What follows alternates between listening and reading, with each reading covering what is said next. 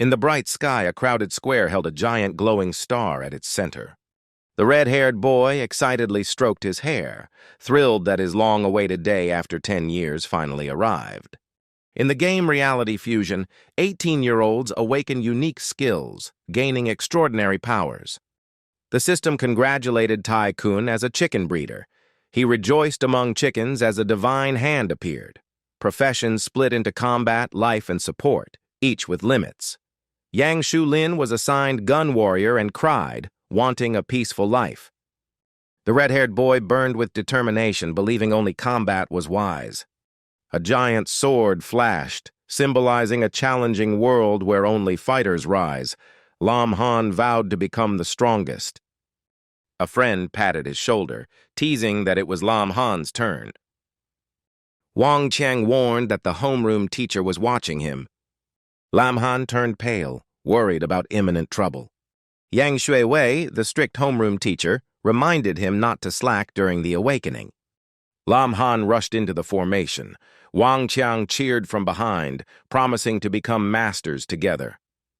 Professions depend on will and talent, and Lam Han trained relentlessly to achieve his warrior dream. He entered the formation. Swirling light erupted, shooting straight to the sky. The crowd marveled, claiming Lam Han's potential far exceeded imagination. Yang Shuofei exclaimed in shock at his profession being marked as mysterious. Besides the 3 common professions, a rare tier exists, the mysterious profession, shining like a celestial light when revealed. Wang Qiang felt hopeful, thinking his friend would become a rare powerhouse. The system announcement glowed, congratulating Lam Han for awakening the life ritual profession, mysterious type. He froze, despairing that his new profession was a weak support type. Trembling, he collapsed as the judges sighed sympathetically for his fate. Wang Qiang asked in surprise why such a powerful anomaly profession was considered unfortunate. The judge explained, life ritual enhances allies with songs. Though unique, leveling up is extremely hard. In the cultivation world, 9 tiers exist. Life ritual absorbs energy from deadly disaster zones, and no one has surpassed tier 3. Wang Qiang panicked, saying disaster power exceeds even legendary seals. Yang Shuofei encouraged Lam Han not to be sad. He still had a rare profession, though he felt dejected checking his abilities. His basic stats, stamina 100, agility 110, strength 120, mana 50, speed 30. With these stats, he should be a strong warrior, but his current weak skill disappointed him.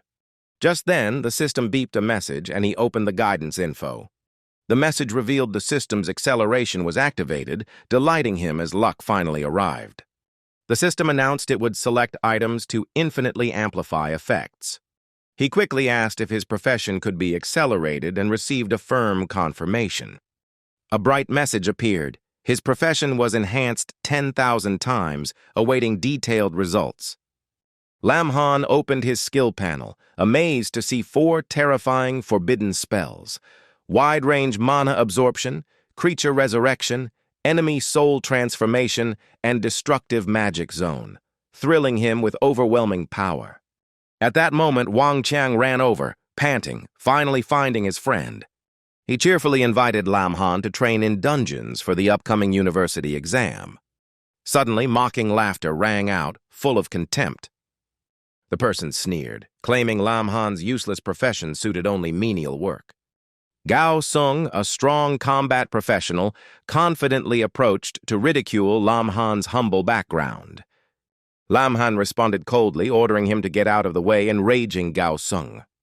Gao Sung shouted, boasting of his strength and belittling Lam Han, daring him in front of the crowd. Before finishing, Lam Han delivered a powerful punch to his face, followed by a critical strike to his stomach. Gao Sung was thrown against a wall and collapsed in the dust. Lam Han's eyes blazed, his cold voice echoed, repeating his opponent's challenge. Gao Sung lay motionless as his friend panicked, rushing to help him up. Lam Han smirked, mocking Gao Sung's earlier arrogance. Gao Sung groaned, trying to stand, threatening revenge after reaching level 10 and evolving his profession. Lam Han calmly cracked his knuckles, the sound making everyone step back. Gao Sung turned pale, using an excuse to leave, leaving threats behind with his group. Wang Qiang watched, worried yet admiring, believing Lam Han would become a great figure and pulled him home to avoid trouble. Lam Han quietly walked along the muddy road, muttering curses about the poor path. After a tiring journey, he finally returned to his familiar home. Walking, he worried about how to tell his parents about his failed profession. The door opened to the smell of home-cooked food. His mother greeted him warmly. His father cheerfully prepared a meal to celebrate his growth, filling the home with warmth. His father poured wine, kindly encouraging him to drink while Lam Han hesitated to mention the awakening. His mother gently interrupted, saying she knew, while his father encouraged him that success was possible even without being a warrior. Lam Han clenched his fists, firmly vowing never to give up. After the meal, his father gave him a family heirloom, saying ancestors were once powerful despite decline. He anxiously opened the ancient box in his room. Inside was a precious golden mage set, including a staff and robe worth millions of dragon coins. He immediately ordered the system to accelerate equipment enhancement. Within seconds, both items upgraded to legendary level with superior power, making him laugh joyfully and call himself a melee mage. The system announced completion. The equipment reached maximum enhancement, delighting him with unexpected luck. Lying on bed, he pondered his cultivation path, realizing advancing required gathering elements from disaster zones. He checked information about these areas on his phone. Assassination appeared, vast seas and volcanic islands where monsters and storms raged endlessly. While researching, Wang Qiang's message invited him to level up together. Lam Han sighed, declined due to danger for beginners, promising to join after reaching Stage 2. At the teleport plaza, he entered coordinates and chose Assassination. The system verified his identity and wished him a safe journey. Upon arrival, a warning panel lit up. Silver monsters and dangerous bosses present. Those below Stage 2 should not enter. He told himself this area was indeed full of hazards. Suddenly, a giant frog appeared from behind, roaring and charging at him. Arrows shot from the creature's body, aiming at him. Lam Han raised his shield, admiring the legendary equipment's strong defense. The frog roared, its sound shaking his mind. The system warned shields could not block mental damage. He gritted his teeth and roared, refusing to yield. He recited a spell, voice echoing, summoning chaotic power to pray for divine energy.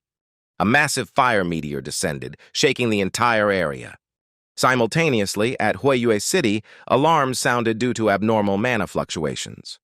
The supervising minister suspected an attacker. Coastal defense systems activated, reporting to superiors to trace the forbidden magic source. Red alerts appeared on screens, showing massive magical energy approaching. The minister immediately requested emergency city status and mana tracking approval. Offshore, waves surged violently, foreshadowing disaster. Radios transmitted evacuation orders as citizens followed Level 1 combat protocols. Giant water pillars rose, forming a massive mana shield around the residential area. An officer asked about defenses, informed the front barrier was stable, but risks remained. Combat teams ready to deploy. In Lam Han's area, the system announced he received all rewards from the recent destruction battle.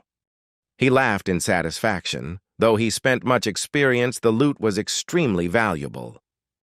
The system notified him of a new skill book and asked if he wanted rapid enhancement.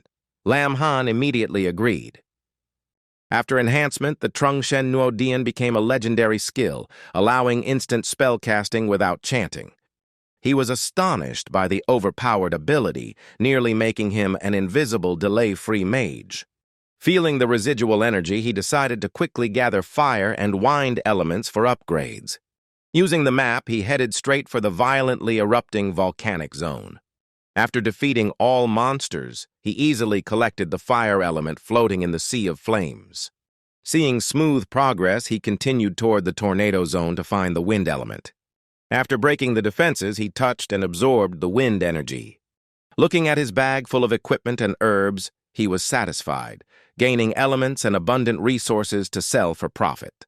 At the teleport station, the system issued an urgent warning. The entire city was in combat, all teleportation suspended. Citizens panicked, pushing and shouting about the incoming tsunami, chaos everywhere. Lam Han stood bewildered, asking what happened. A trembling person said the teleport gate had completely closed. Shocked, he repeated, "Closed?" The person looked at him in disbelief and urged him to seek shelter. When asked why, the person said a mysterious force from Haijie caused the tsunami to attack Hui Yue, making him fear he was responsible. Cold sweat poured as he realized the forbidden spell's power had nearly destroyed the city, and he fled, prompting a girl to call after him in surprise. At the same time, Hui Yue City entered full emergency mode. The minister saw the alarm data, realizing the life wall was about to collapse with only 5 minutes before the next attack. He immediately ordered all level 30-plus experts to assemble and requested aid from nearby cities, vowing to hold the line at all costs. Cracks spread across the protective wall like a spider web. Someone shouted a warning. The minister gritted his teeth and gave the final order for a counterattack. He demanded all mana be used to push back the wave, treating it as a life-or-death battle. Mages combined spells, but energy could not stop the massive wave. Cries of despair echoed everywhere. The minister clenched his fists, thinking Hui Yue's fate was sealed. At that moment, a blinding light shot from a staff into the sky, illuminating the entire city. Praise for the divine echoed, restoring energy to the fighters, awakening them to reclaim control from the wave. With mysterious power aiding, the final defense was restored. The minister rejoiced as the tsunami was successfully blocked. He immediately ordered the fortifications strengthened and the teleport gate opened to push the wave away. A massive manosphere lifted the water, greatly reducing sea pressure. After a series of magical operations, water levels normalized and the life wall stabilized. People cheered, ecstatic at the victory. Lam Han hovered in the sky, relieved seeing the city safe, realizing a small mistake could have caused disaster. He vowed to be more cautious with the immense power of forbidden spells. His phone rang. His mother worriedly asked after him during the disaster. He reassured her he was fine and would return soon. The next day, he arrived at the job transfer hall, calmly requested the mission to reach Stage 2, and staff quickly confirmed the information. Data displayed: Lam Han, 18, student, profession, weak. The staff girl paused in surprise, then explained the 2 transfer mission types. He immediately chose randomly. Following instructions, he placed his hand on the crystal orb, channeling energy into it. The girl silently thought he was a dreamer, hoping for luck with a low-level mission. But the result shocked her. Underground city, eliminate Deep Abyss envoy, collect Deep Abyss heart, S-rank mission. She gaped in horror, while Lam Han calmly accepted the task. She tried to warn him that a weak profession on an S-rank mission was suicide, but he smiled, insisting on taking it. Instantly, the plaza screen displayed the mission, causing a stir. Some were surprised by the danger, others curious about the strange profession name Life Ritual, unheard of before. After assigning the mission, 3 men appeared. The pink-haired one arrogantly suggested he join their group. He promised mission success if Lam Han cooperated. Lam Han coldly refused, stating he preferred acting alone. The pink-haired man grew angry, gnashed his teeth, and attacked. Lam Han struck first, delivering a swift kick that knocked him down. The crowd froze, unable to believe the supposedly weak boy was so strong. The henchmen hurriedly helped their leader up, while he angrily swore revenge at any cost. He scolded his subordinates for daring to act against a client. Unable to fight openly, he decided to secretly take revenge on Lam Han, eyes full of malice. Lam Han calmly went to the trading area, requesting to sell equipment, guided by the staff. He dumped a mountain of gear, astonishing the clerk, who quickly sought superior approval. Manager Liu appeared, introducing himself as a senior appraiser, impressing Lam Han. Liu examined the items and valued the common gear at 23 million dragon coins. Lam Han placed 2 rare items on the table, requesting a separate appraisal. Liu activated appraisal incantation, using insight to reveal the item's nature. He discovered a missing piece legendary set, valuing it at 140 million. Lam Han agreed to sell. Liu gave him a powerful black VIP card with high privileges. Lam Han thanked him and sought to buy skills. Returning, he ordered the system to upgrade the new skill. The system updated Heaven's Eye, enabling him to sense malice and danger, giving confidence to enter the underground city for the mission. At the intelligence center, he bought a dossier on Deep Abyss Envoy. Reading the material, he admired the underground city, once chaotic, now radiant. Feeling weak killing intent, he ignored it, continuing toward his target, unaware someone was stalking him. Using the map, he traced the last known location of the envoy. A giant monster suddenly appeared, roaring and charging. He smiled coldly, ready to fight. Lightning struck, burning the monster, leaving charred marks. Thinking it over, it rose to counterattack, punching him far away. He suffered severe damage, realizing its power exceeded low-tier monsters, when a haughty voice shouted, "Before the Deep Abyss Envoy, you are nothing." A man approached with contempt, claiming to belong to a bounty-hunting group and declaring he would seize all the wealth Lam Han found. Lam Han coldly replied that they knew of his wealth, yet dared risk their lives, warning of consequences. The man laughed arrogantly, showing disdain. The monster turned to attack, but the man quickly killed it with basic moves, boasting he was a Stage 2 expert. Lam Han's eyes turned cold. He activated his prepared mode and began executing his plan.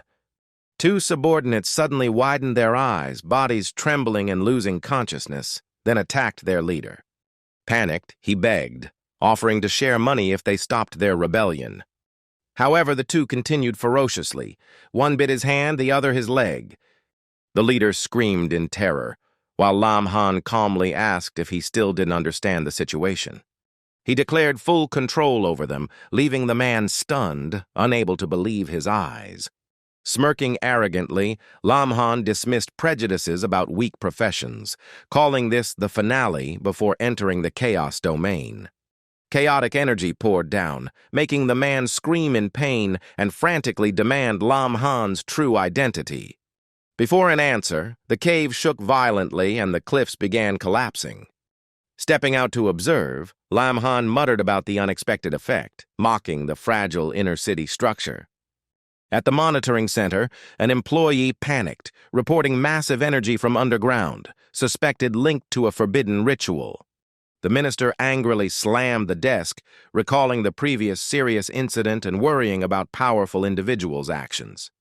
A trembling subordinate requested instructions. He ordered contact with management, and the call connected immediately. He urgently commanded warning citizens of collapse risk and began evacuation for safety. Management received the order and assigned emergency rescue teams. The minister approved, warning of post-awakening complications, requesting high-level support, and prioritizing saving people. Hanging up, he shouted orders to mobilize all forces and head straight to the underground city. Underground, falling rocks caused panic among residents, with cries for help echoing everywhere. Amid the chaos, Lam Han feared deaths caused by him, releasing a high-level guardian angel to cover the area. Those who had died suddenly revived, bewildered to find themselves alive. Tan Hu led the rescue team, urging everyone to save lives every second. Someone reported seeing the radiant guardian angel, making Tan Hu furious, cursing the cause of the disaster. Lam Han stood nearby, murmuring an invisibility spell, blaming himself for the chaos and planning to leave by changing profession. At the transfer center, he happily called a staff member, accidentally giving her the wrong impression about his words. He quickly clarified he only wanted a profession transfer, with no other intent. She blushed, then was surprised to learn he had completed the Deep Abyss mission incredibly fast. Locals buzzed, speculating he was a genius or secretly trained by a great clan. He forced a smile, denying it, claiming he was just lucky to be helped by others. A jealous man lamented, wishing for luck like his. He quietly chuckled, urging the girl to process quickly. She regained professionalism and agreed to expedite. He placed his hand on the energy orb, felt immense power, and ordered the system to amplify his skills 10,000 times. The system announced 2 forbidden skills: protective light and shadow cloak, reducing damage and granting absolute concealment. Energy surged through him, exciting him, promising great loot next dungeon run.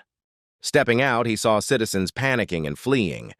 Stopping someone, he learned Tan Hu was investigating the forbidden spell user, terrifying everyone.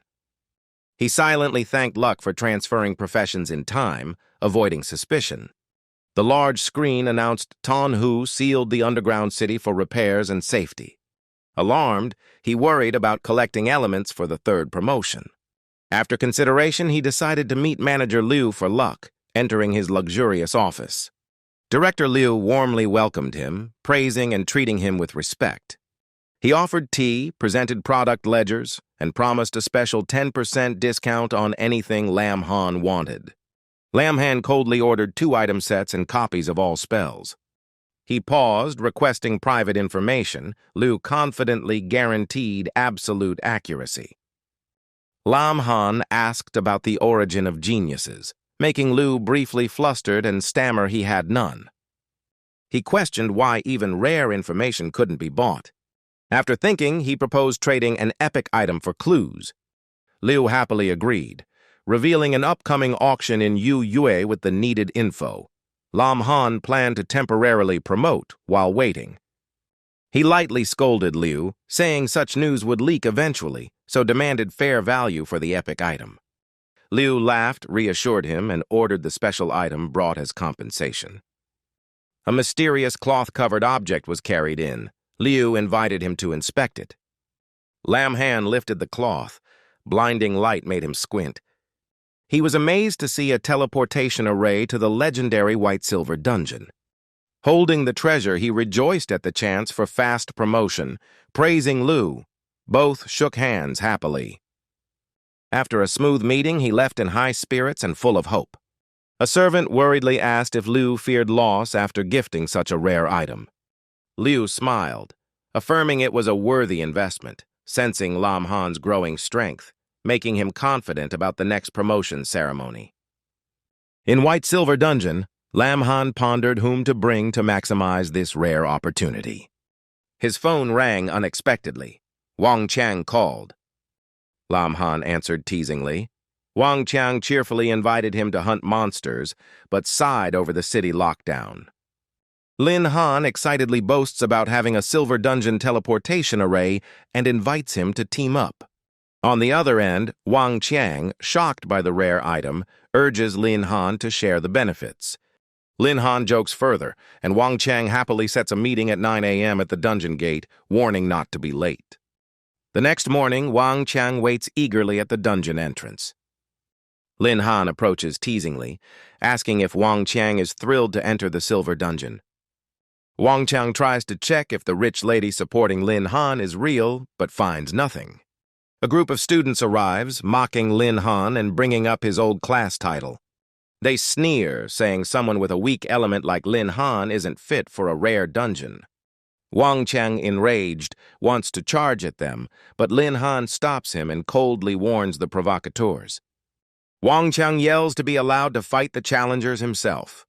Lin Han calmly calls them trash, acknowledging their poor strength. The provoker angrily demands Lin Han explain his words. Lin Han mocks and glances behind the crowd, hinting at someone hiding. Gao Song, hiding behind, can't stay silent and steps out with a challenging smile. Lin Han mocks Gao Song, saying he's grown weaker after just a few days. Gao Song jeers that a weak element user entering the silver dungeon is suicidal and advises Wang Qiang to change partners. Wang Qiang, furious, vows to knock out the provocateur's teeth. Lin Han smiles at his friend and says he'll handle it. One of Gao Song's underlings attacks with a sword, threatening to block their path. In a flash, Lin Han disarms him effortlessly, the sword clattering to the ground. He grabs the attacker's collar and hurls him into the crowd, knocking them all over. Gao Song's followers are stunned that a weak element user could be so strong. Lin Han approaches Gao Song coldly, signaling it's his turn. Gao Song panics and begs. With a few moves, Lin Han hangs Gao Song on a rock ledge, leaving him screaming for mercy. He coldly refuses, telling him to enjoy the view until he realizes his mistake, then signals Wang Qiang to leave. The two walk away, leaving Gao Song humiliated while onlookers whisper in relief it's not them. Entering the dungeon, they see a ruined battlefield. Wang Qiang mutters it's just ancient ruins but stays alert. As his warning ends, a hand bursts from the ground, grabbing Wang Qiang's leg, making him scream. Wang Qiang quickly calms down, orders Lin Han to follow, and brags he's a card master so monsters won't dare near. He throws a shining card, instantly purging a swarm of monsters, showing his card power. While Wang Qiang boasts, Lin Han quietly piles monster corpses, smiling that he's indeed strong, just a bit slower. Wang Qiang widens his eyes, shocked that Lin Han fights more like a brawler than a card user. Lin Han smiles, saying he has a heaven-granted power and could clear the dungeon with one forbidden spell if not afraid of government detection. Wang Qiang sighs, thinking with Lin Han's strength and build, a hammer alone could wipe the whole map. Lin Han pats his friend's shoulder, eyes blazing with spirit, urging them to level up faster and split directions. Wang Qiang nods eagerly, fully motivated to take his task. He raises his hand, summoning a card and chanting Thunder God's punishment, thunder roaring. Lightning tears through the air, annihilating monsters. Wang Qiang pants but grins at his record-fast leveling. Noticing Lin Han's sudden tension, he worries and complains when pulled aside without explanation. A giant object crashes where they stood, shaking the ground violently. A massive berserk bull appears, its red eyes terrifying Wang Qiang, who half-jokingly calls Lin Han Brother Han. Lin Han stays alert and warns him. Wang Qiang confidently declares hell attack from range to weaken it. Before he finishes, Lin Han charges straight at the beast, moving so fast Wang Qiang is stunned. In battle, Lin Han shouts for him to use support magic quickly. Shining cards shoot lightning bolts, making the bull roar wildly. Wang Qiang yells for Lin Han to retreat as the monster readies its ultimate skill. The bloodied bull swings its huge horns, sweeping everything in rage. Seeing it rampage, Lin Han leaps up, staff glowing, shouting that support classes shouldn't be underestimated. He slams a mighty blow onto the creature's head, causing a thunderous explosion. When the smoke clears, Lin Han walks out calmly, composed after victory. Wang Qiang is stunned by the support type soloing a boss, then laughs, praising Brother Han is truly Brother Han. A regional announcement appears. Lin Han Wang Qiang's duo cleared the ancient dungeon 100%, defeating the hidden boss in 16 minutes 28 seconds. On the cliff, Gao Song, still hanging, trembles in disbelief at the result. Days later, the two stand before a crowded school gate full of exam candidates. Wang Qiang marvels, Lin Han nods, knowing this is where new geniuses begin. Gao Song approaches with a mocking smile, taunting the school's top duo. He sneers at the chefs, hinting to see what tricks they'll pull. Lin Han and Wang Qiang turn back, smirking as they remind Gao Song of being tied up. Gao Song, furious, boasts he's reached second advancement and threatens to crush them. Wang Qiang knows he can't match him but trusts Lin Han won't lose easily. The bell rings, silence falls, and the referee announces the start. The referee declares the rules, any tactic allowed except banned drugs, and officially begins the match. Lin Han encourages his friend. Wang Qiang responds with a confident smile. The loudspeaker announces the first match, Gao Song versus Lin Han, asking contestants to prepare. Gao Song loudly accuses Lin Han of cheating and demands his disqualification. The referee rejects the false accusation, coldly ordering both sides to fight or leave. Gao Song refuses to give up and raises his hand to pause. He mocks Lin Han's abilities, claiming to expose the truth. Lin Han coldly asks his real intent. Gao Song proposes a bet. The loser banned from exams for 5 years. Lin Han, angry, accepts. Gao Song instantly activates his second-tier skill, vanishing in a blur of afterimages. The crowd gasps, amazed by the power of a second-tier rogue. Gao Song smirks arrogantly, saying Lin Han's strength is useless if he can't land a hit. Lin Han calmly uses his vision to see through stealth, calling the skill a joke. Gao Song attacks, shouting to punish the liar. Lin Han dodges easily, leaving Gao Song stunned. Gao Song swings again, but Lin Han evades effortlessly. The audience stares in shock, neither fighter's speed visible to the naked eye. An observer sighs, pitying one with such talent, yet choosing a priest's path. Gao Song pants, unable to believe his opponent dodged every strike. Lin Han calmly says that speed looks like a turtle's crawl to him. Wang Cheng bursts out laughing, mocking Gao Song for going mute like a beaten dog. Gao Song rages, accusing Lin Han of using stimulants to cheat. The referee sternly warns him, saying another outburst means disqualification. Gao Song screams in protest, then unleashes his ultimate light, flooding the arena. He shouts using his spiral attack technique, certain hell defeat Lin Han. Lin Han gathers power in his fist, ready for a fierce counter. But the referee signals to stop midway. Recognizing the command, Lin Han quickly withdraws his energy. Gao Song, furious, blames the referee for ruining his victory. The referee coldly replies that without intervention, he'd have been pierced through the heart. Gao Song turns pale, collapsing in trembling fear and sweat. The referee declares Lin Han the winner. But Gao Song goes berserk, charging again despite losing. Lin Han lands a single punch, knocking him out cold instantly. He smiles faintly, calling the fool ignorant of his limits. The referee, surprised, asks about his true strength. Lin Han jokes mysteriously. He looks down at the defeated foe, telling him to stop pretending and asking if he's convinced yet. As he's carried away, Gao Song screams that hell have revenge. Wang Cheng walks up proudly, laughing and patting his friend's shoulder. Lin Han playfully pretends to be hurt, jokingly apologizing in humor. The referee calls the next contestants, warning that delays mean disqualification. Lin Han encourages his friend, reminding him to stay alert in the coming free-for-all. Wang Cheng confidently steps up, shouting a challenge to the whole arena. Zhang Saiwen glances at teammates, planning to take down the most dangerous foe first. Another confirms their healing role, saying they can switch sides anytime by unleashing a skill. Zhang Saiwen nods, eyes flashing with cunning upon spotting an advantage. He suddenly darts like lightning toward Xu Jiamei, slashing to disable her. He then smiles and persuades Xu Jiamei to join his alliance with promises of safety, and she agrees instantly. Before they can celebrate, a shining card flashes across the arena as Wang Qiang appears, coldly blocking the act. He mocks the betrayal, showing clear contempt for someone scheming over the girl he likes. Exposed, Zhang Siwen angrily charges at Wang Cheng to settle it first. Wang Cheng laughs confidently, unfazed by the provocation. Suddenly, Xu Jiamei casts a hypnotic charm, her alluring words making Wang Qiang dizzy and lose focus. Weakened by hypnosis, Zhang Siwen assumes victory and readies to strike the final blow.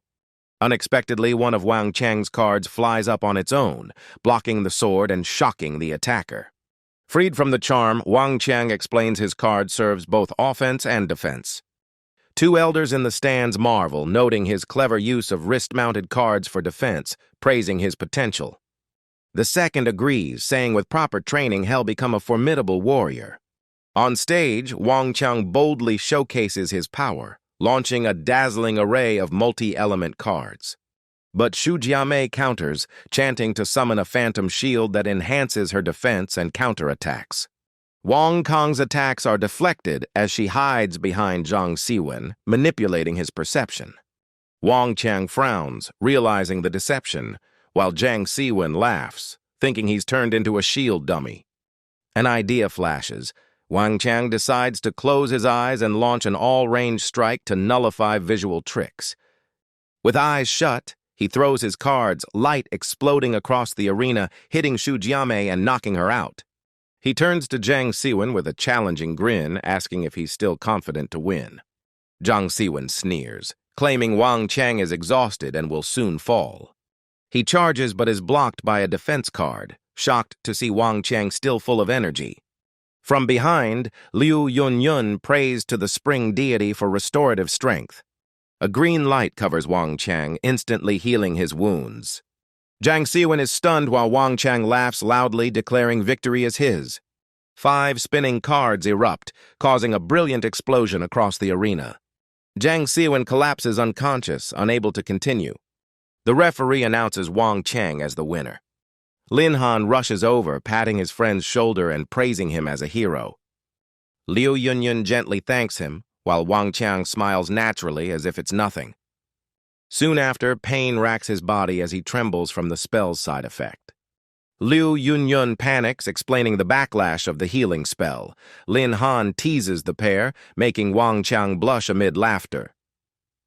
An hour later, round 2 begins, with Lin Han facing 3 allied opponents at once.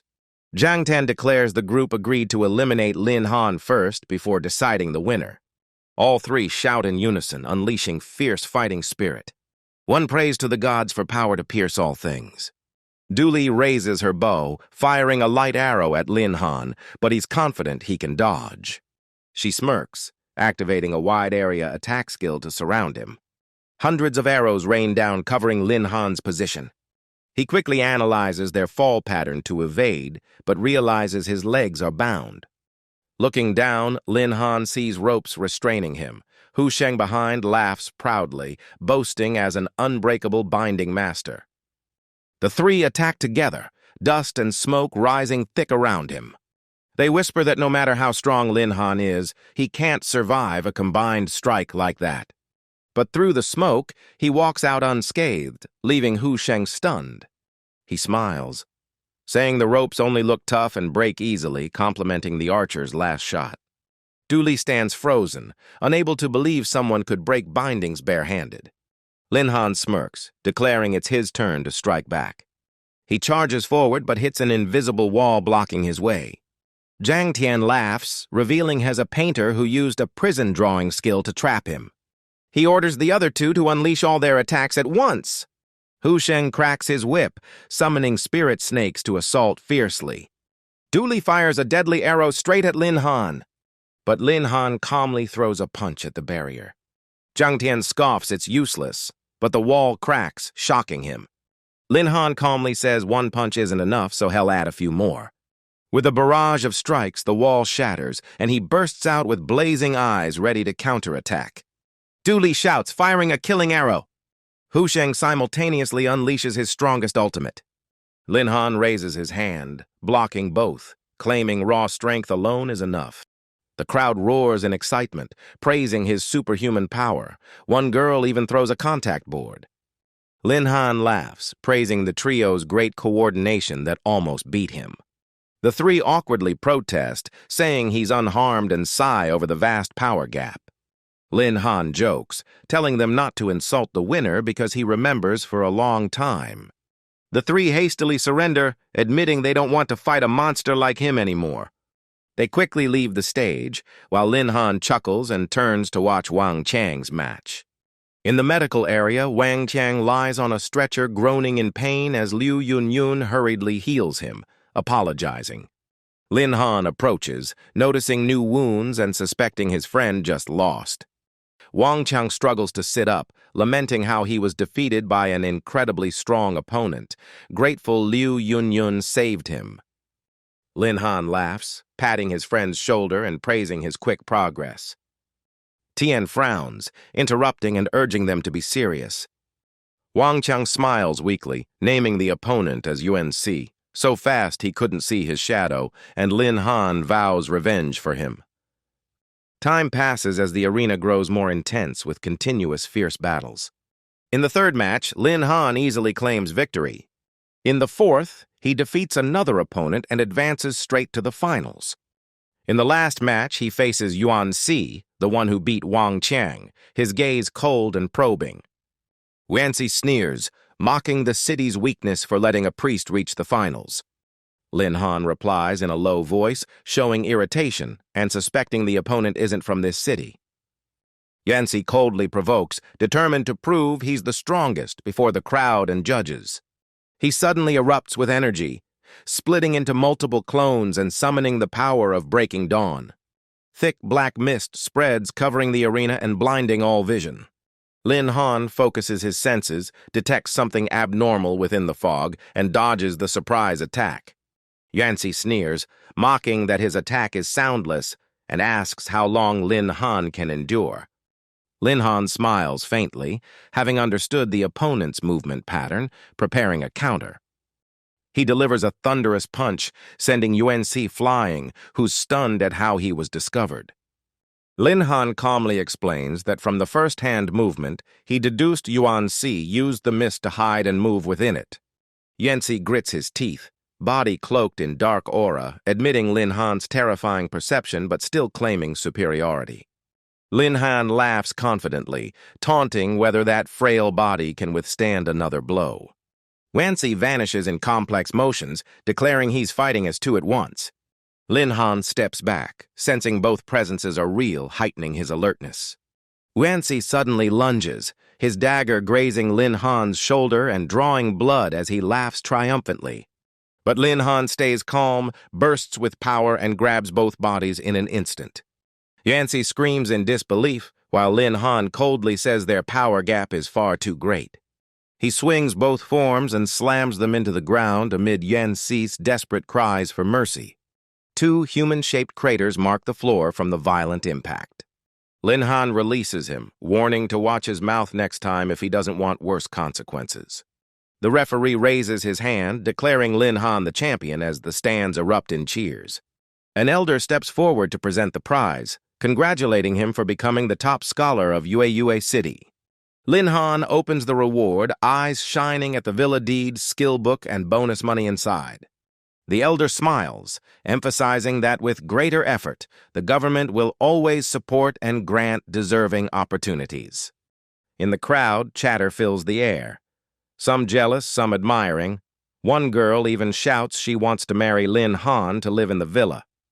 As the ceremony ends, the excitement fades and people scatter to network with university professors. The host's voice echoes as she introduces herself as Yun-Ti from Qingyun Academy. Two more contestants introduce themselves, Li Chenke from Shenmeng Academy and Wang Lichang from Liyun Academy. Next, Santian presents himself as a student of Juyun Academy, while Ku Fengyun hails from Qi School. One contestant curiously asks his friend which academy he has chosen. The other proudly replies he chose Juyun Academy, boasting it's a great honor and teasing his friend to be ready to envy him. Lin Han sits quietly in a corner, wryly noting he received no invitation. His friend is shocked, suspecting someone blocked it. He explains it's because he chose physical training over academics, so they judged him off track and told him to wait for next season's exam. His friend half jokes, tapping his head and saying his body looks nothing like a priest's. Lin Han laughs it off, saying skipping the academy feels lighter since he already got the prize, inviting his friend to head home. In distant mountains, Master Shu Lintian appears, walking firmly as people greet him respectfully. He reports that traces of a sealing spell were found, but since the Empire's experts guard the site, the identity of the mysterious master remains unknown. At that moment, Lin Han relaxes eating pastries and watching the news, hearing that the Supreme Patrol Chief from the Imperial Capital has arrived in Yue for investigation. He chokes as his mother scolds him to eat slowly, teasing that winning a villa made him arrogant while he secretly fears being discovered. The phone rings and he answers. It's Director Liu. Director Liu excitedly reports they found clues about the source of the natural disaster. Lin Han instantly perks up, asking for the exact location. He reveals the target will appear in a place called Yanyun City. Lin Han eagerly asks for the detailed address, saying hell depart immediately.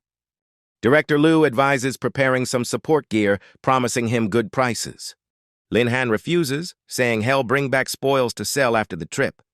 Director Liu happily agrees, praising his confidence and looking forward to a big profit this time. Lin Han nods slightly, feeling a vague unease rising inside. The phone rings again. He answers jokingly, greeting Boss Diane and asking why he's calling. Boss Diane coldly says though the auction house is closed, his training grounds remain, then asks if he issued Lin Han's pass. The man on the other end laughs lightly, saying investing in a talented youth isn't wrong. Diane scolds him for being foolish, claiming that even if Lin Han has power, he's not worth that card's value. Diane sternly orders him to stop investigating Lin Han, believing the young man's true ability exceeds imagination. The other scoffs and hangs up but remains uneasy, suspecting Lin Han's real identity hides something greater. In a sunlit forest, the diamond zone shines brilliantly like a giant gemstone. Lin Han holds an electronic map, admiring the scenery and marveling that it's as beautiful as rumored. From afar, an angry shout echoes, someone cursing they can't break through the enemy's defenses. A small girl ran past, drenched in sweat, panting and apologizing. A fierce monster chased her, and she shouted for Lin Han to run because it was a silver-rank beast. Lin Han frowned, surprised such a strong boss appeared near the forest edge, unsure if the girl was lucky or cursed. She kept running and yelling, trying to distract the beast, fearing Lin Han was frozen in fear. He smiled, thinking she was kind for trying not to involve others despite danger. When the monster shot its tongue, Lin Han suddenly charged and grabbed it. He coldly said it wasn't silver but gold rank, then teased how she'd thank him later. The beast roared and struggled, but Lin Han punched it hard, sending it flying. The girl gasped in awe, praising his strength and asking to team up. Lin Han scratched his head, thinking teaming up was trouble, but still asked her name, unsure about forming parties. She cheerfully introduced herself as Du Yuanding, an illusion-type mage. Lin Han found her trustworthy and let her join. She admired his rare profession and curiously asked his name. He almost told the truth, but changed, claiming to be Wang Qiang from Jiaoguang to avoid tracking. Yuanding's eyes sparkled. She praised him and wished to meet again. Lin Han sighed inwardly, thinking she was overly talkative. He coughed and bragged he was much older than he looked, hence his strength. She clapped happily, saying she guessed right and felt lucky to meet him. She complained about lacking money for mage gear and entering the forest for luck, but now felt safe with him. Lin Han sighed, thinking she was too naive, and decided to look after her like a sister. He subtly warned her that her luck might run out as danger approached. A gold-rank ape appeared, huge and ferocious. He pointed calmly, saying trouble had come, making her scream in disbelief. Lin Han told her to hide behind him and promised protection. She excitedly called him a reliable master.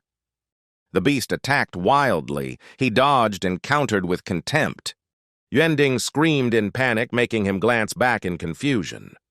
A pack of bronze-armored demon wolves appeared, eyes glowing red. She clung to him, trembling, asking if they could survive being trapped between both sides. He frowned and scolded her lightly, saying such creatures weren't enough to challenge him. He grabbed the ape, leapt, and hurled it into the wolf pack. Turning to her, he bragged.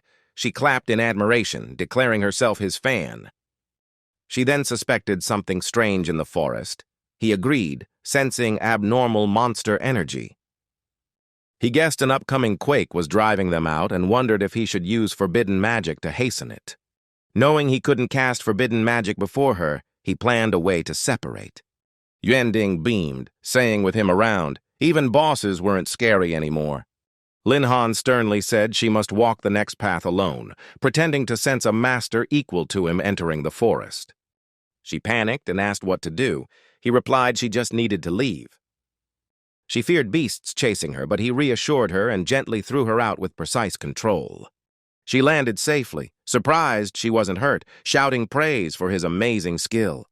Lin Han sighed in relief, glad he'd sent her away so he could freely cast the forbidden spell. He raised his staff by the lake and shouted to activate forbidden spell Chaos Domain. Red fire rained from the sky, burning the diamond forest into a sea of flames. From afar, Yuanding gaped in shock, realizing it truly was a forbidden spell. The ground cracked, water boiled, and the whole forest trembled violently. Lin Han muttered that he might have overdone it, but didn't care as long as he obtained the Heavenly Calamity Core. At the Yanyun City headquarters, staff reported detecting strange forbidden energy, suspecting two masters fighting. The minister immediately ordered Elder Zilin to assist. Aged voice echoed as Zilin entered with cold eyes, confirming and accepting the mission. He pondered. intending only to check the quake but now faced a high-level battle, debating whether to pursue the stranger. The minister ordered them to bring the locator system and energy barrier. He commanded to lock the target and meet the one who cast the forbidden spell at all costs. Zealand nodded but felt uneasy, sensing power beyond supreme level, almost divine tier, making him hesitate. Meanwhile, Lin Han joyfully held the heavenly calamity core, laughing in satisfaction. Soon after, his detector beeped, showing many strong auras approaching. He panicked, opening his teleportation device, realizing he'd be trapped if they activated the barrier. He urgently pressed the button, hoping to escape before encirclement. The patrol reported all directions clear except the northwest where human signs appeared. A bright blue beam shot skyward, signaling someone had just teleported. The officer roared angrily, frustrated the target escaped, astonished he had a personal teleport array no normal man could own. The next morning, while brushing his teeth, Lin Han heard his phone ring. Manager Liu greeted him and mentioned a big incident last night, making him ask in surprise. He said Yanyun City had an earthquake and a mysterious master appeared, expressing concern for him. Lin Han smiled bitterly, pretending surprise at the quake, secretly thinking about the heavenly calamity core. Manager Liu laughed, saying he'd already heard news about the heavenly calamity core, hence calling him. He hung up, cursing the sly old man for probing. Inwardly, he rejoiced at keeping the treasure and prepared for class advancement. At the advancement hall, someone recognized him, greeted cheerfully, and asked if he had materials for triple-star advancement. Lin Han thumped his chest confidently, saying such matters were trivial. The surrounding crowd buzzed with admiration, calling him the first genius capable of reaching triple class. The guide invited him to place his hand on the device for the system to assign a mission. When he touched the glowing orb, the info appeared. Priest class with staff, level 20, S-rank triple advancement quest, retrieve the forest guardian's heart from the iron forest. He frowned, sighing at another S-rank mission, doubting the forest's existence in Yu Ye, then dismissed the thought. He finally decided to accept the mission without hesitation. The staff confirmed registration and wished him success within 2 days. Manager Liu approached with a friendly smile to chat.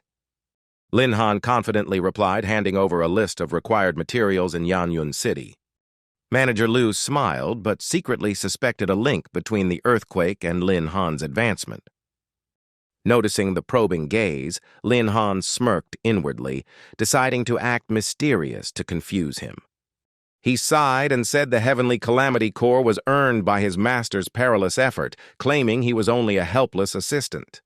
That shocked Manager Liu, who believed the master was a top-tier expert and began speculating about the man's real power. Manager Liu dismissed the thought and decided to maintain good relations with Lin Han and his master. He smiled warmly, producing a disguise mask that could alter one's face, but warned prolonged use caused identity loss. They bargained fiercely and settled at 3 million. After several rounds of haggling, both agreed on 3 million, smiling in satisfaction. Manager Liu happily shook hands, thanking Lin Han for the deal. Inwardly, he thought spending 3 million to befriend such a potential powerhouse was well worth it. The system suddenly announced the mask multiplied its effect 1,000-fold, evolving into the legendary Zizai Shen Mian, allowing transformation into any known person and temporary skill mimicry. Lin Han rejoiced, thinking he could disguise as his master to hide his identity. He tested the mask, instantly turning into Chao Song, remembering that man was heading to Yanyun. Perfect cover. The next morning, disguised as Chao Song, he leisurely wandered around Yanyun City, unrecognized by anyone. In a quiet alley, he removed the mask, feeling smug for having a flawless alibi with this fake identity. Suddenly, someone called out, mistaking him for Cao Song. Turning, he saw an acquaintance named A Liang. A Liang cheerfully praised Chao Song and invited him for drinks. Lin Han, in disguise, laughed and agreed. In the tavern, he discreetly removed the mask and slipped potent sedative into A Liang's cup so he'd sleep all night. Then he disguised himself as A Liang and carried the unconscious Cao Song to an inn. He told the staff to let his friend rest in a luxury room and paid with a VIP card. Afterward, he donned the mask again, returning to Cao Song's form, smiling triumphantly, sure no one could uncover his true self. Upon reaching the Iron Forest, someone approached, patting his shoulder, inviting him to join a reputable party for dungeon conquest. He turned back and asked the person's name. The man awkwardly said his name was Cao Song, an assassin, thinking he was called Uncle because of his beard. He asked who Lin Han was, his class, and if only they two were entering the dungeon. Lin Han smiled and replied, introducing himself as Wang Can, a level 30 knight, adding 2 more would join, making Cao Song happily agree. From afar, a female voice called that everyone had gathered.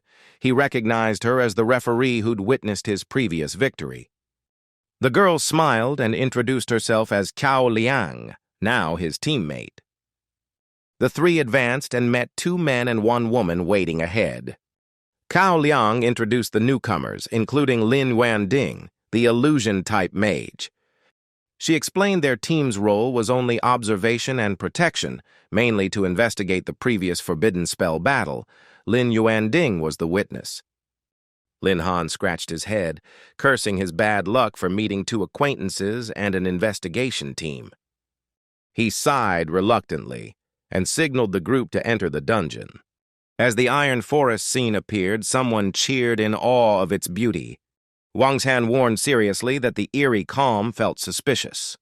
Cao Liang confidently replied that with both at level 30, nothing was dangerous unless a dominator boss appeared, making him chuckle mockingly. From behind, a pack of iron-marked tigers silently approached. Wang Can pointed playfully, then turned pale upon realizing the pack's size, warning everyone. The group immediately took positions. Cao Song shouted commands to guard the left flank while others defended the right. He declared confidently that no matter how many monsters came, he wouldn't falter. His figure flashed like lightning, swiftly taking down several lone tigers. Lin Yuanding admired and marveled at his overwhelming power. The 2 combat classes coordinated perfectly, keeping the beasts from closing in. Suddenly, a massive shadow crashed down, shaking the ground. Wang Can exclaimed in shock as the iron-marked Tiger King, a gold-rank boss, appeared at the forest's edge. Lin Han glanced at Yuanding, lamenting she truly was a boss magnet, always attracting top monsters, making her ask in surprise. He shouted to hold the line, but realizing the boss's strength, decided to stay and block while urging others to retreat. The team scattered in various directions to escape the attack range. Lin Han hid in a secluded spot, planning to use the divine mask to disguise as a mysterious elder and draw Tu Lin Tian's attention. He put on the mask, turned into an enigmatic old man, and laughed, saying it was time for this old man to save them. Meanwhile, Wang Can, exhausted, escaped the Tiger King only to face a Dark Wolf King, another gold-rank boss, cursing his bad luck. The 2 cooperated seamlessly. Wang Can hurled his shield like a weapon, striking the wolf back, while Cao Song launched a fierce counterattack. Cao Song struck decisively, finishing the wolf with a fatal stab to its head. In the gloomy forest, Cao Liang's cold voice questioned sharply, tension thick in the air. She replied indifferently, saying if anyone was to blame, it was him for being too slow. Who else let the wolf escape? Both grew furious, eyes burning, ready to fight. Their argument reached Lin Han, hidden level 30 expert, who grew interested in the golden wolf's pelt. While they quarreled, Lin Han calmly descended, politely asking for the wolf's fur. The pair froze in terror, shocked someone could approach unnoticed. Wang Can flared up, stabbing his sword down, declaring he wouldn't yield the loot. Lin Han advanced coldly, saying if they wouldn't give it, he'd take it himself. With no time for talk, both sides attacked at once. But with a single move, Lin Han felled them completely, leaving no resistance. He calmly asked again, forcing them to surrender, leaving with the thought that strength was the ultimate law. He continued deeper into the forest, firm in his goal. Moving alone drew the forest monster's attention as they prepared to strike. yet his armor was nearly indestructible, making their attacks futile. He smiled confidently, speaking as he annihilated the minor beasts in an instant. His smile vanished when a colossal creature appeared, radiating immense power. It was the three-eyed demon ape, the forest's lord and monkey leader. Lin Han narrowed his eyes, battle intent blazing, eager to test himself before advancing class. He charged forward, punching with enhanced force, but the beast agilely dodged. He laughed excitedly, challenging how many blows it could evade. The demon ape raised its hand as if for peace, while the monkeys frantically searched for something else. It turned out they were gathering massive tree trunks as weapons, intensifying the battle. The three-eyed ape swung the trunk, but Lin Han countered, shattering it and killing the beast instantly. He scoffed that even gold-rank monsters were weak, then hid upon hearing allies approach. The team arrived, astonished at the giant corpse, guessing a mighty warrior had slain it. Studying the punch marks, Lin Yuanding noticed they resembled the style of Master Wang Qiang she had met before. Hidden in the bushes, Lin Han frowned irritably, thinking it unlucky to run into her again. Quan Ting worriedly asked about Chao Liang's whereabouts. Others speculated he was attacked by monsters. From hiding, Lin Han chuckled, assuring himself he was fine but not ready to reveal, continuing his quest. He slipped deeper into the forest, pausing to consider the next target, the Guardian's Heart's location. A giant figure suddenly appeared. The platinum-ranked forest guardian emerged. The beast launched razor-sharp vines, forcing Lin Han to dodge and plan a counterattack. But leaping into the air made him ensnared by the vines, losing movement. He smirked coldly, using brute strength to tear them apart and break free. The Guardian, realizing disadvantage, summoned forest beasts and controlled branches to strike. In an instant, a horde of monsters swarmed in, forming a massive encirclement. Lin Han calmly assessed, admitting the foe could dominate all creatures in the forest. At the same time, the team sensed a strong energy wave, and Tu Lin Tian immediately led them to assist. Lin Han also felt a powerful mage aura approaching and decided to end the battle quickly. He raised his staff, chanting loudly to activate the forbidden spell, Chaos Domain.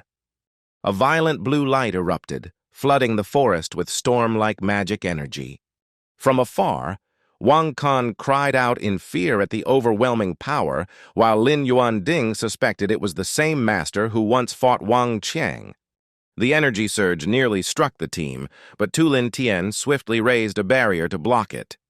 He sighed in relief, then asked for confirmation about the rumored mysterious master's appearance. The team firmly affirmed, recounting the tremors and forbidden spell, believing two masters were battling in the forest. Lin Yuanding stepped forward worriedly, mentioning teammate Chao Liang hadn't returned. Tu Lin Tian dashed off like lightning, astonishing all with supreme-level speed. By then, Lin Han already held the Guardian's heart, satisfied yet alert, knowing Tu Lin Tian was approaching. He quickly contacted the Huiyue Exchange, offering to sell the rare item he'd obtained. Director Liu eagerly agreed, asking about the trade method. Lin Han instructed to exchange the item in cash the next morning, forbidding any tracking of his identity. The other side readily agreed, promising full compliance. Lin Han pondered, planning to buy it back later to erase traces while preparing to handle Tu Lin Tian. Meanwhile, Tu Lin Tian crossed the frozen battlefield, eyes gleaming with intrigue at the iced monsters. He ventured deeper and discovered a large crater at the center where the forbidden spell had burst. There he found a man frozen while clutching a tree, none other than Lin Han disguised as Chao Song. Tu Lin Tian immediately melted the ice, breaking the thick layer surrounding him. The man groaned softly, shivering from the cold. Tu Lin Tian stepped closer, asking to confirm if he was truly Cao Song. Lin Han calmly maintained his disguise, replying politely and uncertainly. Tu Lin Tian gently asked what he had witnessed before. Pretending to still tremble from the chill, Lin Han said he'd been struck by a white light and fainted. Tu Lin Tian didn't press further, only told him to return, still suspicious since his injuries were too light for such magic. Back with the team, cheers erupted, overjoyed he'd seemingly survived by luck. Lin Han laughed heartily, pretending to thank fate, then excused himself to submit his quest, perfectly maintaining his cover. Everyone happily parted ways, each heading home to rest. When Lin Wending turned to ask, the two guards quickly replied they were leaving soon, too. Afterward, Tu Lin Tian and his subordinates discussed their doubts about Cao Song's behavior and decided to investigate further. One subordinate secretly tailed from the trees, observing that Cao Song appeared completely normal. Still in disguise, Lin Han stayed calm and alert, daring his stalker to try following. He suddenly burst into extreme speed, vanishing from the pursuer's sight. The tracker cursed in frustration, losing his target and unsure how to report it. The next morning, Lin Han woke in his familiar room as if nothing had happened. He looked outside, sensing invisible gazes probing everywhere. Investigation teams searched intensively, scanning every area and tensing the whole city. In the quiet, Lin Han detected 5 ministry elites watching him, seemingly having traced his name. Even so, he remained composed, acting naturally to avoid suspicion. While brushing his teeth, his phone rang. It was Director Liu. The man excitedly reported that the Guardian's heart, the class advancement item, had been delivered. Lin Han feigned surprise and agreed to come, inwardly pleased that all was still under control. He quickly changed clothes and headed to the meeting place with Director Liu. Behind him, a police officer secretly tailed, doubting his oddly calm behavior. Through comms, superiors ordered continued surveillance, finding it suspicious that such a top student was overly secretive. At the trading center, Director Liu greeted him warmly. Lin Han calmly asked about the item. Liu cheerfully invited him in, saying everything was prepared, treating him like an honored guest. From afar, 2 officers watched through binoculars, suspicious of Lin Han's close tie with Liu, planning to request permission for extended monitoring. In the luxurious VIP room, Director Liu joyfully opened a box revealing the Guardian's heart, the very item Lin Han needed, as they exchanged friendly words. Lin Han swiftly took the item and presented 2 others, saying they were gifts from his master for appraisal. Liu inspected the first. The Blood Map Great Blade, a legendary weapon that drains life and boosts attack power. The second was the Backhand War Armor, also legendary, boosting defense and allowing life sacrifice for extreme enhancement. Director Liu was stunned by their value, curious about the mysterious master's identity. Lin Han calmly replied that to his master, such relics were trivial. He lived reclusively, avoiding fame. Hearing this, Director Liu immediately promised absolute confidentiality about the seller. Lin Han smiled in thanks, subtly mentioning the annoying people outside, making Liu grasp his meaning. Soon after, guards were ordered to block the entrance, allowing no one near the VIP zone. The 2 officers outside grew angry, questioning why an ordinary man like Lin Han received special treatment, demanding entry. The door opened. Director Liu sternly invoked his authority and ordered both expelled from the building. Lin Han casually teased them, waving with a knowing smile before excusing himself to leave. Director Liu still cheerfully saw him off, reminding him to stay safe. Once Lin Han left, Liu suddenly noticed he'd turned down a street that didn't lead to the advancement hall, his face showing puzzled suspicion. However, at the job transfer hall, the receptionist suddenly recognized him and warmly welcomed him. Lin Han excitedly boasted that he had obtained the required item and wanted to proceed immediately. The receptionist was surprised by his speed, but quickly prepared the transfer chamber. As Lin Han stepped into the ritual area, 2 energy streams spiraled around him, initiating the transformation. The energy stretched his body painfully until he was nearly immobile. After enduring the pain, the ritual finished. He was exhausted and realized that a 3rd-tier priest needed immense endurance to withstand divine calamity energy. He wondered how terrifying his new power would be. Opening his status panel, he saw his new class, Holy Altar Priest, Tier 3, Level 20, with massive stats and 2 forbidden skills, Thunder God Domain and Wind God Domain. After reading, he was ecstatic, realizing he could now absorb calamity power and counter both wind and lightning experts. Outside, everyone held their breath, waiting for the one who completed the third-tier ritual to appear. The display suddenly went black, making the crowd think the system had crashed. Then it lit up, showing the words, Priest Third Transfer, Holy Altar, Lin Han. The entire hall fell silent, stunned beyond belief. A rookie asked quietly, wondering how strong a third-tier priest was. The man beside him knocked his head, calling him foolish for not knowing how rare that class was. They discussed that no one had ever succeeded in a third priest transfer due to lacking calamity elements. Lin Han was the only one. Someone shouted, pointing at the screen showing Lin Han's name as the national top scorer. The crowd went wild, with a girl even confessing her love publicly. At that moment, Lin Han walked out of the ritual room, still weary. Seeing the massive crowd, he instinctively stepped back, stammering to ask what they wanted. The excited crowd rushed forward for autographs and photos, making him panic and flee. Lin Han was even more terrified than facing monsters, crying for help as he ran. From that day, his fame spread everywhere. Fans gathered every morning at his gate with banners and love shouts, turning his life upside down. Tormented all day by the screaming fans, Lin Han angrily covered himself in a cloak to sneak out, making his mother think he was going to rob someone. He sighed, saying it was the only way to avoid trouble, told his mother to pretend not to know him if asked, then hurried out. Jumping through the back window, he suddenly faced a girl spying behind the garden.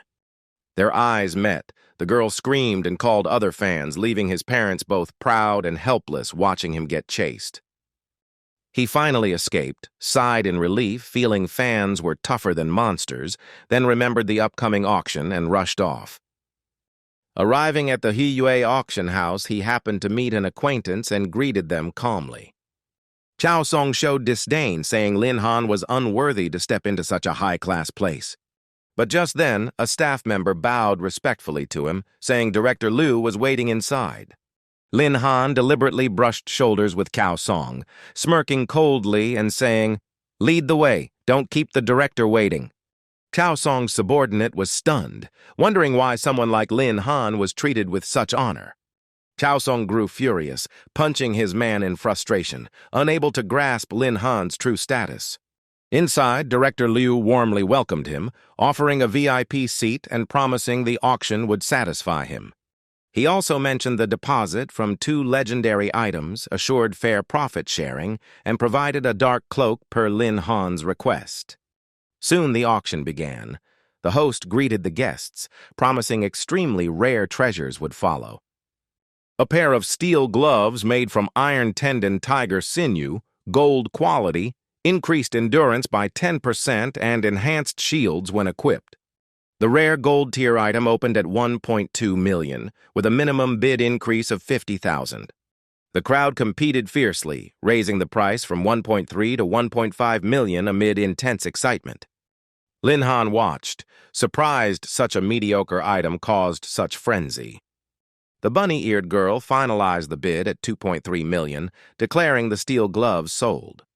Director Liu smiled, knowing Lin Han didn't care, but advised caution against 5 other VIP rooms if he fancied an item. Lin Han curiously asked about the identities of those in the private rooms. Director Liu explained they were the 5 great clans, Ma, Li, Chen, Wang, and Gong Sun, wealthy but bound by Tianxi Trade Guild rules. Lin Han smiled, affirming he would not give up if he saw something he wanted. After several unremarkable lots near the end, the bunny-eared girl announced the main item, the Pass to Ruins No. 3. This ruin was high-level, opened only once every 30 years, and required special fragments to enter. With 100 fragments remaining, only those under diamond rank and below age 30 could join, starting price 10 million, minimum raise 500,000. The crowd erupted, shouting bids rapidly until the price exceeded 50 million. Lin Han watched intently, impressed by how fast the bidding skyrocketed. Director Liu inquired his intent, and Lin Han firmly declared he wanted it, instantly bidding 80 million. Ma Tianshang from the noble clan asked his sister if she would continue bidding. She replied she would raise the price. Encouraged by her, Ma Tianxing bid 100 million and turned to Lin Han, offering an extra 50 million compensation if he would yield. Director Liu quietly noted that they were fourth young master Ma Tianxing and second Miss Ma Tianxin, renowned among the younger generation, suggesting Lin Han back down. Although aware of the Ma clan's influence, Lin Han still viewed the auction as fair play, but realized he couldn't match the great family's wealth. However, he boldly raised the bid to 150 million, shocking Ma Tianxing, who countered with 180 million. Lin Han coldly rejected any friendship, calling 200 million decisively to win. Ma Tianxing furiously stood up, glaring and warning he would remember Lin Han's face. The host was stunned by the 200 million figure, quickly confirming 3 times that the mysterious guest had won. Director Liu broke into sweat, fearing turmoil, but Lin Han calmly said the auction was fair and just wanted his identity kept secret. Director Liu promised absolute confidentiality and suggested Lin Han trade a few more high-tier items. After negotiation, they agreed on 2 and shook hands happily. Director Liu secretly blamed himself for undervaluing, amazed by Lin Han's immense wealth, deciding to be bolder next time. The two continued watching the auctions progress. Director Liu said Lin Han's 2 legendary weapons were next and suggested moving to the VIP room to avoid trouble. Lin Han agreed. An hour later, as they were chatting over tea, a receptionist rushed in with news. The 2 legendary items sold for 6.3 billion long crystals, astonishing Lin Han, who thought even after fees, he'd be rich. Director Liu smiled with satisfaction, promising immediate payment and proposing continued cooperation, while Lin Han worried about offending the Ma clan with so much money on him. Understanding, Director Liu assured him Tianxi Pavilion would send a supreme expert to guard him for 3 days, and no one would dare touch him. The scene shifted to a quiet alley where Lin Han walked alone in the dark. He suddenly sensed 4 people secretly following behind. Turning back, he was shocked that they had still tracked him down. The youths sneered, saying the Ma clan had surrounded the auction hall and followed him since he left, only puzzled by his new green cloak. Lin Han feigned fear, but firmly declared he would never give up the ruins number 3 fragment. They loudly claimed they wouldn't rob him outright and would pay another 100 million, making him realize how priceless the fragment was.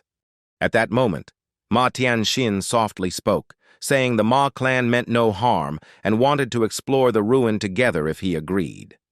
Lin Han replied mockingly, praising her as wiser than her hot-headed brother, forcing her to calm Tianxing down. Ignoring her plea, Lin Han flicked his cloak and declared coldly that if they wanted it, they could take it themselves. His words provoked them to attack, ordering to tear off his cloak and reveal his face. As they lunged forward, a fierce wind suddenly rose, tossing them violently to the ground. Footsteps of a woman echoed, her cold voice challenging them to try advancing again. Lin Han turned and saw the female expert sent by Director Liu to protect him, her gaze sharp as blades. The group recognized her identity in terror, shouting her name, Senior Fei Hua, newly ascended god. Fei Hua smirked, telling them not to call her senior to sound old, then reminded them of Tianxi Pavilion's rule. Clients are protected for 3 days, no fighting allowed. Hearing that, the group froze. Ma Tianxin quickly apologized on her brother's behalf and withdrew immediately. Lin Han secretly admired her for knowing when to advance or retreat, realizing she wasn't someone to underestimate. He smiled and called Fei Hua, asking her to leave with him. She looked puzzled, not understanding where he intended to go. Lin Han pointed toward a narrow alley, explaining she was assigned to protect him, so she had to follow. There were others hiding that needed handling. The nearby stalkers held their breath, too afraid to move. Fei Hua calmly replied that since no one had attacked, she had no reason to act, and besides, he hadn't paid her yet. Her words made Lin Han laugh. He asked how much it cost for one action. She thought for a moment, then said at least 2 million. Though surprised, Lin Han immediately transferred the money and requested her to move now. Fei Hua's eyes brightened. She smiled cheerfully, saying money could solve anything. Sounds of battle erupted in the alley. Enemies screamed for mercy while Lin Han watched, impressed by her speed and strength. Soon, all foes lay defeated. Fei Hua dusted her hands and smiled brightly, announcing mission complete. She reported the area within 10 miles was safe, then offered to extend the sweep for a discounted 1.6 million, making Lin Han laugh that he wasn't that rich. She sighed, lamenting that everything she liked, training gear, clothes, was expensive, leaving her always broke. Seeing her downcast, Lin Han was moved and offered 500 million a month to hire her as a personal bodyguard. Fei Hua instantly beamed, saying it was fate that made her want to protect him, denying it was for money, leaving Lin Han speechless as she blushed and declared she now belonged to him. That night, Lin Han slept soundly, completely relaxed with a reliable guardian by his side. Outside, under dim lights, 4 members of the surveillance team secretly watched his apartment, bored with the meaningless mission. 2 of them casually said to keep watching as the boss promised promotions for persistence. The air grew tense as they noticed a shadowy figure standing behind their leader. Lin Han appeared, puzzled why all their eyes were on him instead of the target they were tracking. Suddenly, the shadow behind him twisted into a monstrous shape with sharp horns, freezing the whole team. One member trembled, warning the leader of the terrifying thing behind Lin Han. The leader turned in panic, but too late as the massive darkness engulfed him. His body was swallowed by silky black shadows, leaving only his head and hands struggling in despair. The darkness devoured his screams, then a cold voice declared this a warning. Keep following and it won't end with fainting. The terrified team begged and swore never to repeat it. Without hesitation, the 4 fled wildly into the night. When they disappeared, the shadow dissolved, revealing Fei Hua smiling softly, whispering she hoped she hadn't disturbed her little master's sleep. The next morning, sunlight streamed into the room, waking Lin Han as he stretched and yawned. He was startled to see Fei Hua standing close by, staring at him intently. Awkwardly breaking the silence, he greeted her and asked why she was in his room. Fei Hua yawned softly, boasting that she hadn't slept all night because she was handling intruders around the villa. Hearing that, Lin Han grew uneasy, suspecting she had attacked government agents, and asked if they were okay. She waved dismissively, saying she had gone easy on them and they wouldn't dare come near again. She then suggested expanding their cooperation after her hard work. Confused, Lin Han asked what she meant by deep cooperation. Fei Hua's eyes sparkled as she calculated long-term profit, proposing an enormous annual and lifetime fee. Lin Han stopped her, exasperated by her materialism, while she insisted money was the only true value. The scene shifted to a group training outside the Golden Dungeon area. Lin Han walked beside Fei Hua, saying he was meeting friends to enter the dungeon, making her suspect he planned to grind levels. His friends appeared, a man and a woman. The man greeted warmly, and Lin Han teased them about their relationship. Wang Qiang and the girl blushed, denying it awkwardly, though their eyes betrayed their feelings. Lin Han felt annoyed at their pretense and thought about not helping them level up, while Fei Hua silently observed. Wang Qiang quickly pointed at Fei Hua, teasing Lin Han and asking who she was. Lin Han awkwardly said she was his cousin, and Fei Hua played along, pretending to cry and accuse him of betrayal. Fei Hua's joke made Wang Qiang burst out laughing, giving Lin Han a thumbs up for his flirting skill.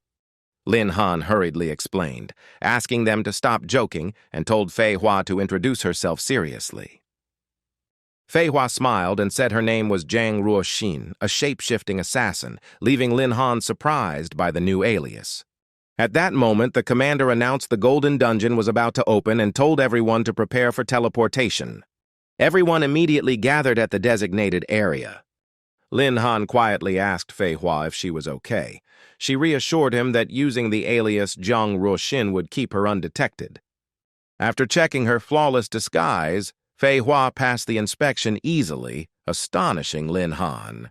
The official on stage said only one person was missing before the Golden Dungeon could begin. A familiar figure appeared, cheerfully calling out to Lin Han and Wang Chang's group. Lin Han turned and recognized it was Yuan Si. Yuan Si frowned upon seeing him and requested a team change, not wanting to be with Lin Han. The official shouted that changes were impossible since the dungeon had already started. The scenery instantly shifted to a desolate desert, filled with torn flags and embedded swords. The team stood on a high dune, surveying the terrain and discussing tactics. Wang Chang found the place familiar, guessing it was an old dungeon. Lin Han agreed and warned of danger. Wang Chang laughed excitedly, recalling their last hidden boss fight here. But his face turned pale as a herd of minotaur monsters approached from afar. Lin Han smirked, saying the monsters were coming to visit the one who missed them most. Wang Chang grimaced, surprised the old boss had become small mobs, calling the dungeon bizarre. Another member panicked, shouted that the monsters were high level, and ran to hide. Wang Chang suggested to Lin Han that they should stay close to him for safety. Lin Han cast a spell, summoning lightning that instantly killed the monsters. Seeing Yuan Si fleeing, he sighed and decided to chase after to save him despite their dislike.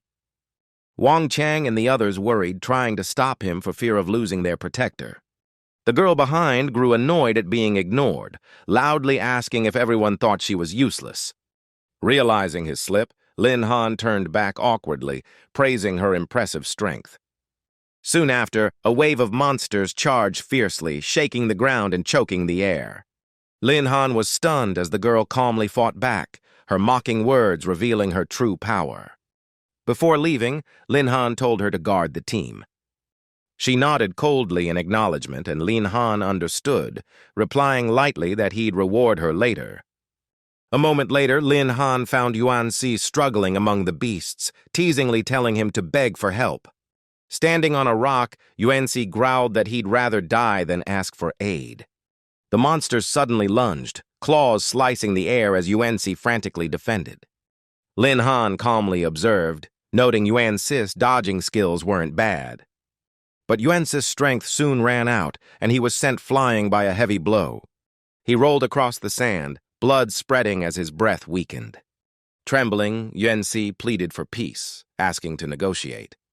Lin Han coldly refused, saying the previous terms still stood. A deadly beam shot from a monster, aimed straight at Yuan Si. In panic, Yuan Si screamed for Lin Han to save him. Lin Han smirked, saying mockingly he should have said that sooner. He leapt down, blocking the attack with his staff, saving Yuan Si at the last moment. Before Yuan Si could breathe, another loud roar erupted behind them. Both turned to see massive beasts surrounding them on all sides. Yuan Si panicked and shouted, while Lin Han calmly reminded him of the nickname Violent Priest, making him stammer in agreement. Lin Han corrected, saying that with Yuan Si's help, they would surely break through. Then he suddenly grabbed Yuan Si's leg and hurled him upward, making him scream vows of revenge as he flew. Thanks to that bizarre teamwork, they eventually wiped out all the monsters.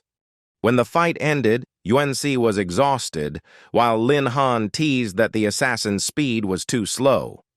Yuan Si angrily retorted, and Lin Han laughed, asking about his level and experience after the battle. Yuan Si sighed, admitting he was lucky and almost ready for a class transfer. A sudden flash of light appeared in the distance, drawing both their attention. Lin Han guessed trouble was brewing and invited Yuan Si to come. He agreed eagerly, unwilling to miss any revenge. In the distance, a fierce battle raged as a blade-wielding monster was cut down by a glowing tag. The young man laughed proudly, boasting that the Golden Dungeon wasn't scary at all. But his girlfriend pinched his ear, scolding that without Ruo Xin, the team wouldn't have survived so smoothly. Ruo Xin stayed alert, warning everyone to remain cautious as the situation felt wrong. Her younger teammate nervously asked what she had noticed. Ruo Xin pointed out that the bull monsters had gone berserk earlier but were now unnaturally quiet. As soon as she finished speaking, the ground split violently, shaking everywhere. From the fissure rose a platinum-level monster radiating suffocating power. The young man quickly nicknamed it Bull Lord. Ruoshin calculated rapidly, deciding they could still handle it if they fought with full strength to protect the team. At that moment, Lin Han and Yuan Si returned, helping her feel more at ease. Lin Han smiled and asked if they weren't late this time. The monster roared, scaring Yuan Si, who muttered it was too late to regret.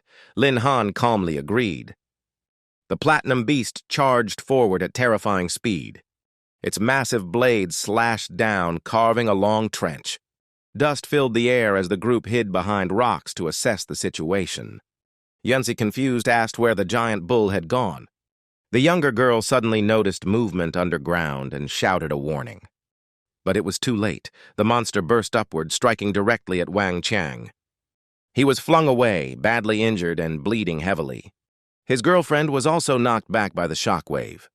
Wang Qiang shouted for her to run, but she refused to leave him. The monster charged again, its giant blade swinging down mercilessly. Lin Han managed to cast a shield, blocking the fatal blow.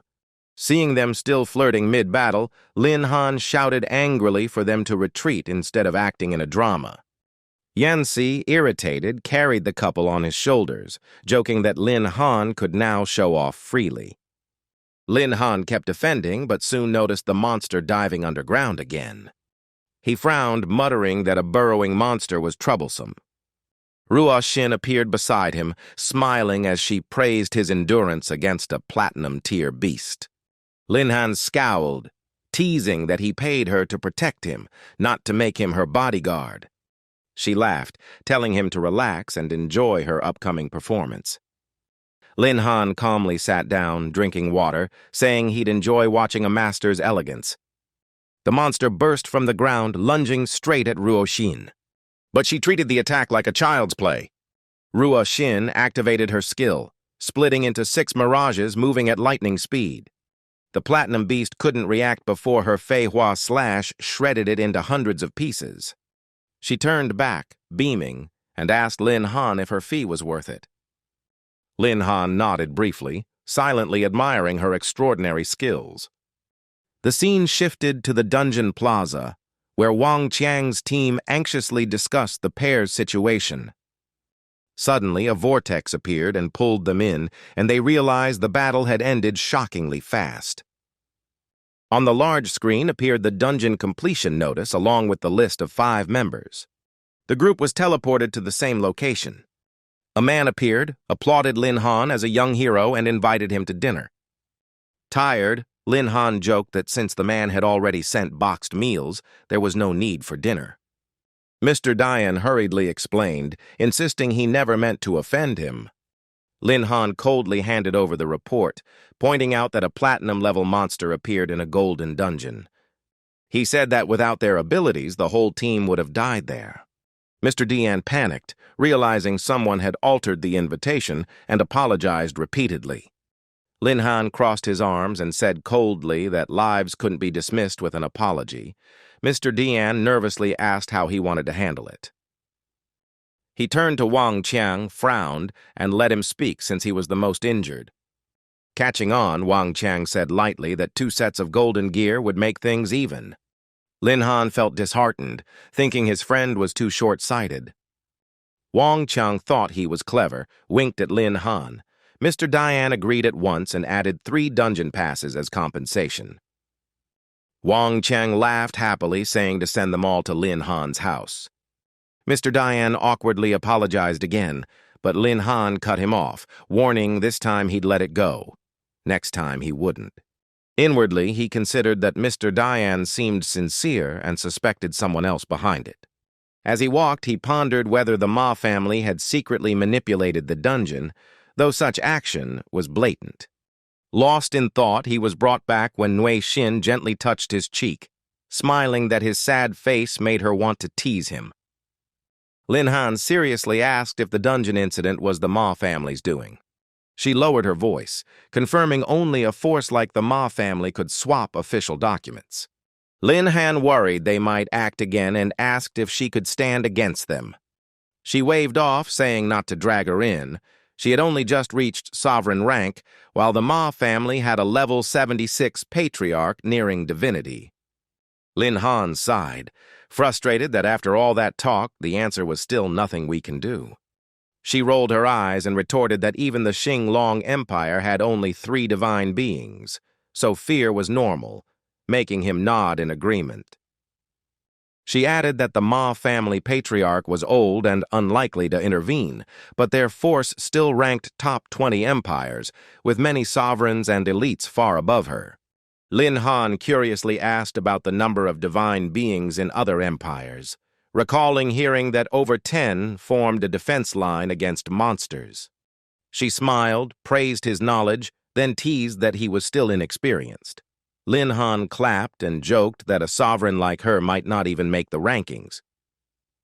She pretended to be angry and threatened to leave. Lin Han hurriedly stopped her, saying her departure would waste his rent. Hearing about money, she quickly changed expression, recalled something important, and asked Lin Han a question. He was surprised and confused. She seriously demanded to know his true power since he had defeated a platinum-level monster. The question embarrassed Lin Han, who only smiled awkwardly and said it was a secret. She looked at him sweetly, pleading for him to reveal a little. As she moved closer, Lin Han stepped back and admitted he was invincible below diamond rank. She was amazed and admired his power, while Lin Han thought he should still keep some secrets. She curiously asked if he could heal a sovereign. He laughed, saying he hadn't tried but surely could, knowing he possessed a forbidden resurrection art. She happily said if she was hurt, she'd find her little boss to heal her, while Lin Han felt like he'd become her personal priest. She just laughed brightly and asked where to stay tonight. He said he'd go home and invited her along. His words stunned her, making her think he was inviting her to meet his parents, stirring vague emotions. She giggled with sparkling eyes. Lin Han watched her expression, confused about what she was imagining. Seeing her blush shyly, he sternly reminded that he only hired her as a guard, not for fun. She quickly nodded in understanding. When they arrived home, Lin Han called for his mother, and Nue Xin politely greeted, saying she'd be imposing today. Lin Han's mother teared up, thinking her son brought home a girlfriend, while his father sternly reminded him to behave. Panicking, Lin Han denied it and looked to Nue Xin for help explaining. But she swiftly went inside, greeted everyone, said she'd eaten, and asked to go upstairs. She cheerfully entered the room and shut the door loudly. Seeing her joy, Lin Han's parents laughed, thinking the two suited each other well.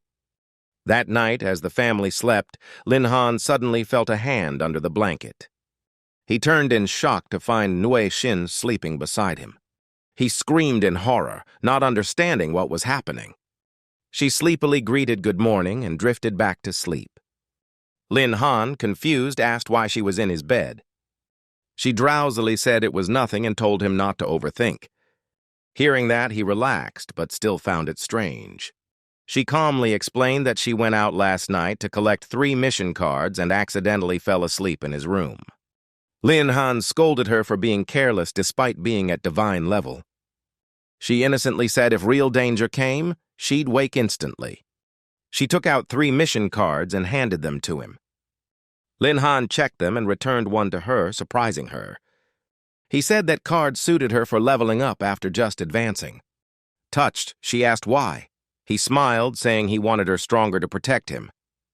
She held his hand gratefully and thanked him sincerely.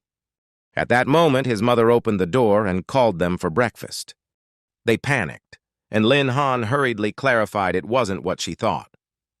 His mother, thinking he was embarrassed, happily said she'd cook chicken soup to nourish them. She closed the door before hearing explanations. Lin Han felt helpless while Nue Xin teased him, and he told her not to make it worse. She then remembered it was Sunday and that she had to report to Tianxi, warning Lin Han to stay alert about someone surnamed Liu backing that place. Her warning made Lin Han thoughtful, suspecting Director Liu might be tied to the powerful Liu family. She continued, reminding him about the major academy interview and advising him to enroll for more resources. He realized he needed to act soon since he was already being watched. At the enrollment site, crowds were packed tightly together. As soon as he arrived, 3 people greeted him and invited him to a special internal interview area, arousing his curiosity. The guide explained it was a place where teachers and students chose each other, which intrigued him, so he entered the Mingda building. Inside the hall, 5 people sat solemnly, creating a tense atmosphere. One stood up and promised to train him into the strongest priest in the world. Another sneered, saying he was already the strongest, then tempted him to join the Chi-Yun Academy with abundant resources. The green-haired man argued that Li-Yun Academy was more suitable to develop his support abilities. The next person offered even better terms, inviting him to Shenmeng Academy. Finally, a female professor joked that Qing-Yun Academy was full of girls and invited him to join, making him awkwardly decline. Watching the schools compete, he was secretly amazed since they had once looked down on him. Another person lost his temper, slammed the table, and demanded silence to present his offer. He said that in Changchi Academy the stronger one was, the more resources they received. He encouraged him that if he kept the top rank, all academy resources would be his. He thought it over, realizing it was a clever lure, but since Fei Hua had graduated from there, he still considered it. The green-haired man added that what he needed for promotion was an origin genius, and they could fully provide that. Lin Han pretended to be surprised but felt proud, knowing he had already created 2 human origin geniuses. The green-haired youth confidently said that with proper control, creating human origin geniuses was safe, and Xiyun Academy was the best in that field. The Changchi Academy side argued that real strength was key, boasting countless top experts. Another man grew angry and shouted for being looked down upon. Amid the quarrel, Lin Han calmly thanked all academies and declared he had made his choice. He firmly announced he chose Changchi Academy. The Changchi representative smiled brightly, handed him an admission letter for 3 months later, and told him to prepare well. Leaving the hall, Lin Han and Nui Xin walked out. He asked her about Director Liu, and she said it was settled, then curiously asked which academy he chose. He laughed, saying he wanted to challenge the female genius who once held many records there. Nui Xin found that familiar. She burst out laughing, realizing he chose the school she had attended, proudly saying she was the legendary one, stunning him. She smugly demanded he call her senior sister, her eyes glinting with calculation, making him shake his head helplessly. Suddenly, he sensed someone following them and asked her opinion. She focused and softly said 3 Ma family groups were ambushing nearby.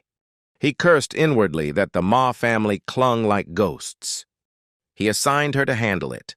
Nui Xin instantly drew her sword, light flashing, promising to wipe them out within half a minute. Elsewhere, a Ma family subordinate trembled while reporting total annihilation and advised retreat.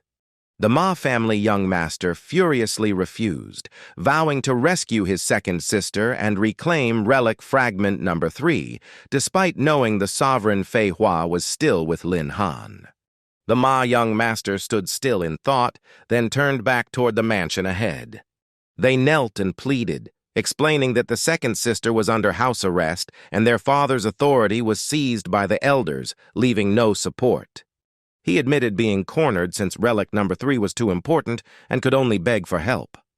From afar, an arrogant laugh echoed. Someone challenged him directly.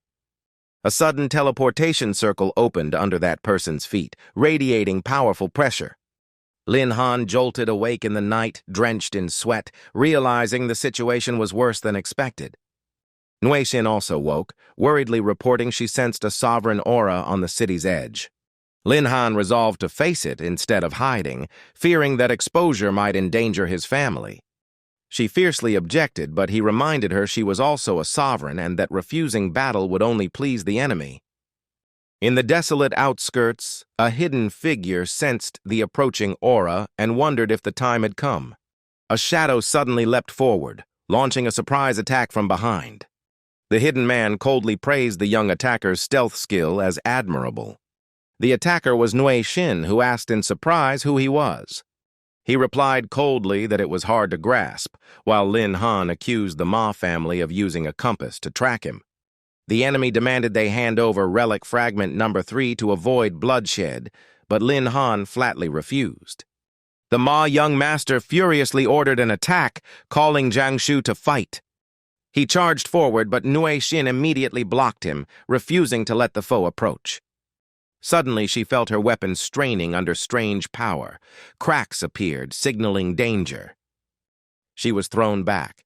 Lin Han rushed to her, worried, then teased her for falling so fast, and she angrily said it was because the enemy's weapon was special. They realized that weapon could belong only to one man, the wielder of the legendary triple-blade sword famed along the borders. The man declared himself the master of the triple-blade sword and revealed his identity. He threatened them to surrender the fragment or die there. Nui Xin stood up firmly, asserting that though she had slipped earlier, she was a sovereign expert not easily subdued. She unleashed a move, creating countless star-like shadows encasing Zhang Jifeng like a cocoon. The opponent was astonished by the strange technique as she dashed in with her dagger, signaling she would go all out. Her fierce strike made the Ma young master shout a warning to Jiang Shu. Zhang Jifeng, seasoned and sharp, remarked that her tactic cleverly mixed illusion with sudden blood-linked dagger assaults. Lin Han tried to join in to help Nui Xin, but the Ma young master blocked him, demanding a personal duel. Lin Han grew enraged, eyes glowing red, vowing revenge for past offenses if the young master persisted. The Ma young master coldly challenged him, his body transforming with armor and sword, declaring readiness to kill for the fragment. He boasted of being a level 40 platinum knight close to diamond, claiming the relic as something only he deserved. He raised his shield and sword, charging at Lin Han with all his strength as the sunset gleamed in his eyes. The opponent casually raised a hand to block the strike, mocking the so-called invincible below diamond as narrow-minded. In an instant, he unleashed invisible force that sent the sword spinning like a storm before embedding into the ground in a cloud of dust. Without pause, he advanced unarmed, throwing thunderous punches in succession. The knight could only endure as his foe roared in excitement while attacking. Within moments, his armor shattered into fragments scattered everywhere. He collapsed, dazed and foaming at the mouth from the overwhelming power. A deep crater formed before him, debris shattered, and dust billowed all around. He struggled to crawl up, trembling as the man coldly demanded he hand over the compass to spare his life. Defeated but proud, the young master declared he had many armors like this and dared the opponent to break them all. The man struck again without hesitation, but suddenly an invisible shield appeared and blocked the blow. The young master confidently claimed the defense layer was a high-grade one made for sovereigns, impossible to break. The man observed and mocked that the Ma family was truly wealthy if even a platinum knight carried such a protection shield, guessing it only activated under mortal threat. The young master tried to stay calm, but the opponent warned that his allies wouldn't last long, putting him at a great disadvantage. The man analyzed that the shield had many advantages and couldn't be destroyed quickly, so another method must be used. Suddenly, thick smoke covered the area, leaving everyone dizzy and confused. In the mist, the man's figure shifted into an old, silver-haired elder holding a glowing orb, his voice booming like thunder. The young master trembled, realizing the elder was a powerful sovereign connected to Lin Han. The elder coldly declared he would eliminate threats to protect his disciple if the Ma family persisted in harm. The sky darkened, black clouds swirled, and thunder rumbled, signaling immense power intrusion. The young master hastily begged for mercy, promising compensation and pleading to live at any cost. The elder mocked his attempt to pry his name, even threatening to summon Saint Lavelle masters to annihilate him if chaos continued. The elder raised his hand and cast a grand spell called Apocalyptic Chaos Judgment. Magic energy gathered, the surroundings warped, and the ground quaked and split violently. At the city inspection headquarters, observers panikedly reported an excessive magical disturbance. The minister slammed the desk in anger, lamenting that another forbidden spell had erupted within Huiyue City. He urgently turned to Master Tu for a plan. Master Tu assessed that this forbidden spell was far stronger than before. He ordered a level 1 alert and immediate evacuation of nearby civilians, as more than 2 sovereigns were now inside the city. Master Tu muttered a hope to track the strike zone in time since the impact area was too vast. On another battlefield, Fei Hua, though injured, stood firm and shouted to unleash her decisive move. She burst forth with incredible speed, attacking like dozens of clones, striking simultaneously. The old man strained to block but kept taking more wounds, screaming at the devastating technique. Fei Hua unleashed blade petals, graceful yet deadly, so beautiful and lethal that she was no longer a weak sovereign. She humbly said the elder overpraised her, admitting she only had a chance because of his old injuries. The old man grinned sinisterly, warning her not to celebrate, as his wounds still limited him from showing his full Saint-Level might. She was shocked, fearing the elder still hid terrifying techniques. He spun his sword, aura surging violently, releasing the triple sword domain that split the ground as 3 blades shot toward her. He suddenly sensed another danger and realized Tianxing was in trouble. He turned and saw the converging lightning shifting toward Tianxing, recognizing it as a forbidden spell.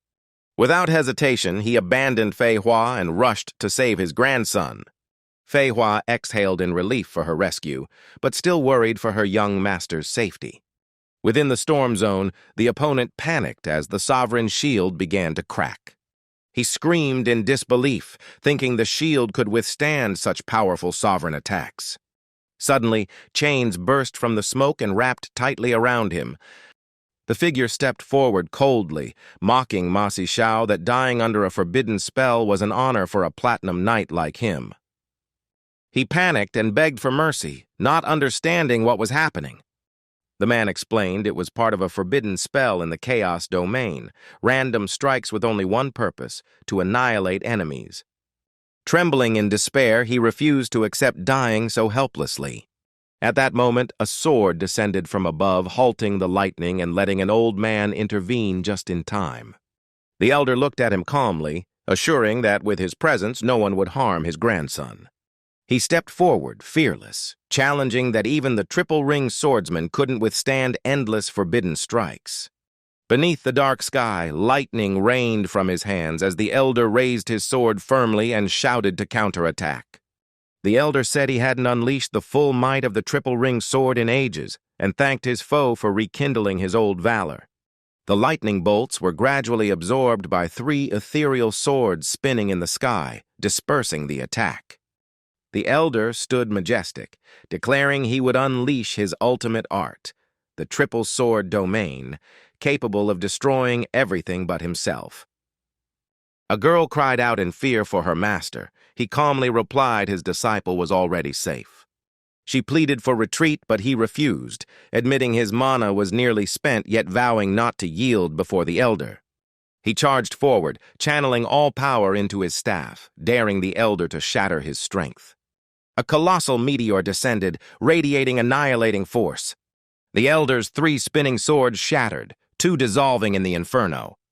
He smiled victoriously, declaring his triumph. The old man calmly admitted his swords were broken, but revealed that their united power was even greater than before.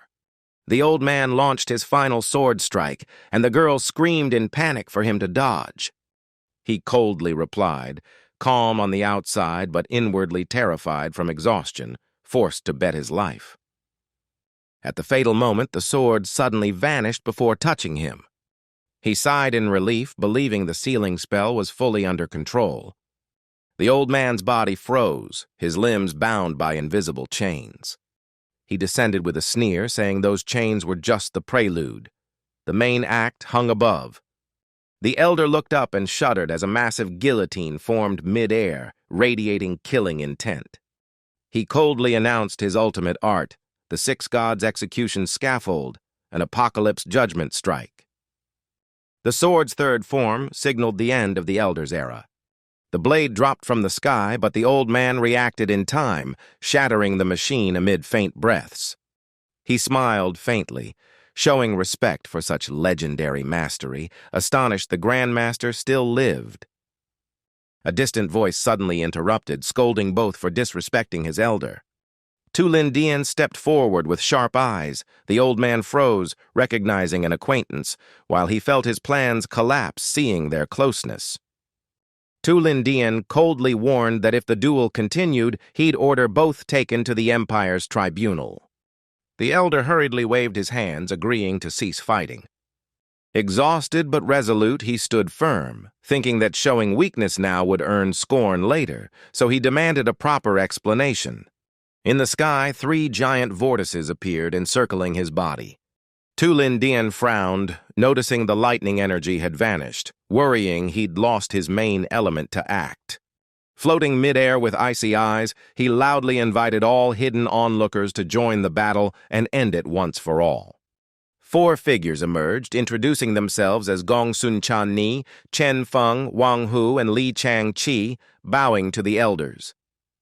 He looked at the 4 sovereigns, panic rising within, realizing disaster had come, yet he feigned calm, accusing them of bullying his disciple. Chen Feng spoke to mediate, while Wang Hu and Li Chang Chi followed, advising a peaceful settlement to avoid scandal, forcing the Ma family to apologize and cease hostilities. Pressed from all sides, the old man yielded, kneeling to beg forgiveness, apologizing on behalf of the Ma family. I urged him to be generous for Tu Lindian's face. He pretended to ponder, then accepted, relieved they were now intimidated. The old man quickly pulled Tian Xing away and withdrew. The 4 remaining sovereigns exchanged polite smiles, but he coldly declined further talk, about to leave when Tu Lindian called him back. He spun around, feigning anger to ask why, though inwardly terrified from his depleted mana. Tu Lindian smiled, saying he only wanted to ask about the recent forbidden spells appearing in Hui Yue City. He pondered, suspecting it was a test linked to the princess, then calmly replied he'd only heard rumors. Under the moonlight, Lin Han recalled the cataclysmic duel once fought there between 2 sovereigns. Keeping a cold demeanor, he ignored the past, waved his hand to open a bright spatial gate, and bid farewell. Moments later, his figure vanished, leaving Tu Lindian stunned by one who mastered wind, thunder, darkness, and space, enough power to shake an empire. As dusk fell and the sky dimmed, Lin Han returned to his luxurious villa and lay down on the soft bed. He smiled faintly, still anxious that his power outburst nearly killed him, reminding himself not to take risks again. After a long sleep, he awoke sore and aching, groaning as he recalled yesterday's deadly battle that he barely survived. The door burst open as Fei Hua entered with a bright smile, greeting him cheerfully. Lin Han scolded her for being rude, but Fei Hua just glanced at his blanket-wrapped body and teased playfully. She stepped closer, continuing to joke, until he pulled the blanket tighter and shouted for her to leave. Fei Hua laughed, then grew serious, softly saying she came to say goodbye. She explained the guild assigned her a new task, so she couldn't stay, but the payment remained. He smiled, wishing her well. He gently patted her head, telling her to take care, making Fei Hua blush and thank him shyly. She suddenly remembered and told him to look after her younger sister, Jiang Nue Xin, at the academy, but not to reveal why. Lin Han was surprised, suspicious that she hid her sister, and asked why she wouldn't say it directly.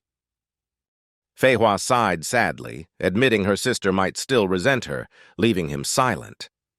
The phone rang, but she ignored it and didn't answer. She waved goodbye, told him to stay healthy, then left through the window as usual, making him laugh in surprise. A month later, Lin Han arrived in Hangyun City and entered the Changchi Academy, amazed by its grandeur. The academy's massive gate rose like a giant hand toward the sky, both magnificent and strange.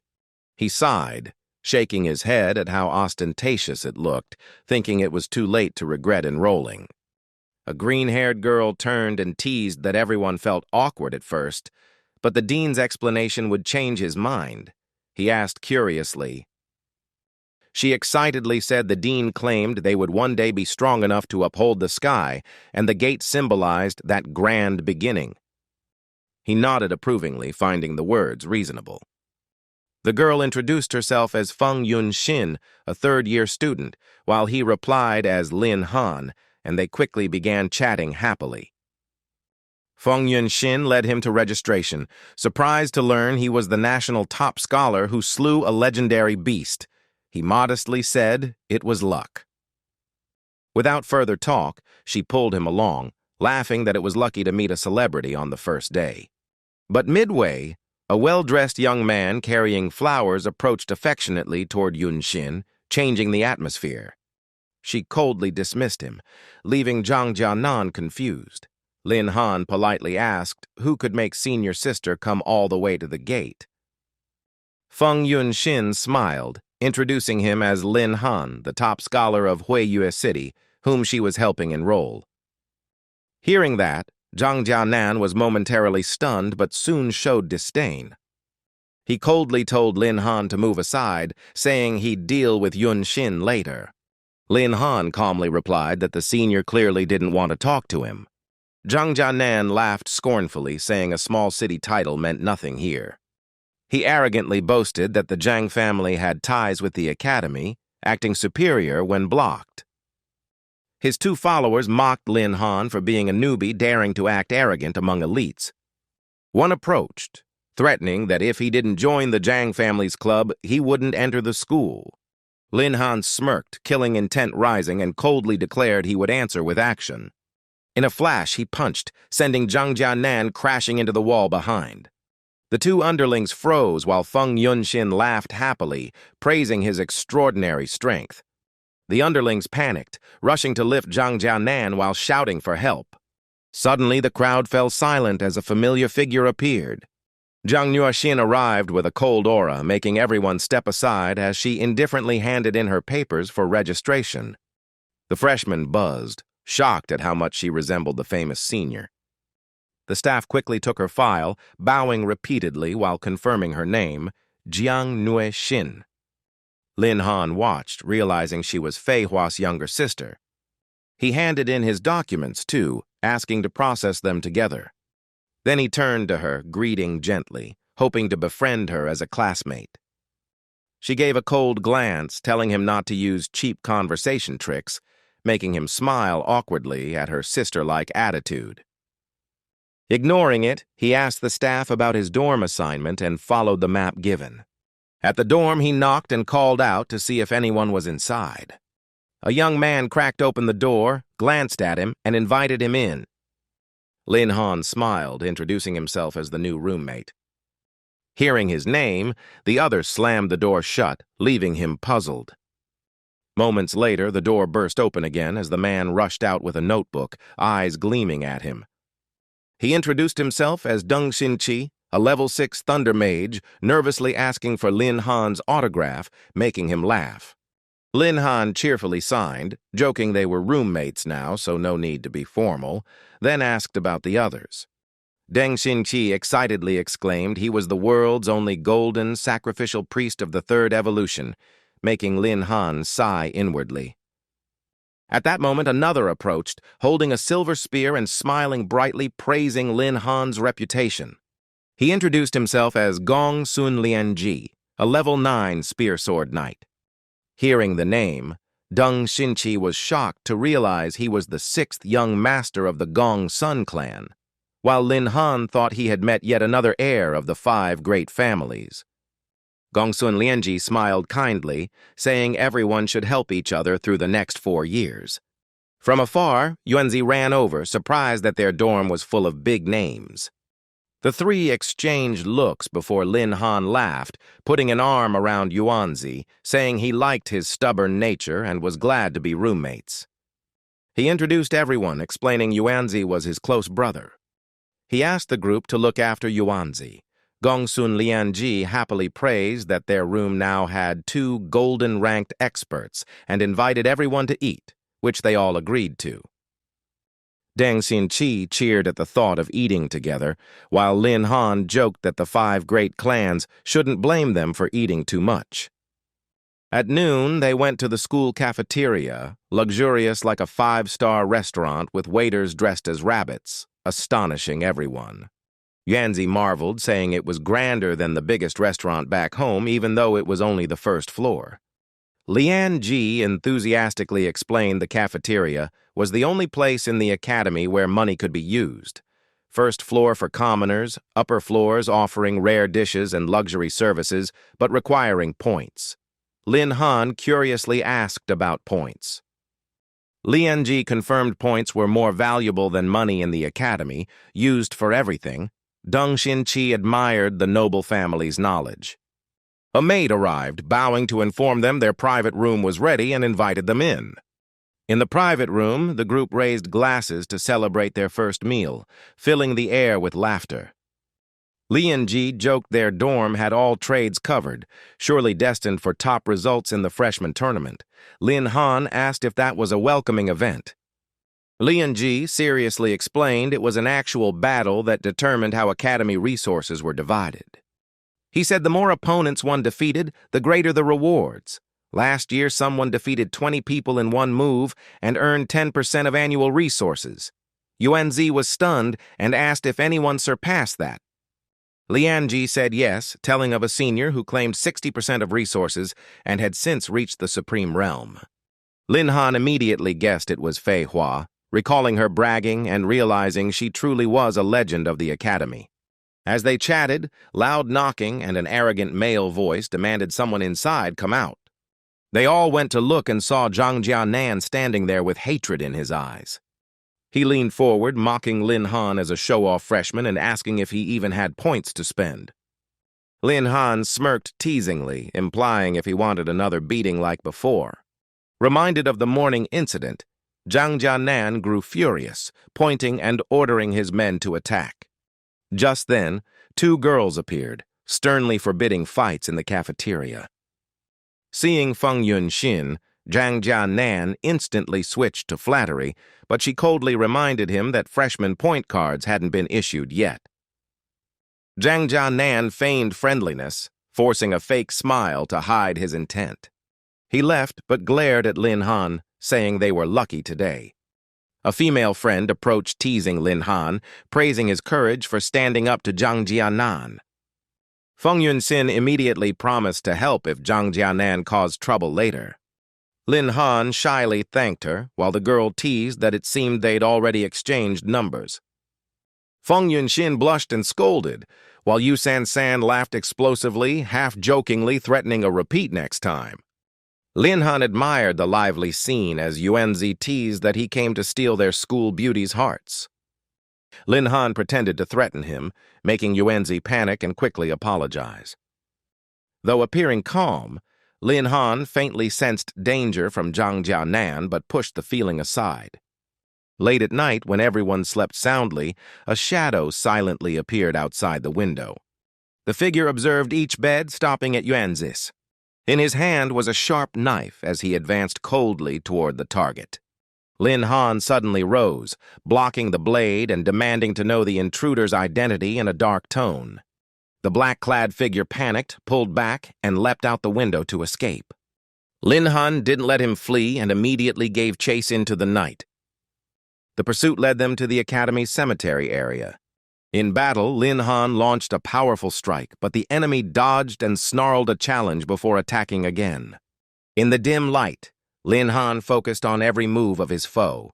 As the knife swung down, he swiftly caught the attacker's wrist and twisted it, forcing him to stab himself. Blood sprayed as fear filled the man's eyes before he collapsed. Lin Han coldly said such petty tricks couldn't fool him, even dodging revealed flaws. The black-robed body trembled and faded, muttering that if he wasn't killed, Lin Han would become a disaster. Applause sounded as a man appeared, praising Lin Han's quick counter.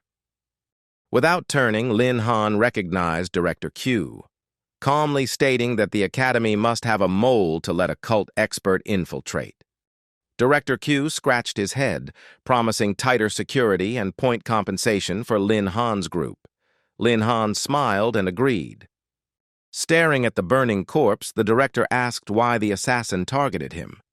Lin Han replied thoughtfully that he suspected the attack aimed at all freshmen, not just him.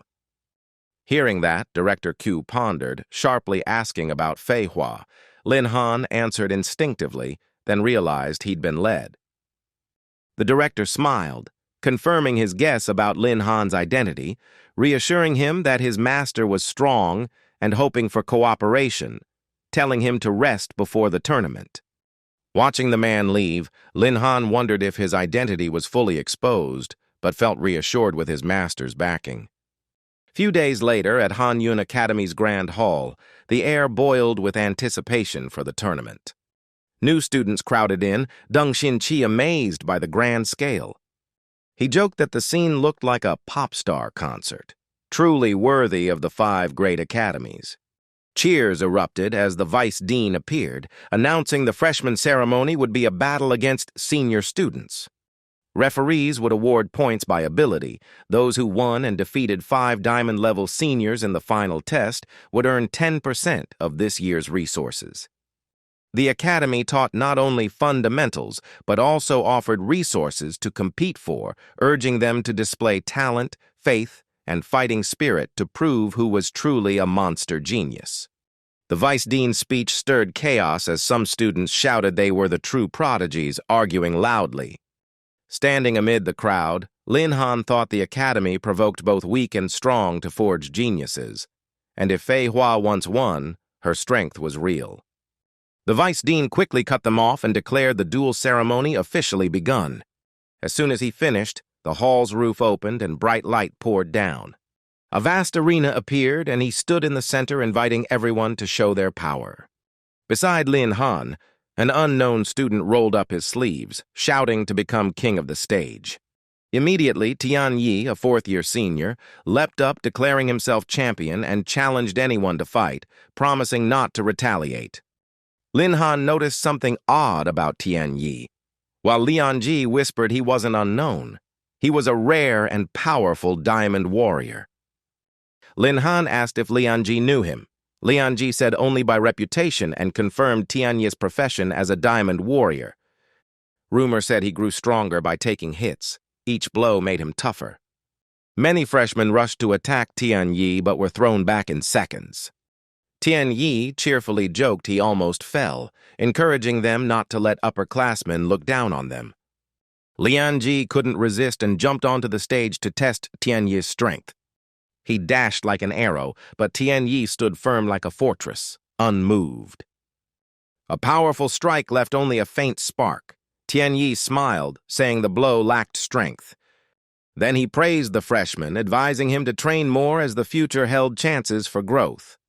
Unable to hold back, Lin Han also stepped up, calling out to the senior and asking for a match. His punch was so strong that Tian Yi lasted only 3 seconds before exploding off the stage. The senior students in the stands were stunned, unbelieving he was a freshman, fearing they might become his next targets. The vice dean announced that whoever defeated Tian Yi, the diamond warrior, earned 10 points, asking if anyone else would try. A familiar figure stepped forward. It was Nue Xin, Fei Hua's sister, signaling her challenge. Yanzi watched and murmured if she was really related, since her outfit and figure differed, but her fierce aura matched perfectly.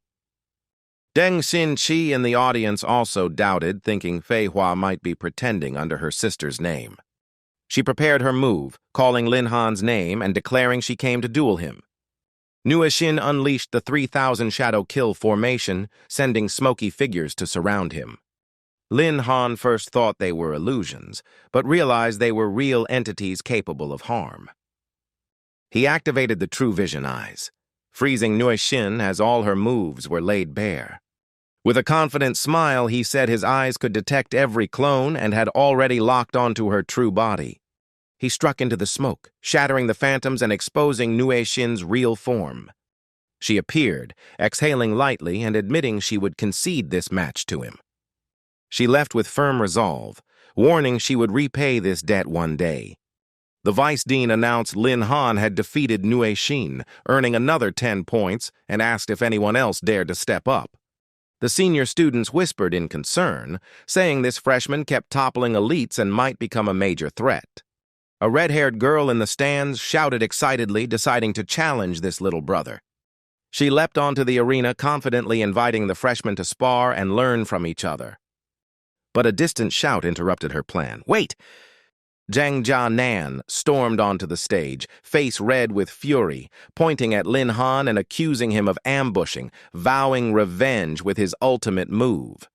The red-haired girl scolded Zhang Jianan's behavior, but he ignored her and insisted on teaching Lin Han a lesson.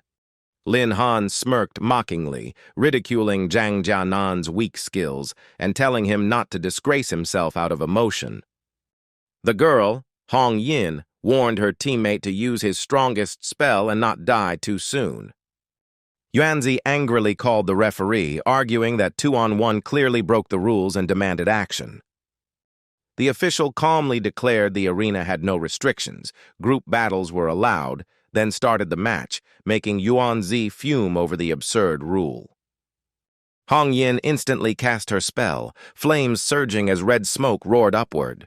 Zhang Jianan laughed wildly, saying this was exactly what he wanted. He mocked Lin Han's stamina and vowed to crush his limbs until he begged for mercy. He charged forward, unleashing a fiery fist technique. Lin Han remained calm, unfazed by the high-level fire spell. He raised his hand to form a golden barrier, then grabbed his foe and spun him into a vortex on the ground. The match official praised, noting Lin Han used light energy to shield from burns and a spiral to control the fire, a refined tactic. Finally, he released his grip, sending the opponent flying out of the arena. At that moment, he dashed before Hong Yin, smiled, and advised the mage to surrender. At once, Zhang Jianan crashed hard onto the floor. From the stands, Yuanzi jeered, implying the man's cheap armor was why he lost. Zhang Jianan jumped up, face red, cursing Lin Han and vowing revenge. Hong Yin raised her hand to concede, admitting Lin Han was too strong and saying she'd seek him later for training, praising his skill. The crowd murmured in awe, calling him truly terrifying and capable of repeating Fei Hua's past legend. Lin Han raised his hand, asking the Vice Dean to continue and proceed to the final test. The Vice Dean laughed approvingly, repeating the condition: defeat 5 diamond-level seniors to gain 10% of the Academy's resources. Lin Han considered his inner strength sufficient to face early supreme-level foes, but decided not to show too much to avoid trouble. He raised his hand, requesting to form a team to enter the decisive round. The Vice Dean nodded, allowing up to 5 teammates and giving 10 minutes to prepare, noting the advantage leaned toward the senior team. Lin Han pointed to his roommates and called them to join him as teammates. Looking down at the crowd, he noticed only 4 members and wondered who the 5th would be, saying they could fight short-handed if needed. At that moment, Du Yuanting waved and asked to join. He was surprised to see she was also a freshman. Realizing she was a versatile transformation mage, he agreed to let her join the team. With 5 members complete, the opposing team also lined up in formation. The Vice Dean announced both teams were ready and declared the match officially begun.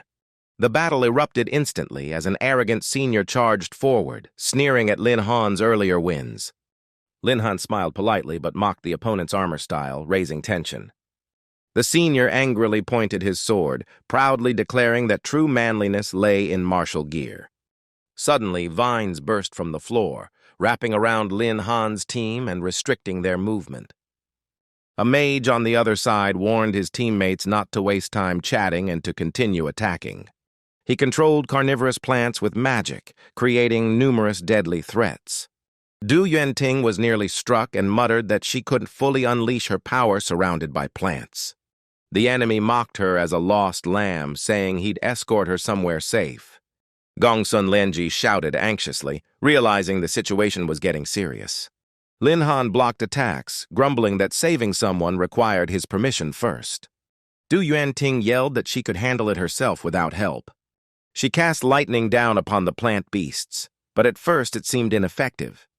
The opponent sneered that plants didn't conduct electricity, so her lightning was useless. Seconds later, the creatures burst into flames, stunning the enemy. He admitted her ability was impressive, realizing she hid a fire element under her lightning. She was a dual-element mage. After neutralizing the threat, Du Yuanting exhaled and quickly denied being dual-element. The enemy rushed in, swinging his sword fiercely to cut through her no matter how many elements she had. Du chanted a spell and unleashed a powerful burst to counterattack. A magic shield appeared, blocking the fatal strike just in time. The enemy was shocked, wondering where she learned that technique. The crowd buzzed, realizing she had used Tian Yi's diamond body, praising her as a high-potential adaptive mage. Lin Han defended while feeling relieved that his teammate was safe for now. The foe before him trembled, warning that this was only the prelude and not to celebrate too soon. An opposing mage coldly commanded, declaring he would wipe out Lin Han's team immediately. He summoned a demonic flame, and Lin Han's allies rushed forward to block and pull Du Yuanting back to safety. Overpowered by the force, both were blown off the arena. The opponent sneers arrogantly, boasting of their combo and mocking the other's inexperience. Gong Sun Lian whispers to Yuanzi that the enemy's power and teamwork are superior and they'll lose soon, so just relax and attack. Yuanzi agrees with blazing eyes. They simultaneously unleash two decisive techniques at the target ahead. But the defense is too firm. An explosion knocks both of them into the wall. The enemy's armor cracks open, revealing a young girl inside. The audience is stunned to see it's a girl. The girl shouts angrily, warning others not to stare and threatening violence. Lin Han, still fighting, smiles and says he thought his teammate would assist, not hide in armor. The youth boasts of a healing tactic to surpass levels and urges Lin Han to surrender. Bing calmly replies the battle has just begun and he can still hurt them alone. He charges toward the two who were thrown back. They hurriedly raise a fire magic barrier but can't finish it in time. He punches and sends one flying. As he moves again, a blue-haired girl uses vine skill to bind him. He cleverly reverses the vines, trapping her and pulling her teammate in too. The swift move amazes the crowd. He turns to the two tied girls, smiling that only they remain. The vice dean, astonished, analyzes that Lin Han exploited a brief support gap to strike swiftly, showing near-perfect strength, speed, and reflexes, comparable to a second-rank Fei Hua. An opponent sighs, admitting a small mistake got them caught and praising Lin Han's power. He modestly replies that the senior is strong too, and unarming shows courage. The youth rages at the insult to his taste. Teammates stop him, but he demands release to duel Lin Han to the death. Bing mocks further, noting the rival goes mad when mocked, then yells that since they won't attack, hell come himself. He slams the floor, cracking the arena. The two enemies split paths, slashing from both sides. He blocks with both hands, calmly thanking them but declaring himself the embodiment of violence. He snaps both weapons and steps forward, ending the match with two punches. Shai emits holy light to heal herself and politely apologizes to the seniors for unintentionally winning. The freshman audience erupts, chanting Lin Han's name. The vice dean announces Lin Han defeated 5 diamond experts head-on using lethal conversion skill and awards him the championship plus 10 resource shares. The audience buzzes. Having passed the final test, Lin Han becomes an idol. Some sigh they were born in the wrong era. But he suddenly senses a secret gaze fixed on him. He turns to find the watcher but can't identify who it is. On the Academy Canteen's second floor, the group celebrates their victory. Gong Sun Lian, tipsy, boasts Shell cling to Lin Han to use his new fame and talent. Du Yuanding joins in. Everyone celebrates as Lin Han generously pays for all. Soon all fall asleep drunk except Ming Ying, who complains about their poor tolerance. Suddenly, a shadow flashes past the window. He recognizes the cold eyes from the arena and decides to investigate. Pretending to act normal, he slips to a quiet spot to let the pursuer follow in the dark. He suddenly launches a physical-type magic attack toward the girl. She reacts fast, slicing a rock in half with her blade to block him. He continues with a fierce attack called Violence. She defends with both hands, smiling that his strike exceeds diamond rank.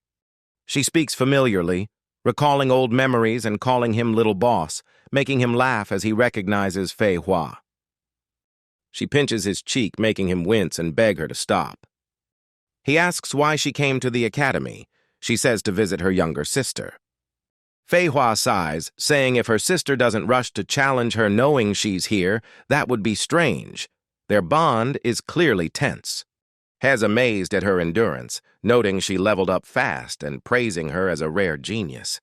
He's shocked she advanced in just a month, calling it unbelievable. She explains that dungeon monsters reset cyclically, allowing repeated farming. She admits hiding in the dungeon, exploiting each reset to slay monsters and grow quickly. He mocks her for draining free resources after she says the supervisors expelled her for burning half the supply. She suddenly asks if he remembers her name. He awkwardly dodges, claiming he's been busy. She steps close, angry that he forgot even though her name trends online, forcing him to apologize. She smiles, introducing herself as Zhang Nuiying. He nods reluctantly, pretending excitement. She then speaks coldly, mentioning the golden dungeon that turned into a platinum monster and asks if he's found any clues. She explains about the Blood Moon cult, a dark sect using blood magic to turn the wounded into monsters, banned but still active. He frowns, recalling yesterday's black-robed shapeshifter, wondering if it belonged to Blood Moon and why they targeted him. She warns the cult ignores rules and often hunts geniuses, urging him not to think he's unique and questioning if his system has been exposed. Blushing suddenly, she softens her tone, worrying for him and showing private affection. She sighs and reveals she's about to join the army, stunning him with the compulsory duty. She steps close and whispers she came to say goodbye before her mission, her words and warmth leaving him flustered. Seeing him act tough, she teases and warns not to let Blood Moon kill him before she returns. He confidently promises to stay safe. Right after speaking, he realizes his haste, while she smiles with sparkling eyes, says goodbye, and leaves. She firmly tells him to care for her sister and threatens to kill him if the girl gets hurt. When her figure fades, he sighs in relief. He smiles, murmuring it's just military service, not a farewell forever. On a distant rooftop, a man watches her leave, eyes cold and disdainful toward modern students. The next morning at Hangyun Academy's mission hall, his team enters the lively crowd. Gongsun Lian widens her eyes at the packed crowd. This place gathers freshmen forming monster hunting teams for missions. Most come for points, making him dryly laugh and wonder why he's called odd. Teammates exchange glances, thinking he's unaware of his own reputation. As they chat quietly, another group rushes in shouting to make way for their boss, making Lin Han frown in confusion.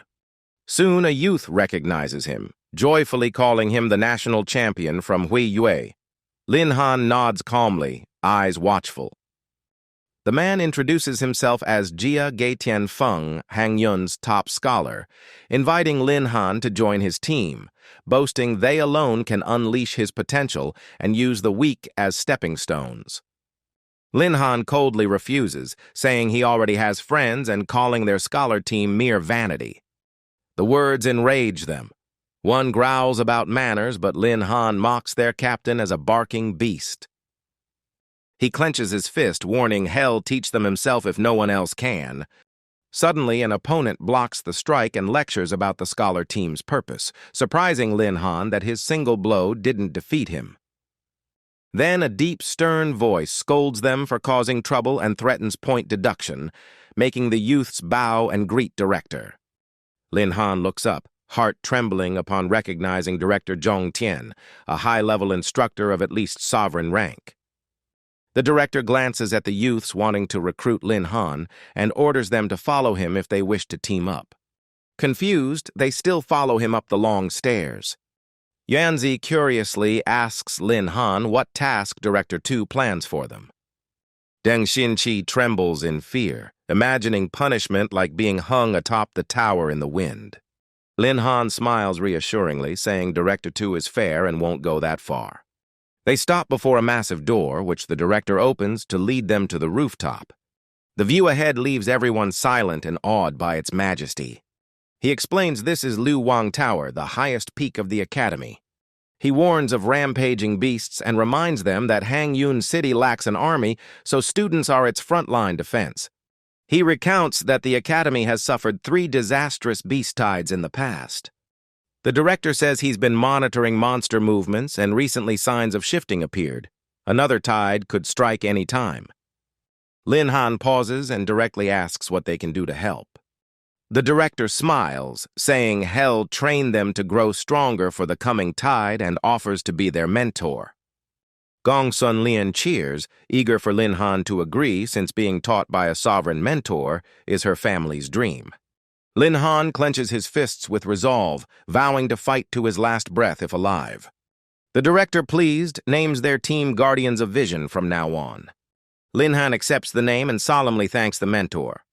The director tosses a command token, assigning them training missions, and orders them to report to the mission hall tomorrow for dispatch. Lin Han takes the token respectfully and obeys. The next morning in the mission hall, the 5 appear, and Lin Han hands the token to the staff girl to claim the task. She opens the mission book, eyes widening in shock, asking if they're sure about taking it. Lin Han frowns uneasily, wondering what's wrong. She sighs and shows the log to the whole team. Yuanzi steps forward curiously, scanning the entry to see its details. As soon as she reads it, the clerk gasps, her trembling voice full of fear. Gong Sun Lian peers in, shocked, exclaiming disbelief at what she sees. Amid their horror, Gong Sun pleads to change missions, saying this A-rank task suits only peak diamond teams. Yuanzi wipes tears, sighing that everyone but Lin Han is too weak, while he explains it's just a mystery investigation from their teacher, not combat, so there's no need to panic, calmly accepting it. Gong Sun Lian ponders, then agrees, reasoning that such a mission needs intellect and luck, and high rank means rich resources for rapid growth. Seeing Yuanzi and Deng Xinqi anxious, Lin Han comforts them, promising protection and urging the team to depart. Soon after, the group boards a vehicle heading toward Mangshan County. On the way, Lin Han seriously warns that Mangshan is a border county fortified with walls atop and below the mountain, surrounded by dangerous monster roots. He jokes they should pray for safety to avoid trouble, making Deng Xinqi panic and ask if retreat is still possible. Lin Han teases that it's already too late. Reviewing the case file, Lin Han reports that Mangshan has had 26 deaths, no external wounds, but all victims' hearts missing without trace. The Academy had sent a Platinum squad to investigate, but they vanished, raising the case to A rank with extreme caution required. Gong Sun excitedly guesses if Platinum fighters were wiped out cleanly, the enemy must be Diamond level, so with Lin Han there's hope. Du Yuanding stays wary since clues are scarce. Suddenly, the vehicle brakes sharply, startling the whole team. The trembling driver points outside, telling them to get off since he won't enter Mangshan. Yuanzi pleads, but he firmly refuses. Du Yuanding shakily asks if Mangshan is really that terrifying. The driver, grave-faced, says a neighbor who escaped reported the place is deserted, haunted by ghosts circling the living daily. Hearing about ghosts, Lin Han steps forward, asking exactly where the neighbor saw it, surprising the driver with their recklessness. He sighs, draws a rough map, and warns them to be cautious near a forest 30 kilometers ahead, as the neighbor fell ill after seeing the ghost. Lin Han, eyes cold, silently vows to uncover the truth behind the phantom. After hours, the team reaches the map's marked spot. Deng Xinqi trembles, saying the place feels eerie, making everyone tense. Suddenly, a vague black shadow appears, terrifying them. Gong Sun Lian screams that the ghost is real. Lin Han studies it closely, saying the shadow holds strange power but no killing intent. He signals Du Yenting to verify the phenomenon while the team guards her. She forms seals, chanting to invoke the eyes of insight to see the truth. Holy light surrounds her, illuminating the area brightly. Lin Han marvels, realizing she's using the rare profession observer, able to reveal hidden realities. She closes her eyes and describes what she sees. A group of Shenming Academy students once gathered here. They seem to be fighting fiercely, her voice trembling. She keeps wondering why they were killing each other. She sees them forcing one member forward. When he touches something, he passes through an invisible barrier and vanishes. Du Yuanding tensely says they weren't fighting but entered another space. Yuanzi gasps in shock. She continues, explaining they must have discovered an entrance to that dimension. Suddenly she stiffens, face pale, seeing a giant, terrifying red shadow. She tries to look further, but the pressure bursts blood from her eyes. Yuanzi panics, shouting for her to stop the spell. Gasping, she says she saw a huge red shadow before it seized her consciousness. Lin Han quickly calms her, telling her to rest, while he suspects the wall is a hidden gate and decides to test it. He activates the Eye of God, his vision piercing everything to search for the rift. He detects a concealed spatial crack right ahead. He strikes with immense force, splitting the space open. The five step in, met by a crimson, blood-soaked scene that chills them. Gong Sunlin gasps in horror, doubting all this blood and wondering if anyone survived. She stabs her blade into the ground, accidentally triggering a mechanism that throws the team into panic. From the blood pool, stone statues rise with bound corpses whose chests are hollow. Yuanzi freezes in rage and shock, furious at whoever caused this atrocity. Lin Han grows alert, realizing they're surrounded by stone figures. Amid corpses and upright coffins, a hidden killer continues slaughtering. A giant insect dives down, landing on Gong Sunlian's spear, ready to strike. Lin Han crushes it, warning the team to stay alert. Gong Sun thanks him gratefully. A shadowy figure watches from behind a stone wall. He steps out, smiling coldly, praising their awareness and calling them perfect test subjects. He summons a massive beast, laughing madly, daring them to enter the blood-soaked hell. The team forms battle positions. Gong Sun blocks a strange strike, shocked by the Mangshan foe's power. Du Yuanding panics, trembling and crying for help as her power fails. A monster suddenly appears behind her, ready to tear her apart. Yuanzi and Deng Xinqi combine attacks to knock it away, arguing amid the fierce fight. The cult enforcer watches from above, grinning wickedly at their desperate resistance. Lin Han coldly identifies him as a blood moon cultist who absorbs wounds to grow stronger. Hearing that, the enforcer laughs loudly, boasting he's a key servant of the Blood Moon sect. Gong Sunlian grits her teeth, shouting that the cult must be punished and resolves to hold him off for the team's escape. Lin Han yells for silence, reminding them no comrade is ever left behind. Seeing his resolve, the enforcer grows bolder, declaring they'll all die and savoring the thought. Lin Han calmly challenges him to see who's truly stronger. He punches the sky, opening a radiant portal. He urges the team to run inside, but they refuse to leave him. Without hesitation, he uses a technique to push them into the portal. Deng Xinqi cries out for him, but Lin Han smiles confidently, saying hell finish the enemy and return. The enforcer rages over losing his specimens and vows to make Lin Han suffer.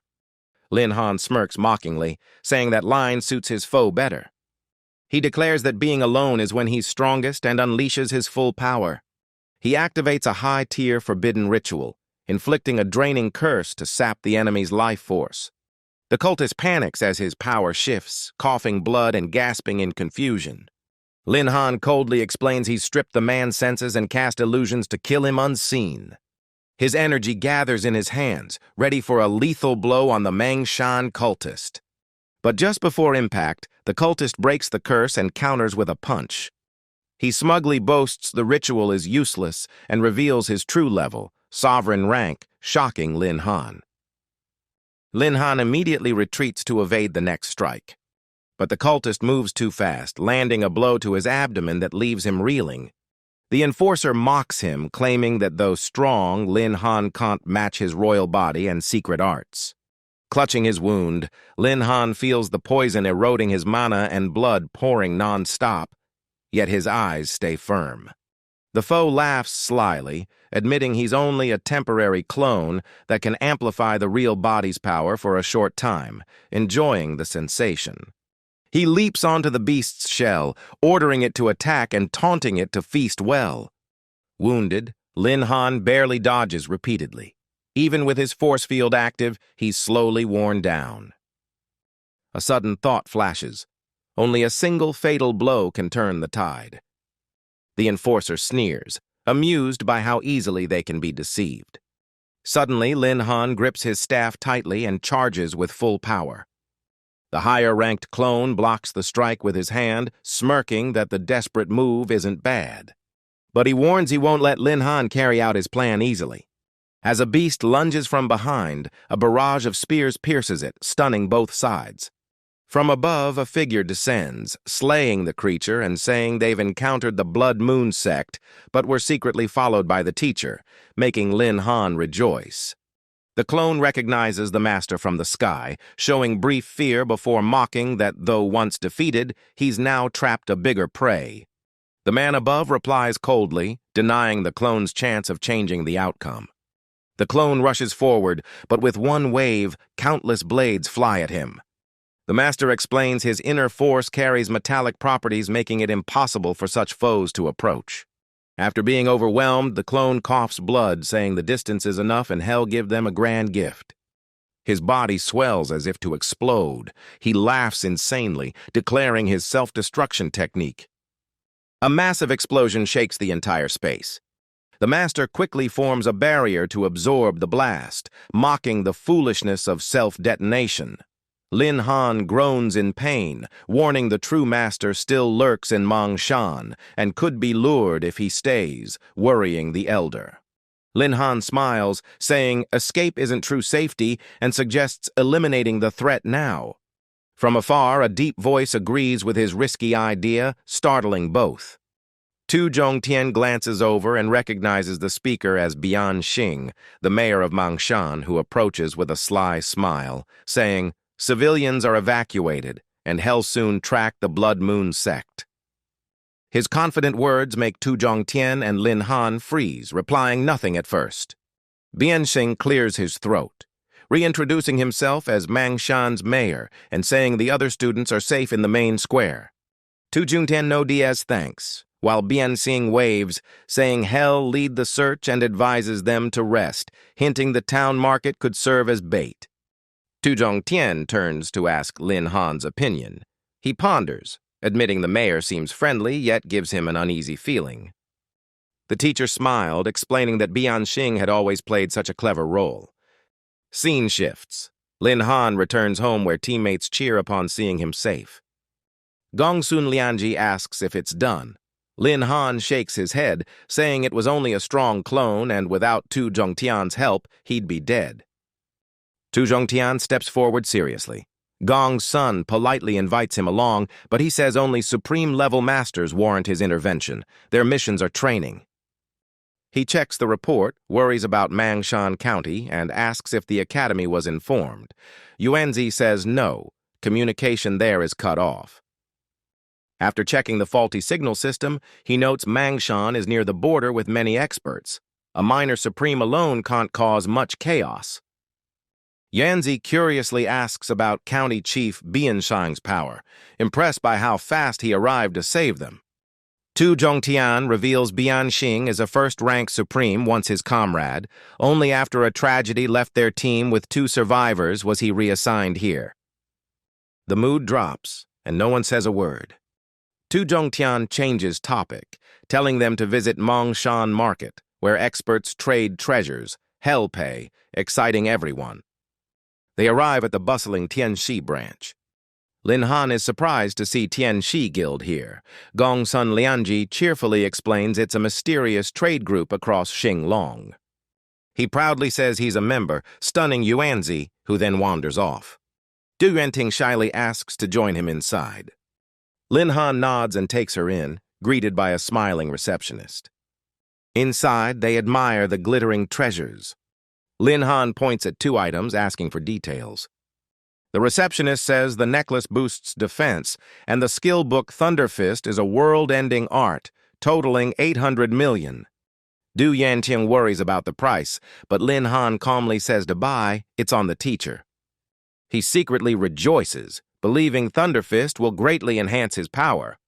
Despite 2 supremes and many masters around, he senses a vague unease.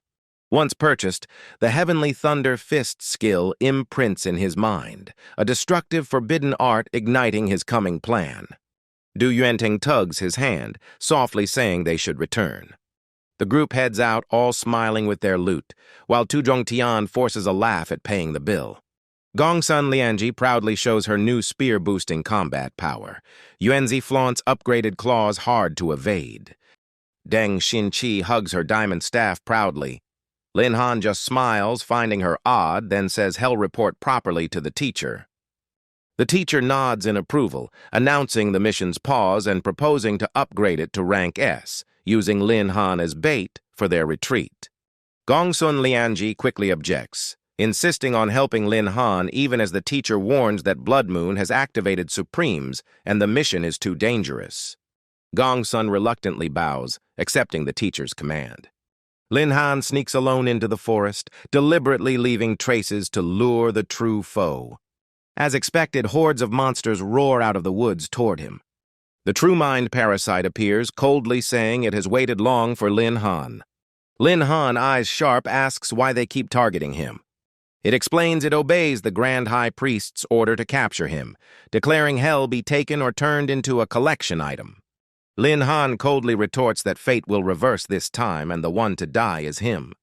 The youth laughs mockingly, saying Tu Zhongtian won't be deceived and Lin Han's mentor can barely protect himself. Lin Han calmly replies that his mentor knew the risk when Mang Shan went silent and thus accepted this dangerous gamble. The true mind parasite arrogantly claims they've been trapped since entering Mang Shan and commands monsters to kill Lin Han. Lin Han smiles coldly, summons his power, and shouts for it to take his strike. The Thunder God domain erupts, tearing space and burning the parasite's beast to ash. He roars that the one to die is the enemy, shocking the parasite as its hand burns, fear creeping into its heart before Lin Han's fierce might. Elsewhere, Tu Zhongtian faces Bian Xing, his old comrade, who bitterly says they must duel again. Tu Zhongtian sadly replies Bian Xing has fallen, warning alliance with Blood Moon sect will doom the empire. Bian Xing sneers, calling the empire unjust and recounting being exiled to the border despite his merits. Tu Zhongtian sighs, accusing him of trading comrades' lives for glory. Bian Xing angrily insists he's innocent, boasting of slaying hundreds of supreme-tier beasts and deserving luxury, not border duty. Tu Zhongtian tries to reason, disappointed, asking what benefit Blood Moon sect gives him. Bian Kang shows a skull with greedy eyes, mentioning the Hangyun market and his ambition to reach Supreme Rank 3. Tu Zhongtian shakes his head, warning the gap between them remains vast. Even at Rank 3, Bian Xing will lose, but Bian Xing coldly says his task is only to stall him while the true mind parasite handles the student. Furious, Tu Zhongtian traps Bian Xing in a spatial cube, shouting he's gambling with life. Inside the cube, Tu Zhongtian commands countless iron staves to strike at Bian Xing. Tu Zhongtian reflects that he came to the border seeking peace, never expecting to face his old comrade in such a crisis. Bian Xing struggles within the spatial prison, realizing he's no true match. A massive staff falls from the void, aiming straight at Bian Xing. At Lin Han's side, the true mind parasite devours fallen beasts, swelling with arrogance. It licks its lips and rasps that if Lin Han's move is done, it's now its turn. Lin Han feels a strange aura pressing tightly on his mind. Space around him distorts under the parasite's power, creating heavy pressure. It grins wickedly, saying its blood demon pollution will drive Lin Han mad and enslave him, daring him to endure. Lin Han collapses, head heavy, admitting the Blood Moon cult's poison is fierce. His thunder field only resists briefly as his body trembles and spits black blood. The parasite gloats at Lin Han's injury, claiming power equal to a supreme and urging surrender. A sudden iron staff shoots in, forcing it to dodge fast. A hand appears, lifting Lin Han up. Old Tu, hoarse-voiced, urges retreat, saying they've failed. Bian Xing pursues, ordering the true mind parasite to hunt Tu Zhongtian. All four burst into a chase through the dark forest. Old Tu rides the iron staff, carrying Lin Han out of sight. The two enemies argue angrily, blaming each other for missing Lin Han. Far away, Old Two is surrounded by savage wolves. He commands the iron staff to slay them all. His heavy wounds leave him drained and bleeding. Lin Han anxiously asks about his condition. Old Two calms him and sits to heal. Seeing the severity, Lin Han asks why he lost to Bian Xing. Old Two recounts the fight, admitting Bian Xing overpowered him despite reaching Supreme Rank 3. Bian Xing revealed he'd set a lightning clone and threatened to kill the student if he died. Old Two doubted his words but had to return to confirm. During that distraction, Bian Xing ambushed him. He shattered the iron staff and struck Old Two with a deadly palm. Old Two was blasted away, gravely wounded and helpless. He tried to fly off, but Bian Xing laughed wildly and chased without mercy. Old Two confesses everything, blaming himself for dragging Lin Han in. Lin Han resolves to keep fighting. The two enemies approach, faces filled with triumph. Bian Xing mocks Old Two, while the true mind parasite thrills over its coming prize. Old Two warns Bian Xing that allying with the blood cult will end in ruin. Bian Xing coldly replies that all this belongs to him, and he's merely reclaiming his rights. The true mind parasite impatiently interrupts, urging a quick kill. After that, both rush in to attack without hesitation. Tu Zhongtian stands firm, summoning immense power that shakes the earth as a giant crystal forms before them. The true mind parasite pales in terror at the forbidden spell unfolding. Tu Zhongtian coldly vows to drag them all down with him if necessary. The crystal speeds toward them, air compressing under its destructive might.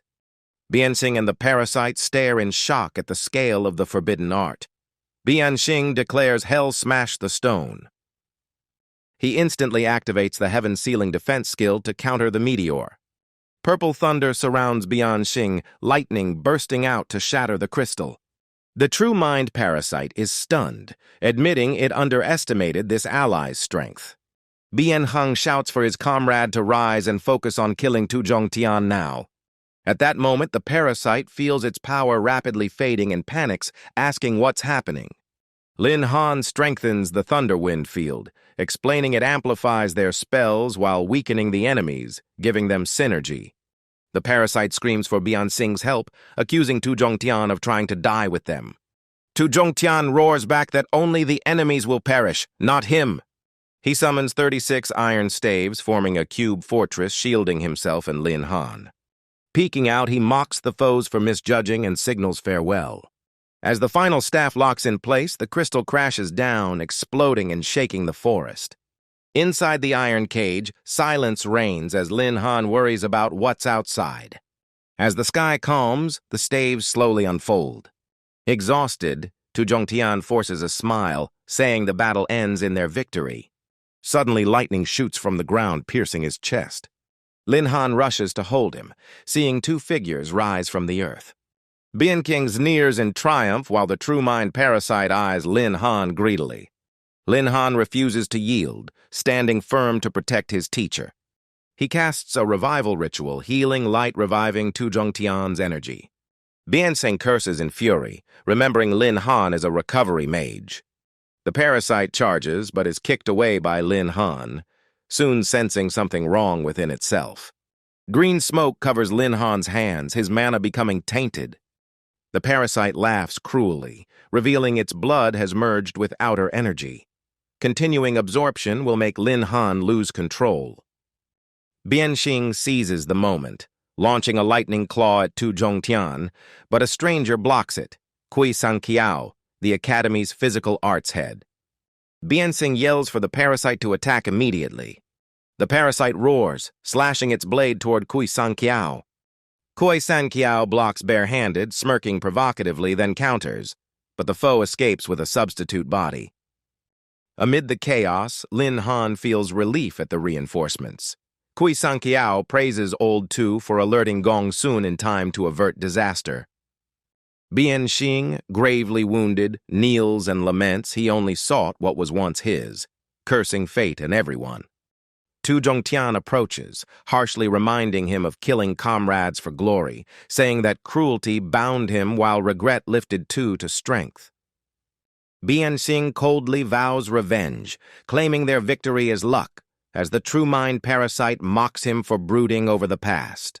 Suddenly, the true mind parasite slips behind Lin Han so fast no one can react. Tu Zhongtian shouts his name, but it's too late. The parasite vanishes with him. In a crimson realm, the parasite opens a pouch and releases Lin Han. Lin Han cautiously scans around and asks where they are. The parasite says this is the Blood Moon sect's base, and if not for the live capture order, Lin Han would already be dead. Exhausted but cold, Lin Han retorts that his captor doesn't look any better. The parasite signals a subordinate to step forward. It raises a hand and drains the servant's energy dry. The power forms a blazing red orb, which the parasite devours before Lin Han, horrifying him. It boasts of offering itself to the demon god for favor and tempts Lin Han to join, but he coldly refuses. The parasite warns him not to reject so soon and promises to show something. A servant drags in a bound man begging for mercy. Lin Han angrily defends the victim, but the parasite mocks him and reveals it's also a spatial mage. It explains some people awaken a second class through rare affinity, a gift the demon god can grant. It points to the coming sacrifice ritual, saying the demon god will bestow divine power if pleased. The parasite says Lin Han, a golden sacrifice equal to a supreme, could become far stronger if he awakens a second class. It tempts him with promises of granting all desires, even making him a sect guardian or leader. Lin Han rejects with disdain, and the parasite laughs confidently that power will soon change his mind. It kicks Lin Han into a red pool, forcing him to endure excruciating pain to feel life. It orders subordinates to prepare for the ceremony. As the red liquid rises, the parasite smugly believes it will drain and subdue Lin Han. Cries and confessions echo in Lin Han's mind like souls begging and boasting their sacrifices. Cold sweat covers him. Absorbing it means madness. Refusing means death. He thinks of one last option. A messenger rushes in, reporting a level 15 Supreme from the Academy is searching for Lin Han, urging haste. The parasite looks uneasy but insists on moving him immediately to avoid trouble. Suddenly, the ritual energy destabilizes, terrifying everyone as something erupts. The parasite stares in shock at the strange phenomenon around Lin Han. Though surrounded by blood energy, Lin Han's power doesn't fade but flares brighter, stunning all. The ground quakes, the blood pit collapses, and subordinates flee in panic. From its depths, condensed blood rises into a massive form. A three-headed creature from the underworld roars forth. The parasite goes mad seeing Lin Han summon what it couldn't control. Lin Han stands tall, eyes blazing, declaring he will bring justice to the fallen. He leaps onto the beast's back, commanding an attack. The creature's roar scatters the parasite's troops. The true mind parasite urgently orders them to capture the monster. But Lin Han, riding the beast like a war mount, easily overwhelms the henchman. The parasite mocks him and activates a spatial vortex to pull the three-headed beast in. Stunned, Lin Han yells at the parasite, demanding to know what it did as the beast is dragged away. The parasite boasts that the base's structure auto-triggers defensive seals when attacked. It explains the magic trap paralyzes victims, stripping will and leaving them helpless before its blade. The three-headed beast is bound by a giant serpent, completely immobilized. Lin Han analyzes the seal. He can't summon blood-borne creatures here, and absorbing power would weaken him. He watches as the beast is tortured nearly to death. Determined, Lin Han risks everything, absorbing some blood energy to recover, then purging corruption with holy light. As he draws it in, he feels the blood force merging deep into his veins. The parasite exclaims in delight that Lin Han has just surrendered his life to the demon god. Lin Han grits his teeth, fighting to stay conscious and defiant. The parasite roars to tighten the serpent's grip and intensify the torment. The snake constricts harder, making the creature scream in agony. The ground trembles, rocks flying toward Lin Han, startling him. The parasite, convinced it now controls the beast, revels smugly. It flaunts the captured relic and orders Lin Han's dismemberment. Lin Han dodges, standing calm and drawing his sword for a decisive strike. Light bursts forth as he transforms into a living manifestation of the blade. The parasite panics, realizing Lin Han's triple-edged sword manifestation may be a forged or forbidden art. Lin Han reminds himself the effect lasts only 3 minutes. He must finish fast. Elsewhere, a girl frantically searches for Lin Han in the forest. Seeing the battle scene, she gasps and reports. Tu Zhongtian asks for clues, and she says she found him. In the base, Lin Han, as the sword manifestation, unleashes a rain of blades from above.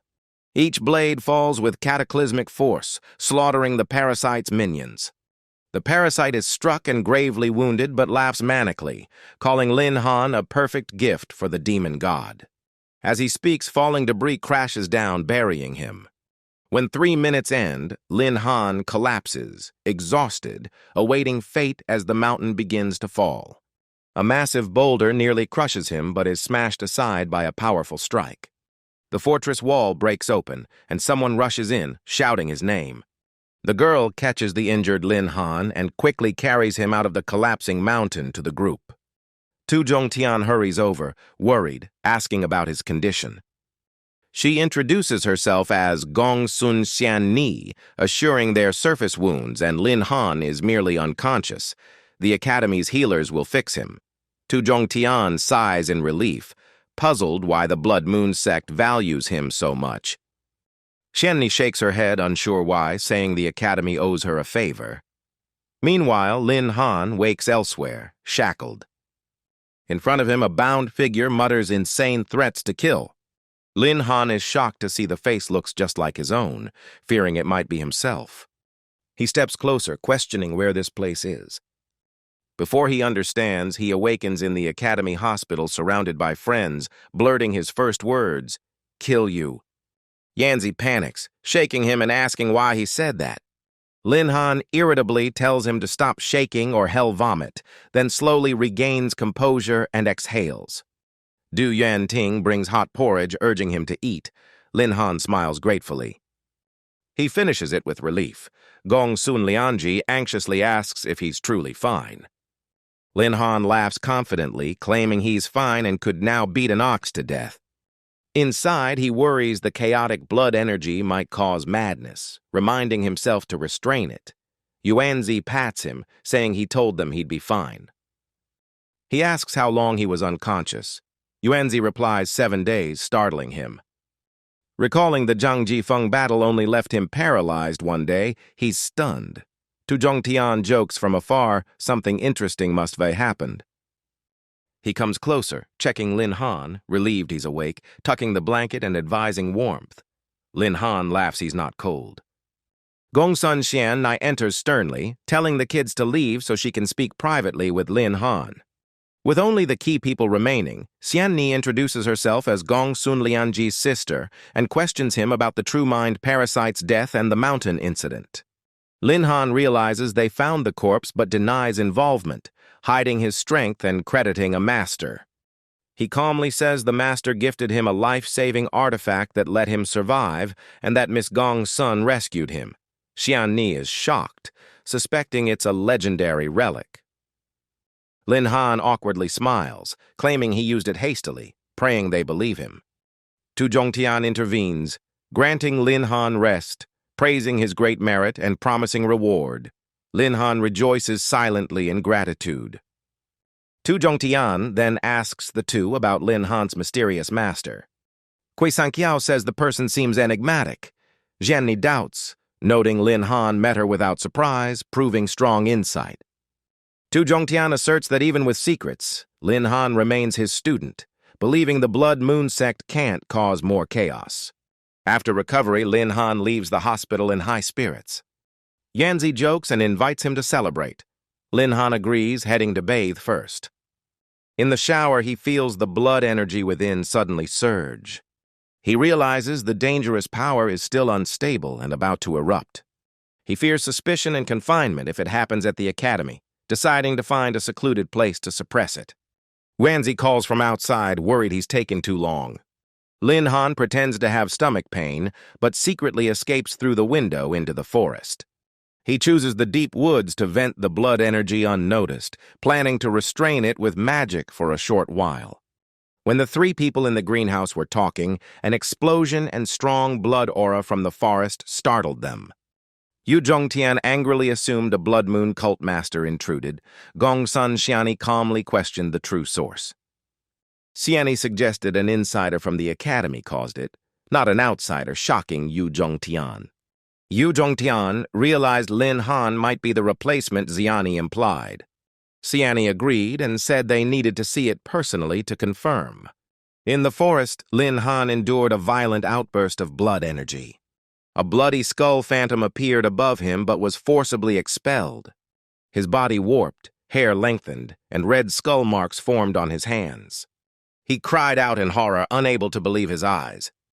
The system displayed, Lin Han awakened the class world-shocking demon child with skills of mana absorption and blood control. He panicked, fearing exposure of this evil class would lead to imperial pursuit. Meanwhile, Yuanxi waited outside when Yu Zhongtian's group suddenly came to inspect. Yu Zhongtian urgently asked Yuanxi about Lin Han's whereabouts. Yuanxi quickly replied Lin Han was in the restroom, prompting Yu Zhongtian to demand the door opened.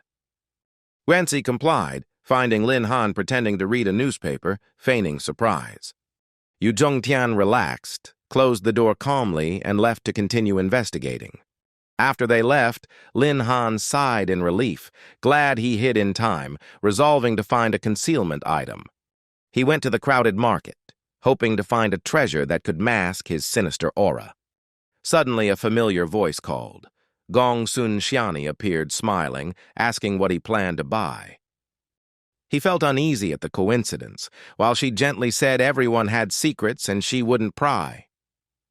At that moment, Manager Liu from a nearby building came out, greeting Xiani cheerfully, stunning Lin Han. Manager Liu recognized Lin Han and greeted him warmly. Xiani looked curiously at their connection.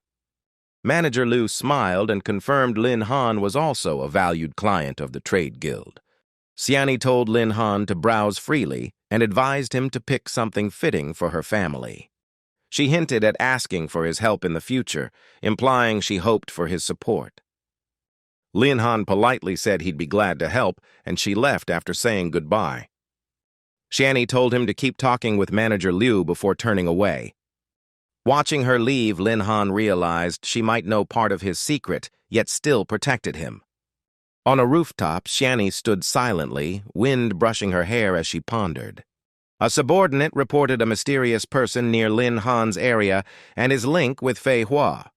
She checked her notebook, realizing Lin Han held vast mysteries and potential. Xiani ordered the records destroyed to avoid attention, believing he'd soon aid her family. At the market corner, Lin Han discussed with Manager Liu about finding an item to suppress magic fluctuations. Manager Liu assured they had rare goods suitable for him and confidently promised satisfaction. He led Lin Han into a private room where a treasure was covered by cloth. When the cloth was lifted, a shiny gem appeared, introduced as a spirit crystal that conceals aura, priced exorbitantly. Lin Han's internal system activated, explaining the gem's specs as a pendant that completely hides the wearer's energy. He paid without hesitation and purchased it. Manager Liu saw him off with a smile. Lin Han felt thrilled to have found a treasure that could help him. In a dark corner, a minion reported that the true blood worm was dead, but demonic fluctuations appeared in Hangyun City. The cult leader sneered, despising the failure, ordering the demon child captured alive or face a crueler death. The subordinate gritted his teeth, obeyed, and said the plan was ready. Back in the market, Lin Han walked cheerfully, glad the blood moon link was now hidden by the stealth crystal. He was suddenly blocked by friends. Gong Sun Lianji teased him for dating her sister, and Lin Han panicked to explain. Gong Sun refused to listen and told her peers to teach Lin Han a lesson. He begged for mercy. The youths charged at him, causing a chaotic, dusty scene. After the beating, they stopped and laughed it off as a prank. Jiang Ruiten passed by, mocking Lin Han's miserable look unworthy of the top freshman title. Gong Sun sternly confronted her, but Zhang Ruitan arrogantly claimed this sight disgraced the Academy's honor. Yuanzi interrupted sarcastically, saying Zhang Ruitan's manners were worse than her sister's, doubting their sisterhood. Zhang Ruitan grew furious, drew her blade to Yuan Si's neck, daring him to argue again. Lin Han rushed to stop her, pushing the blade aside and urging calm, confirming the two truly were sisters. Zhang Ruitan coldly declared herself her clan's pride and called her sister a traitor unworthy of kinship. A teacher arrived, breaking the tension, urging peace and announcing a new mission for the group. He explained it was a special mission for two top teams to study the frontier situation under his direct command. He patted their shoulders, encouraging them to perform well this time. At the borderlands, wild beasts prowled, often attacking defensive forts. Border guards risked their lives, weapons ready for combat. Arrows rained from ballistas as monsters charged the defenses. Teams took turns firing continuously, preparing arrows for the next wave. Yang Ku watched in awe. The teacher explained the goal was to train team coordination by eliminating 3 small monster packs within 5 miles of the city, a B-rank mission requiring tight teamwork. The commander instructed both teams to regroup here by tomorrow afternoon and report immediately if anything happened. All answered in unison. The next morning in the deep forest, Lin Han and Duo Yuanding scouted as she warned of a wolf pack stronger than usual. He smiled confidently, saying even a gold-ranked threat wouldn't scare him, and told her to handle it. Yuanding charged in, casting fireballs that burned the beasts ahead. When some attacked from behind, she swiftly switched to ice magic and struck back precisely. Within moments, no monsters remained, and she joyfully announced the task was done. Suddenly, a massive creature with claws lunged at her like lightning. Yuanding barely turned before it pounced on her. Thanks to quick reflexes, Lin Han punched the beast away several meters. He teased her about mixing ice and fire skills and warned not to drop her guard again as she was still shaken. All at once, the remaining beasts fled, making Yuanding suspicious of their odd behavior. Logically, the pack should retreat to its den after the leader's death, but they ran toward Jiang Ruitan's area instead. Lin Han sensed danger, grabbed her hand, and sped off that way as she cried out from dizziness. On the other side, Zhang Ruitan faced a gigantic turtle. Her companion cast a light spell, disorienting the turtle. Seizing the chance, Jiang Ruitan slashed and decapitated the beast. She proudly celebrated as her teammate hugged her in excitement, forcing her to push him away. The joy faded when a horde of snake-tailed lizards surrounded them. The young man angrily shouted at the beasts for daring to disturb their leader and companion. He unleashed a powerful white beam, tearing through the creatures and making them scream in pain. 2 of the lizards charged at Zhang Ruitan simultaneously. She dodged one and cut it down, but the other bit her arm at lightning speed. She saw her blood dripping and gritted her teeth, blaming her carelessness. The young man panicked and was knocked away by another lizard. Zhang Ruitan caught him. He begged her to flee, but she trembled and scolded that as captain, she couldn't abandon a comrade. She held him tightly, eyes teary, accepting death, while he blissfully thought dying in her arms was worth it. At that moment, Lin Han appeared, punching a lizard away. Zhang Ruitan looked up in shock, asking who intervened. Lin Han approached, smiling, teasing that she couldn't handle a few snakes. She retorted they were gold rank and not easy. Yuanding quickly told them to stop arguing and focus on finishing off the monsters. Lin Han grabbed a lizard's tail, swung it around, and smashed it into the others, shattering the group. Zhang Ruitan was stunned by his absurd strength, while Yuanding laughed, saying he was still as boastful as ever. Lin Han waved it off, saying it was done, and suggested regrouping with their instructor. Suddenly, Zhang Ruitan fell to her knees, clutching her chest in agony. The young man panicked, holding her and begging her not to leave him. Seeing that, he stood guard before Lin Han warily, while Lin Han noticed the wound was poisoned and prepared a cleansing spell. A lifelike aura surrounded Zhang Ruitan as Lin Han activated detoxification magic. However, she remained motionless, showing no response. The young man screamed, doubting Lin Han's ability and frantically asking what happened to their captain. Lin Han frowned in confusion, puzzled why the healing failed, and ordered immediate contact with their instructor. Half an hour later, the instructor arrived, everyone anxiously gathering for results. After careful inspection, he said a strange energy was moving near her heart and must be expelled or shed dye. He lamented the weak frontier facilities, instructing them to use the teleport array back to Hangyun immediately, warning the border was becoming unstable. Lin Han asked gravely for the cause. The instructor said border monsters had suddenly evolved from silver to gold rank, and the academy must be alerted. He decided to coordinate students and frontline experts to strengthen defenses. Lin Han hurriedly teleported Jiang Ruitan to the hospital, light flashing as they vanished to safety. Watching them disappear, the old instructor could only pray, feeling a bad omen rising. At the hospital, Lin Han rushed in, shouting for a doctor to save her. His yell startled a doctor eating breakfast, who angrily scolded him for ruining the meal. But upon seeing the patient, the doctor's face changed drastically. In an instant, he realized Jiang Ruitan was in critical condition. The doctor urgently called nurses to ready the emergency room and ordered immediate surgery. As she was wheeled in, Lin Han waited outside, heart burning with worry, praying she'd live so he could face Ru Ying. Time dragged heavily as he stared at the operating room door. When the light went off signaling completion, he rushed in asking the result. The doctor suspiciously asked what they had encountered. Lin Han anxiously asked the severity. The doctor said she was safe, but the parasite was rare and terrifying. He explained it was a heart parasite worm, once harmless, but modified by the Blood Moon cult to control humans by nesting near the heart. Lin Han's face darkened, realizing everything was linked to the Blood Moon cult and that their secret magic had spread to the border, then signed discharge papers. As he left the room, his phone rang. A stranger reported border details that left him stunned. After listening, his face paled, realizing a major border crisis. Jiang Ruitan awoke, overheard, and decided to return immediately. He frowned, calling her crazy and insisting she rest, but she firmly refused since comrades were in danger. He reluctantly agreed, despite lacking a teleport array back. A strange voice spoke. He turned to see Senior Sister Fang approaching.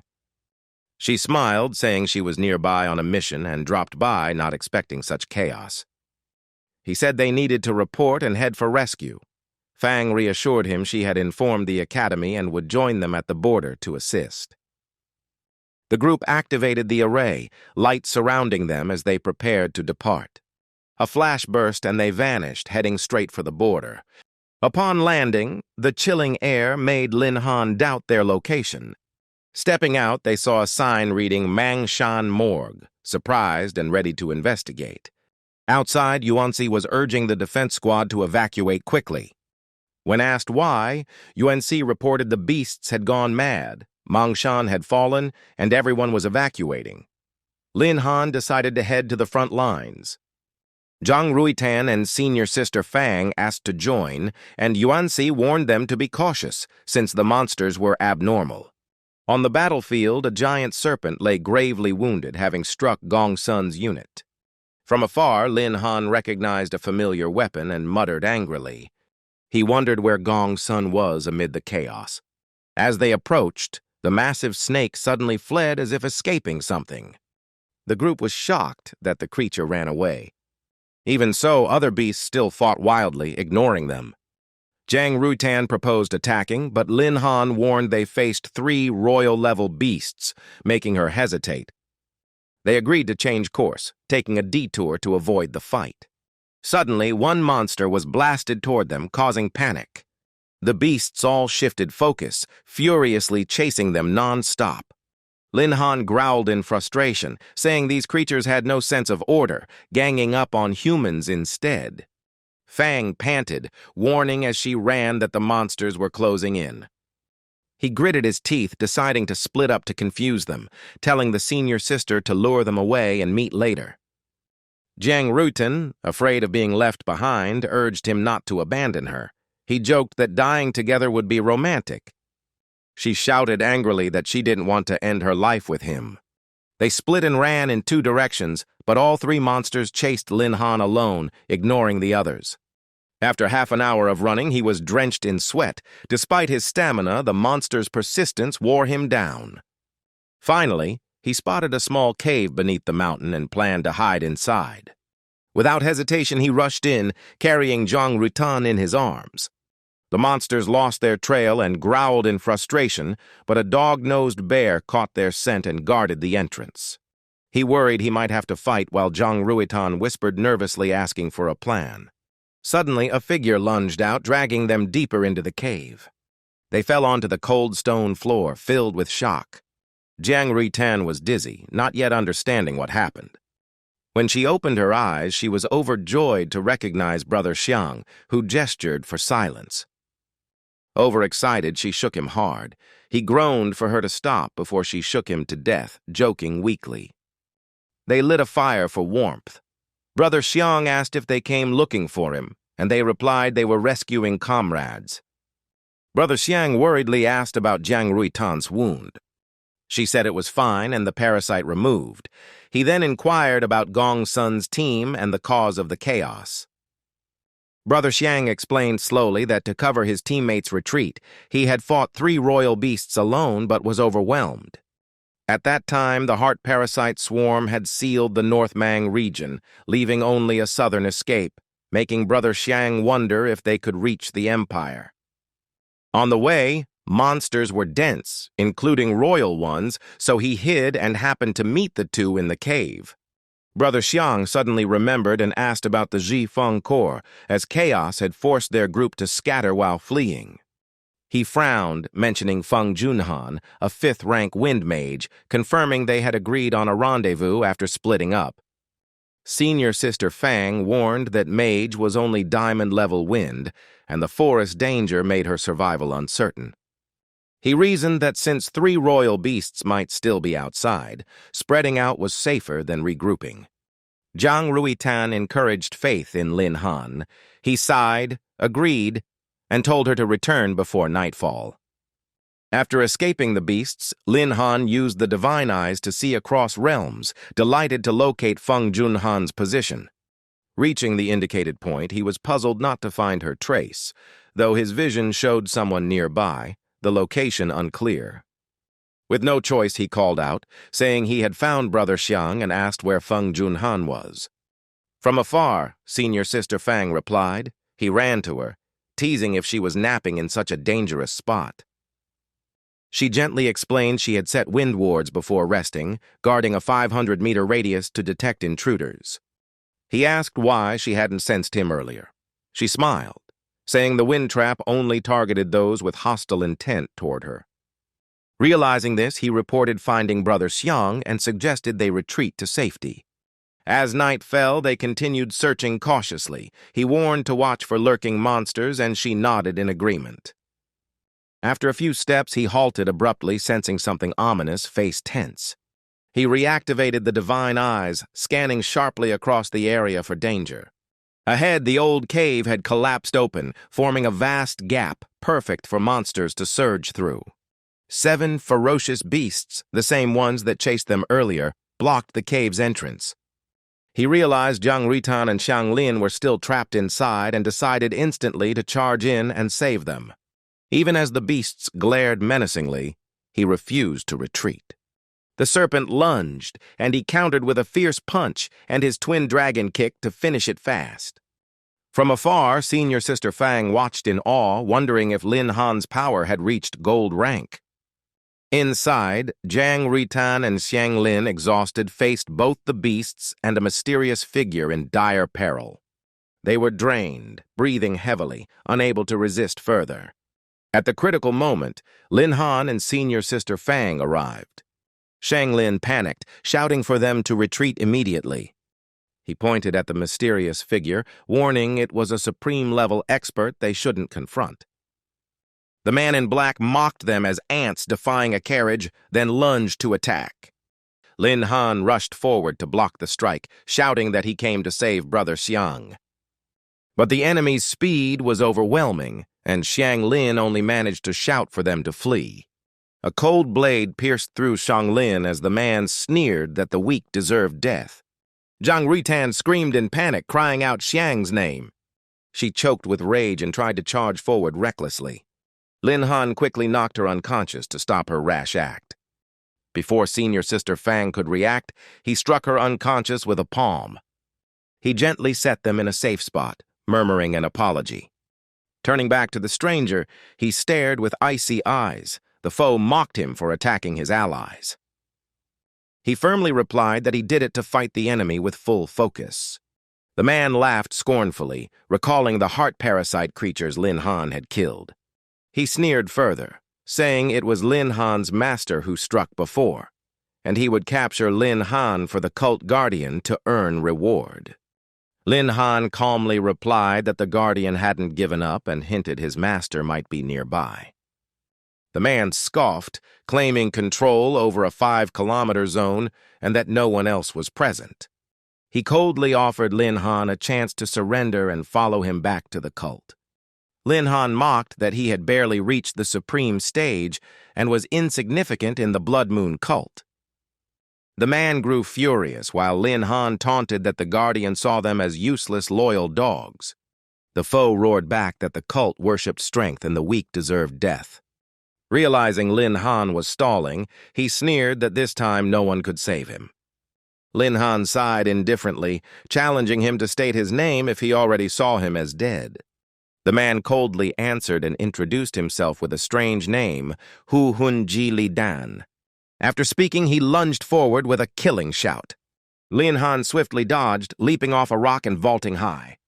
The pursuer chased relentlessly, unaware Lin Han was luring him away from the cave to protect Zhang Ruitan and Senior Sister Fang. They finally landed in an open area far from the cave, safer for the wounded. The man mocked Lin Han to keep running. Lin Han replied coldly that this had nothing to do with him and swore to end it here, not letting him live till dawn to disgrace Brother Xiang. The sky resonated as thunder coiled around Lin Han when he invoked the mighty Thunder 8 trigrams. The foe was horrified to sense Lin Han's power surge beyond diamond rank, nearing monarch level. He couldn't hold back, drawing his weapon and shouting that as a devotee of the demon god he'd use his body to open the demonic domain. Lin Han smiled faintly, recognizing a forbidden spell, gathering lightning in his fist before striking. The man charged with his spear straight ahead. The clash of both attacks sent shockwaves rippling for miles. He gaped, asking if Lin Han had truly used that forbidden art. Lin Han mocked that if he could invoke the demon domain, then Lin Han could use a forbidden spell too. The foe frowned, suspecting the heart parasite's true origin wasn't Lin Han's master's doing. He remarked that the forbidden art boosted Lin Han's speed and strength, explaining why the guardian insisted on capturing him. He grew more curious after realizing Lin Han held many untold secrets. Pointing his spear at him, he roared that Lin Han must be captured alive to uncover all mysteries. Lin Han didn't back down, his eyes glowing red as he activated his second profession state. A fierce surge of energy erupted as he shot into the sky. He roared in fury, declaring himself the demon god's disciple as his body mutated with claws, spiked hair, and glowing fangs. Lin Han fully transformed into the lightweight demon spawn, his hatred-filled second profession state. His strike was as swift as lightning, closing in on the enemy in an instant. The immense power threw the opponent into panic, unable to recover from the overwhelming aura. Lin Han roared, invoking ancient arts to beseech the supreme war strike god for annihilating power. His energy strike was reflected and shattered under the opponent's terrifying pressure. The enemy charged again, breaking Lin Han's defense shield and sending him flying, blood at his lips. Wiping the wound, Lin Han shouted angrily, admitting he had underestimated the foe's hidden skill. The enemy wondered how Lin Han knew the demon god scripture manifest, a forbidden spell recently unlocked by the Blood Moon sect's supreme. Lin Han sneered inwardly, realizing the demon god domain was suppressing him, preventing an instant victory. The enemy questioned if Lin Han belonged to the Blood Moon sect after showing a demonic form. Lin Han coldly denied any ties to the sect and displayed his claws, further enraging the foe. The enemy insisted only Blood Moon members could wield that blood aura and concluded Lin Han surely had a second profession. Irritated by his curiosity, Lin Han said, "You know too much," and raised his hand to fight. The enemy activated the demon god domain, shouting golden incantations to summon 3 forbidden spells while praising Lin Han's blood energy talent.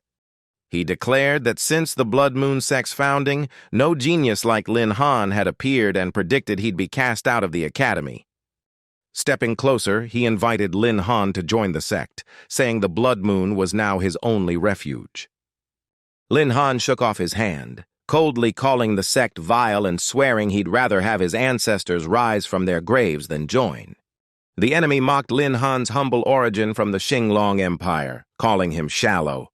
He boasted that the Blood Moon sect surpassed all forces on Blue Star and that Xinglong's elites were weak by comparison. He threatened that if Lin Han's secrets were exposed, nowhere outside the sect would accept him. Enraged, Lin Han's eyes burned red as he vowed to kill the foe to protect his secrets. He charged forward with a shout, determined not to let the man live another minute. His 5 thunderous punches struck, forcing the opponent back, who was shocked by his speed and force. However, the counterattack made Lin Han falter, showing the divine power's formidable strength. He refused to give up, continuing his fierce assault determined to destroy the enemy. The opponent countered violently with an equally powerful strike. Both closed in, clashing ferociously in a terrifying melee. After a while, the enemy admitted Lin Han was truly a hard opponent to subdue. Lin Han roared uncontrollably, vowing to wipe the enemy out completely. In madness, he bit the foe's shoulder. The man screamed in fear and pain. The enemy struggled, cursing and punching back at Lin Han in fury. Lin Han's fangs tore flesh from the opponent's shoulder in rage. But finding it distasteful, he spat it out in contempt. He roared for the foe to die, his will overtaken by another force, which alarmed the enemy to flee. Seeing him run, Lin Han immediately chased with vengeance in his eyes. A colossal serpent appeared in the sky, its terrifying might revealing a supreme expert that made the enemy tremble. In a brief distraction, Lin Han was struck skyward by the serpent's tail. The serpent turned to the enemy with cold eyes. He begged desperately for mercy. He now faced a tragic fate under the serpent's claws, hunted down mercilessly. The next morning, Lin Han limped back to the site, aching all over and reflecting on the battle.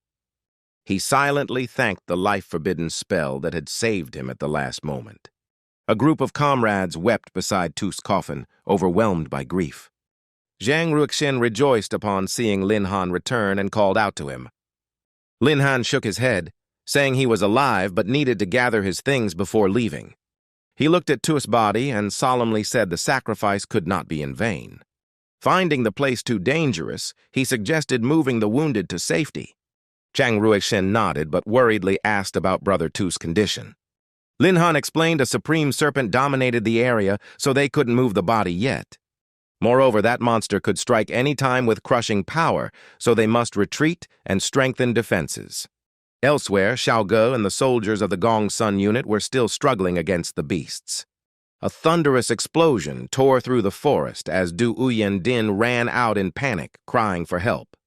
Gongsun Lianji heard the sound, looked toward the forest in shock, and saw Du Uyendin begging everyone to flee. She widened her eyes, seeing a giant serpent chasing someone, suspecting it was Jiang Hang. Thinking Jiang Hang went missing to protect them, she rushed forward despite Xiao Ge's attempt to stop her. Li Dan ran headlong, desperately screaming for his comrades to help. A figure appeared like lightning, delivering a powerful kick to the serpent's head. That person coldly rebuked Li Dan for acting without orders and warned him of angering the sect leader. Li Dan tearfully pleaded, assuring the news he brought would please the leader. After a moment's hesitation, the man agreed, telling him to retreat while he held off the beast. Li Dan wiped his sweat, trembling as he admitted he couldn't face a supreme-level foe and decided to flee. But before he could escape, Gongsun Lianji's group appeared suddenly, startling him. She stepped forward, introducing herself as a member of the Changqi Academy. Li Dan sneered coldly, making her frown in anger and demand an explanation. She questioned him about Jiang Hang's whereabouts, pressing what he had done to him. Li Dan smirked and coldly admitted he had sent the man to the underworld. Gongsun Lianji furiously attacked, her aura blazing. From afar, Lin Han observed, realizing Li Dan had narrowly escaped death and decided to intervene. He worried since Li Dan held too many secrets and couldn't be allowed to live. Jiang Rushen noticed his unease and asked. Lin Han calmly told them to return and report, assuring the area was safe. Jiang Ruexin hesitantly asked if he would come too. He firmly said he must find Gong Sun and couldn't let them face danger. Inwardly, he told himself Li Dan's power was overwhelming, and it was time to act under his mysterious identity. Lin Han donned a mask and sped off like the wind, leaving Jiang Ruexin watching in silence.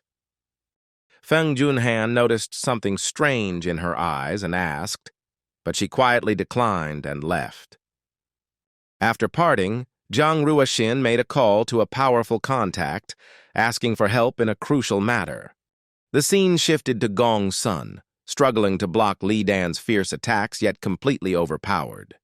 He quickly grabbed Xiao Ge by the neck, mocking that they were too weak to protect such a worthless person. He glanced at Du Yendin and sighed in boredom. He pointed at her and ordered to ready the trident throw.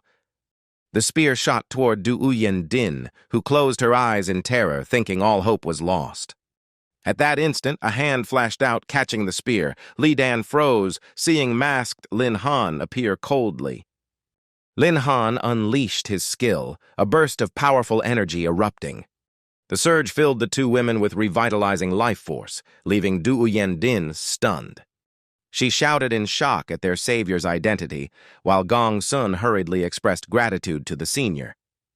Lin Han waved off their thanks, urging them to retreat and promising to handle everything here. Li Dan sneered disdainfully, ignoring the warning and mocking them as if they were nothing. He suddenly charged, determined to kill Lin Han first. Lin Han formed an energy barrier with a gesture, blocking the attack and letting the others escape. As they clashed, Gong Sun, Xiao Ge, and Du Yendin fled, shouting for him to be careful. Explosions thundered continuously across the mountainside. Li Dan stared at Lin Han, questioning his powerful recovery and guessing he was a support type. Lin Han coldly confirmed it. He mocked that a mere supporter dared oppose their clan's elder, calling it suicidal. He thrust his trident forward, sparks bursting upon impact. While fighting, Li Dan questioned Lin Han's three-edged sword, mentioning a famed name. Lin Han evaded the comment. Inside, Lin Han worried the opponent was too hard to handle, and his current identity's time was running out. Suddenly, his sword broke under the immense force, and he cursed inwardly at the tough situation. Li Dan mocked, doubting he owned the famed blade. Lin Han curtly dodged and couldn't find a fitting move yet. The foe lunged, confident Lin Han had no secrets worth hiding. At the critical moment, another person appeared and kicked hard, startling Lin Han. Li Dan staggered back, laughing with amusement at the chaos of more people joining in. The newcomer scolded him sharply, ordering him to stop his useless talk.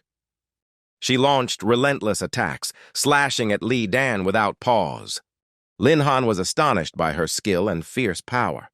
Li Dan, heavily wounded, screamed and demanded to know who had struck him. The black-clad woman coldly replied she would kill him, introducing herself as Fei Hua, Jiang Rueying. She turned to Lin Han, asking the senior's help, but wishing to finish the rest herself. Lin Han nodded, agreeing to cooperate since her support would let him kill Li Dan before his disguise vanished. Li Dan roared in rage, threatening revenge with money and daring anyone to buy his life for a higher price. Jiang Rueying immediately agreed with Lin Han's plan, commanding to end his life. Lin Han formed a protective barrier pushing back the enemy, while Jiang unleashed continuous strikes that left Li Dan dazed and bleeding. He stepped forward to suppress him, standing over Li Dan with a blade ready to finish it. But just as he was about to strike, an explosion from the forest distracted him. He instantly activated the God's Eye to observe the distant scene. Through his vision, he saw another figure battling a fake serpent, with members of the Blood Moon sect fighting the creature. He recognized it as the blue bone venom of the Serpent Emperor, a peak, supreme-level toxin capable of devastating the border. With only a few Supremes guarding the rear and no reinforcements in sight, he realized he had to act alone. He told Zhang Ruiying to handle Li Dan while he went to deal with the greater threat. Before she could respond, he left swiftly, planning to exploit the shared enemy to ally temporarily with the serpent against the Blood Moon. Soon, he reached the battlefield, seeing Li raising his hand to unleash a palm of destruction at the fake serpent. At that instant, a black light tore through the sky, shattering Li's attack. Someone shouted, "Jing Hai, who are you?" questioning the newcomer's identity. Lin Han reverted to his true form, answering coldly and demanding if they were from the Blood Moon sect before threatening to kill. Under the red dusk, Li Feng stood still with icy eyes and sneered as if amused by a new game. He suggested joining forces to defeat the enemy and let the serpent leave. Sensing his last chance to escape, Li Feng refused to miss it. The giant serpent nodded, regretting leaving its territory and bitterly declaring no human was trustworthy. Noticing the intent to ally, Li Feng struck first, his eyes blazing like fire with a thunderous roar. He scoffed that relying on them was nothing but seeking death. Li Feng charged, but his attack was blocked by the serpent's massive tail. The serpent roared and told Li Feng to fall back so it could buy time for him to chant a grand spell. Li Feng understood, giving a thumbs up in agreement, his gaze softening briefly. He drew his staff, channeling inner power to activate the forbidden chaos domain, preparing the ultimate judgment strike. On the other side, Zhang Ruiying faced Li Dan, who knelt trembling, begging for his life in exchange for Lin Han's secret. She raised an eyebrow, lowered her hat, eyes flashing with curiosity, signaling for him to continue. Li Dan hastily revealed that Lin Han was actually from the Blood Moon sect, ranked second, holding 3 grand forbidden spells. Upon hearing that, Zhang Ruiying coldly slashed him down instantly with merciless words. As he fell, a gust of wind swept through, spreading a familiar killing aura.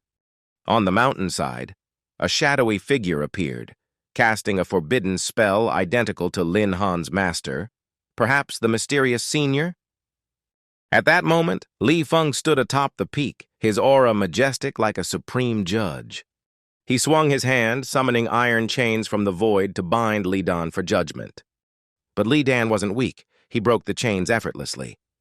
With a cold grin, he mocked, asking who gave Li Feng the right to judge him. He struck powerfully, knocking the Serpent Emperor's tail deep into the ground. From below, Li Dan roared and forced the serpent's tail backward. Li Feng responded by launching a barrage of magic arrows toward the enemy. The explosion shook the space, smoke billowing as he confidently thought the strike had hit. When the smoke cleared, Li Dan still stood smirking, unscathed, shocking Li Feng. Li Dan sneered wickedly, declaring his counterattack. He leapt up, unleashing a massive palm technique toward Li Feng. 2 giant seals shot forward so fast that Li Feng could only stare, unable to dodge.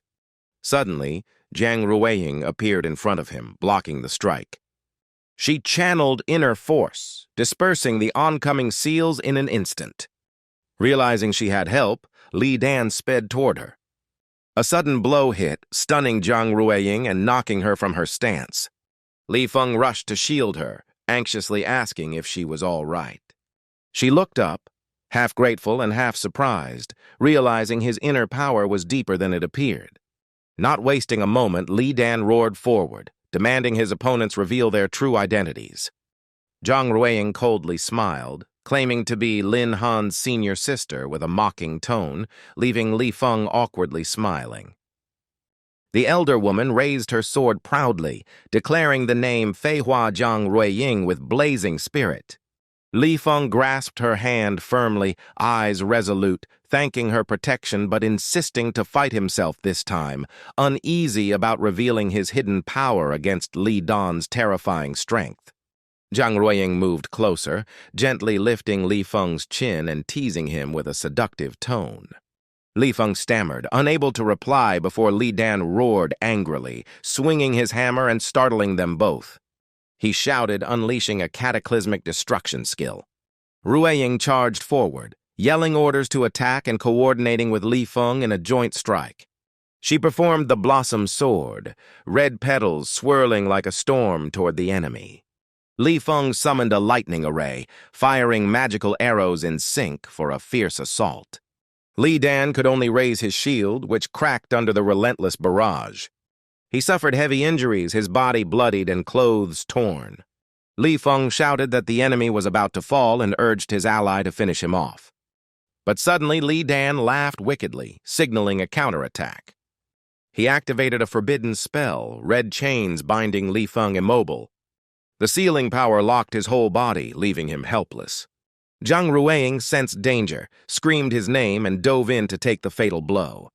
A violent explosion shook the ground, blasting her away into Li Feng's arms just in time.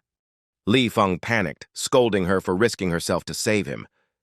She breathed weakly, coughed, and whispered that his safety was all that mattered. Li Feng channeled life energy to heal Rueying's wounds.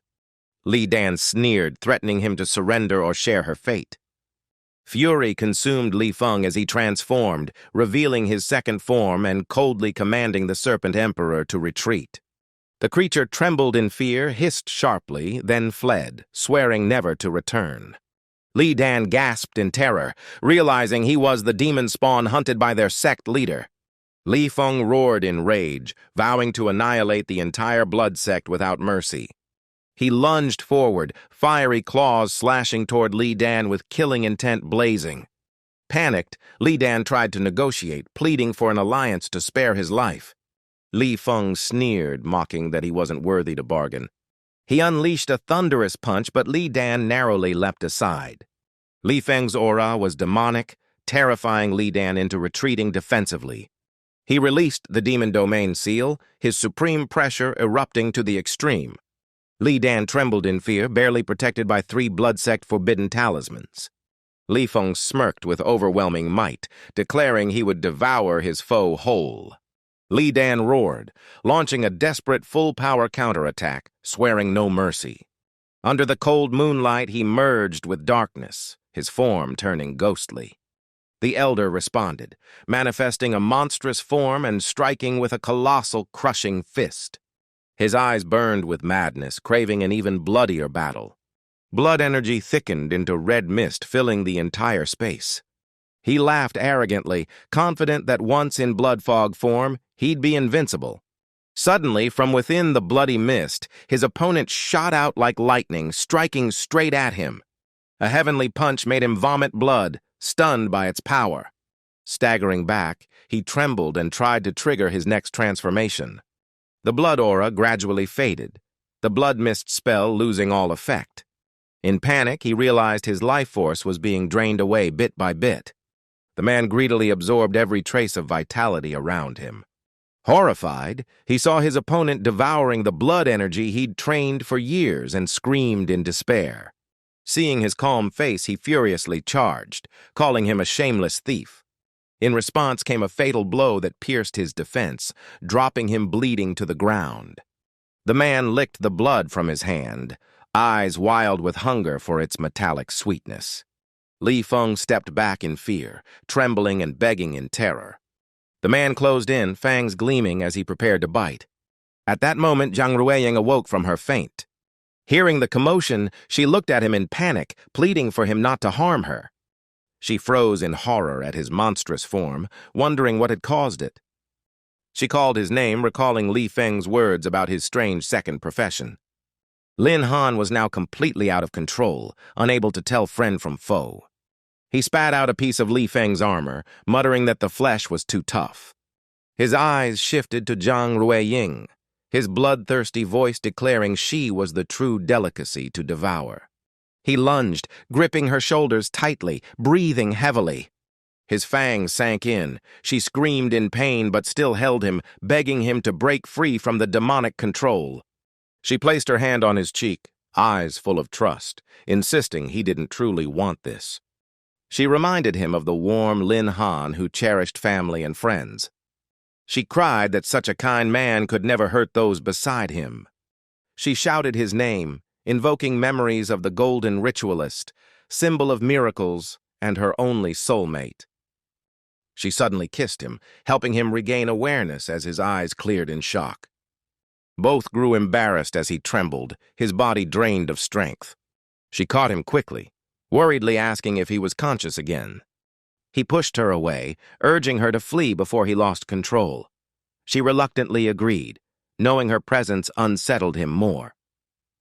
She swallowed her tears, turning away as he asked. In her heart, she vowed to watch over and protect him from afar, praying for his safety. He stared at his glowing hand, the sigil pulsing fiercely. He sternly called out the hidden being in his mind, threatening self-destruction if it didn't show itself. In his consciousness, the demon appeared with a seductive voice, reminding him of the pleasure of that kiss.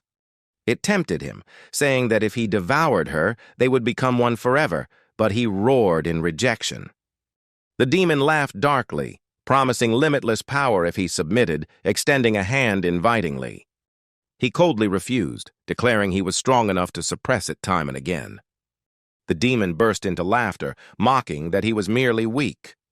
It sneered that the weak must obey the strong and that he should kneel. It warned that one strike from it would erase him instantly. He calmly replied he was ready to destroy himself if possessed, taking them both down. The demon froze, screaming in protest, terrified of his suicidal resolve. He said firmly that though he feared death, he feared more being used for evil and resolved to end them both together. The demon sneers, thinking he only bluffs since everyone fears death and he's no exception. He activates the forbidden spell, lightning flaring as he speaks about the differing worth of life and death. He resolutely accepts self-sacrifice to destroy the evil within, thunder crashing violently. Outside, Jiang Nui Ying rushes in panic, calling his name in despair. In the mindscape, both spirits are hurt. The demon screams as he endures the forbidden curse himself. He firmly declares that the evil born from him must submit or be annihilated. The demon bites his lip, torn and silent. He shouts again, forcing the other to choose between life or death. He raises the glowing thunder orb, killing intent surging for the final threat. At last the demon trembles, bowing to acknowledge submission. He coldly orders it to retreat deep into his consciousness, warning never to reappear. The demon growls with hatred, vowing to return, but he merely smiles, claiming the body is forever his. His body weakens, mind fading, yet he feels peace for suppressing the evil thought. Jiang Nui Ying catches his collapsing body, calling his name in worry. He weakly opens his eyes, smiling that he succeeded, making her both angry and sad for his self-torture. Unable to respond, he falls asleep in her arms. Scene shifts to a quiet room. Soft light glows as Jiang Nui Ying watches him motionless, and Nei Xin enters coldly, saying she came only for Lin Han. She softly says she once owed him her life and thanks him for helping her sister. Nei Xin proudly mentions reaching the Golden Assassin realm, asserting she will surpass her sister. Jiang Nui Ying sadly replies she cannot leave the family for certain reasons and believes her sister would choose the same if she knew the truth. Faced with her sister's questioning, she just shakes her head, saying the time for revelation has not come. Nei Xin angrily steps forward, eyes cold, accusing her sister of deceit and betrayal. Nei Ying remains gentle, saying her sister will understand someday and hopes she escapes the Jiang family that never belonged to her. Nei Xin cuts her off coldly, saying her sister always repeats that same line. She refuses to argue, leaps out the window, still shouting for her sister to explain. Scene shifts to a gloomy rooftop where a figure secretly watches Nei Ying's aura. He speaks in a calm tone, greeting her as an old acquaintance. He recalls her contributions at the border and promises the academy will acknowledge them. Nei Ying turns, coldly questioning why a Qing-rank powerhouse like him ignored the border crisis. The man replies that his duty is to guard the academy and he cannot leave at will. Nei Ying sternly says without Lin Han and the mysterious rescuer, the border and Hang Yun would be hell, accusing him of heartlessly abandoning students' lives. She steps closer, mocking that he can only say it's over because others sacrificed, asking if he'd speak so lightly had the outcome been reversed. Not waiting for his reply, she leaves decisively, while he watches thoughtfully, murmuring about the strange young generation. Suddenly sensing someone behind, he turns and half jokes, half guards against the eavesdropper, the returning director. Tu Zhongtian steps out, solemnly reporting that other schools withdrew directors before the attack, suspecting traitors in the Empire's upper ranks. The man frowns, tells him to keep it secret without proof, then asks what else Tu Zhongtian wants to say. Tu Zhongtian lowers his voice, revealing intel of an impending natural disaster at the Mang Mountain border. The man gazes toward the mountain range, eyes heavy with a sense of looming chaos. Scene returns to the restroom as Lin Han wakes weakly, apologizing for worrying everyone. Yuan Ding bursts into tears and hugs him amid cheers. After talking, Lin Han is shocked to learn he's been unconscious for a month, growing wary. Gong Sun Lianji jokes that without Senior Fei Hua's rescue, they'd have lost him. He recalls kissing Nui Ying, blushing and blaming himself while confused by strange feelings. He immediately asks Du Yuanding about Nui Ying's whereabouts. She replies that Senior Fei Hua returned to the army, taking leave specifically to save him. He scratches his head, pretending calm but feeling relieved inside, smiling bitterly at his own joy. Suddenly, he notices his teammates' auras far stronger than before. Du Yuanding proudly shows she has reached the golden heavenly mage realm. Yuanzi proudly declares himself a peak golden assassin. Gongsun Lianji laughs, saying he only just became a golden spearman. Deng Xinqi modestly says he's still at Diamond Peak, just shy of breakthrough. Lin Han sincerely praises them, amazed by how fast they advanced as if time flew in his long dream. Gong Sun excitedly says their squad is now complete and can join the 5 Academies tournament, competing for 20% of Academy resources. Hearing that, Lin Han's eyes light up. He laughs, saying they must register right away. Yuanding laughs, saying they already signed up and only waited for him to wake. At that moment, Tian Ni and Tian Yi enter, happily greeting his recovery and teasing the great hero who just woke. He laughs back, excitedly saying their timing is perfect since he has something important to discuss. He invites them to join his grand plan, the profitable and glorious tournament. Tian Yi squints thoughtfully, seeing it as a rare chance with massive resources worth joining. Tianna steps closer, half joking that if he wants her agreement, he must take her for a walk first. Lin Han blushes, clenches his fists, and shyly agrees to go out with Tian Ni. He groans inwardly, fearing her shopping marathon, yet resolves to face it bravely.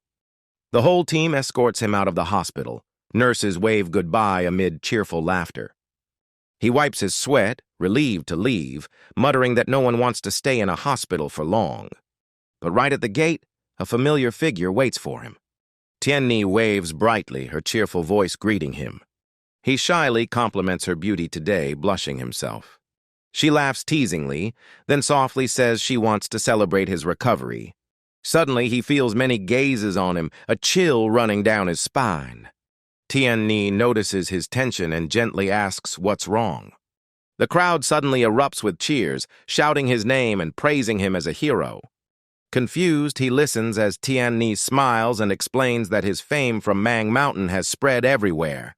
Encircled by excited fans, he panics and pulls Tian Ni to run, chased through chaotic streets. While running, he spots a small alley ahead. Without hesitation, he grabs Tian Ni's hand, apologizing as he leads her in. They hide in the narrow alley as the crowd rushes past unaware. He braces against the wall, shielding her protectively in the tight space. He whispers for her to stay silent. She nods, face flushed by their closeness. He peeks out to check while she realizes she's wrapped in his arms. Tian Ni's heart races. She hides it with an awkward smile, saying she's just feeling hot. He quickly points out another way to escape, and she follows his lead. They step out and suddenly stop before a grand building. They realize they've wandered into Tianxi Mall, where Tian Ni remembers an old acquaintance, Director Li, who runs the place. She shyly suggests walking around. Lin Han laughs and agrees, also wanting to meet Director Liu. They reach the office where Director Liu warmly welcomes them, saying he's long awaited Lin Han and invites them to sit. Lin Han jokes that he just woke up and already came to Tianxi Mall to see him.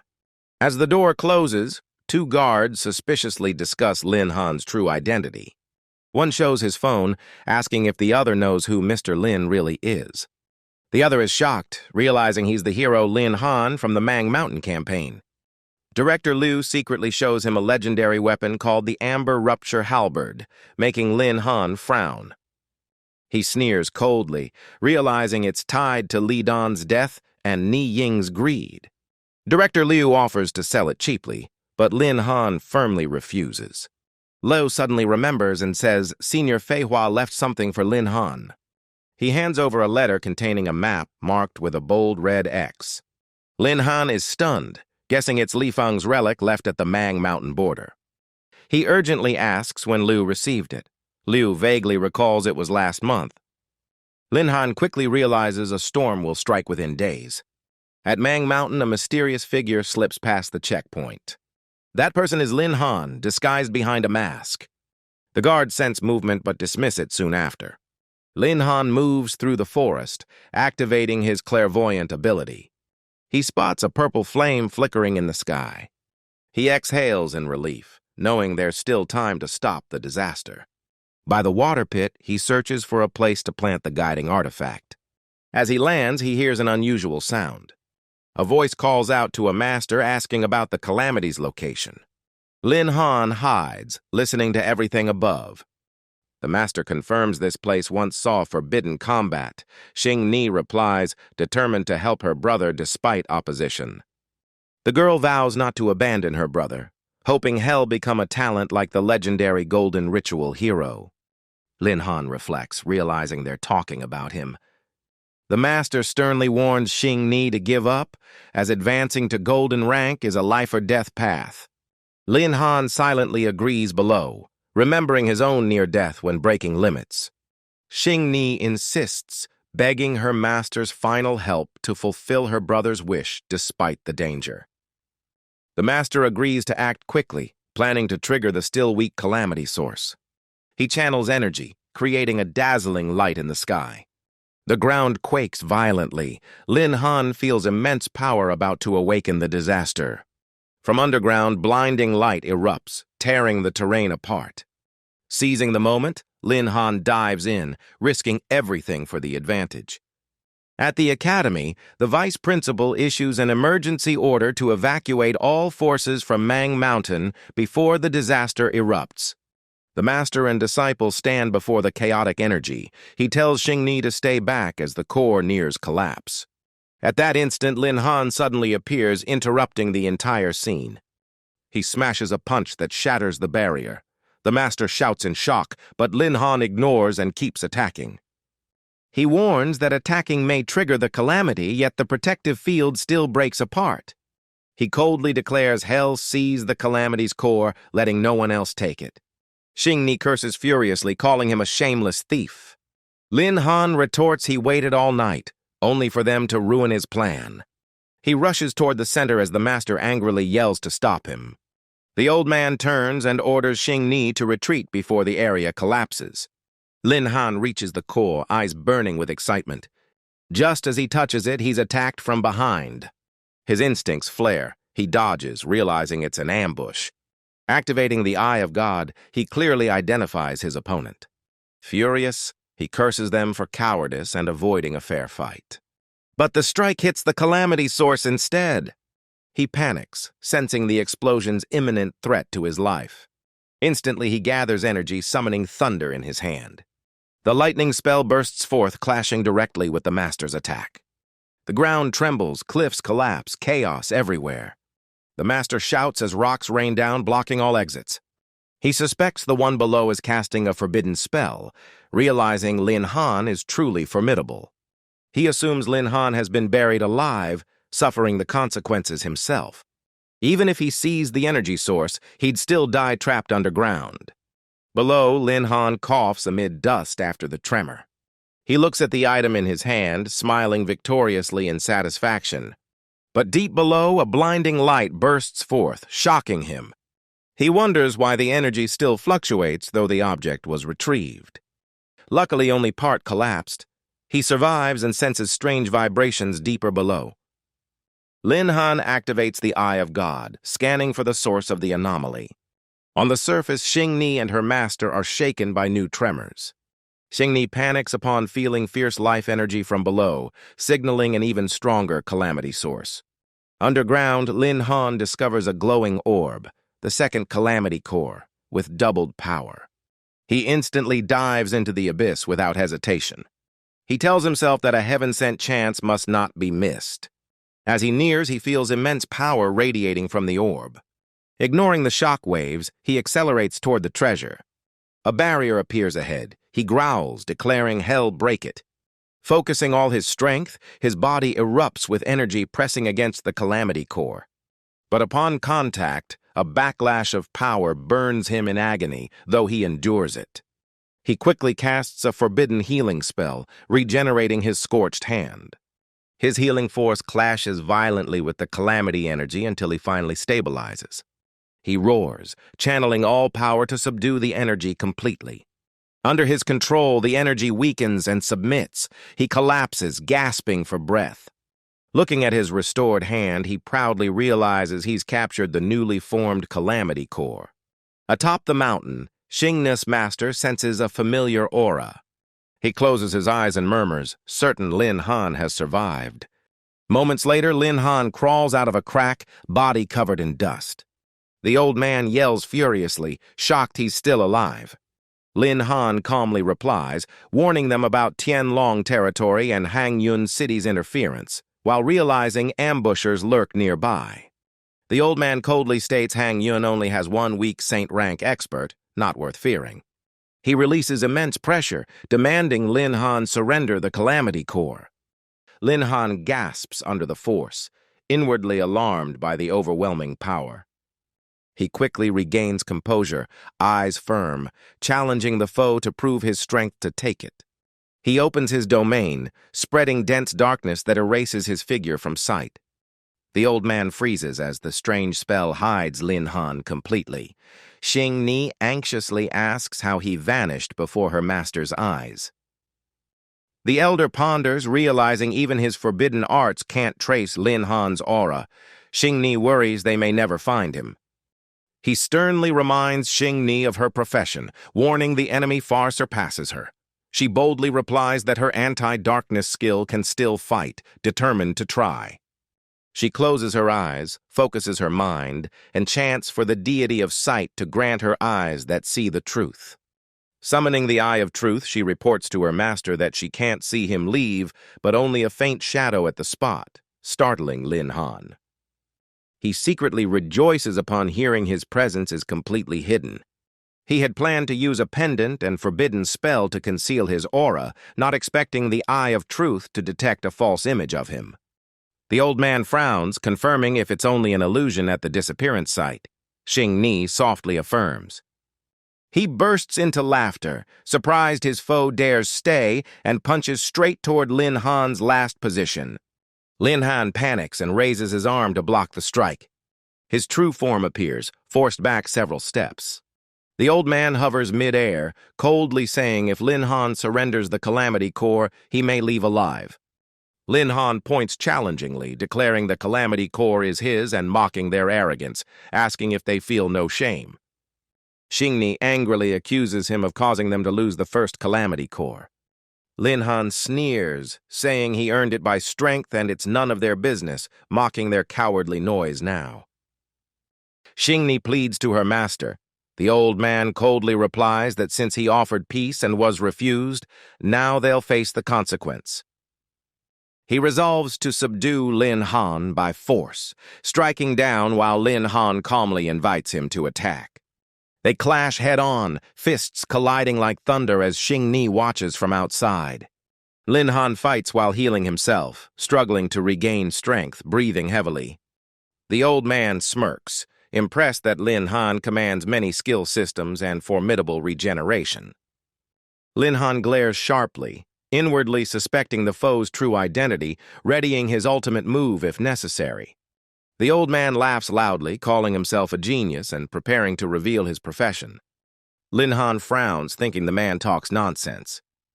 He tries to retreat, but the old man blocks him coldly, asking where he thinks he's going. Lin Han warns that if the man persists, hell kill him on the spot. He smirks arrogantly, daring the opponent to strike. Inwardly, he decides that if the old man seeks death, hell grant it, his claws ready to unleash.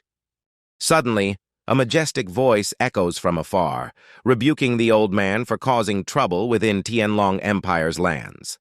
Both turn to see the vice principal floating mid-air, his aura fierce, advising the old man to withdraw. The old man frowns, saying he only came to retrieve the Calamity Core and will leave after. Lin Han silently sighs in relief, grateful he hadn't used demon form. The vice principal sternly declares the calamity belongs to Tianlong Empire, questioning why the Meiji Empire interferes. The old man retorts mockingly about his limited strength. The vice principal coldly threatens, reminding him of his precious disciple and warning of consequences if he continues. The old man, surprised, asks about Lin Han's identity.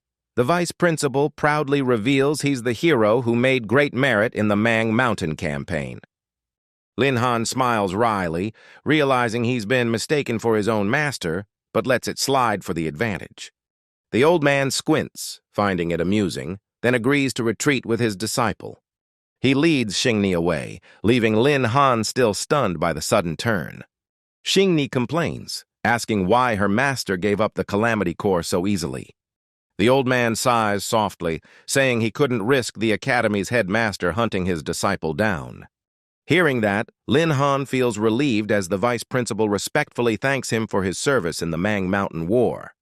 Lin Han humbly replies that helping fellow citizens of the Empire is natural, especially owing the Academy a debt. He quickly excuses himself, eager to leave before his identity is exposed. Scene shifts to the Academy dorms where a familiar figure appears. Jiang Nui Xin waits outside the male dorm, teased by friends about waiting for Lin Han. She explains she returned right after her mission, shocking them for waiting 4 hours. She approaches shyly, nervously trying to say something to Lin Han. She timidly thanks him for saving her during the Mang Mountain campaign. Lin Han awkwardly replies it was his duty, silently relieved he didn't say too much. Jiang Nui Xin blushes, wishing him high ranks in the upcoming grand tournament before hurriedly leaving. She runs away in embarrassment despite Lin Han calling after her, leaving only her fading silhouette. He scratches his head, puzzled by how different she seemed today. Jiang Nui Xin gasps for breath after running, her mind in turmoil.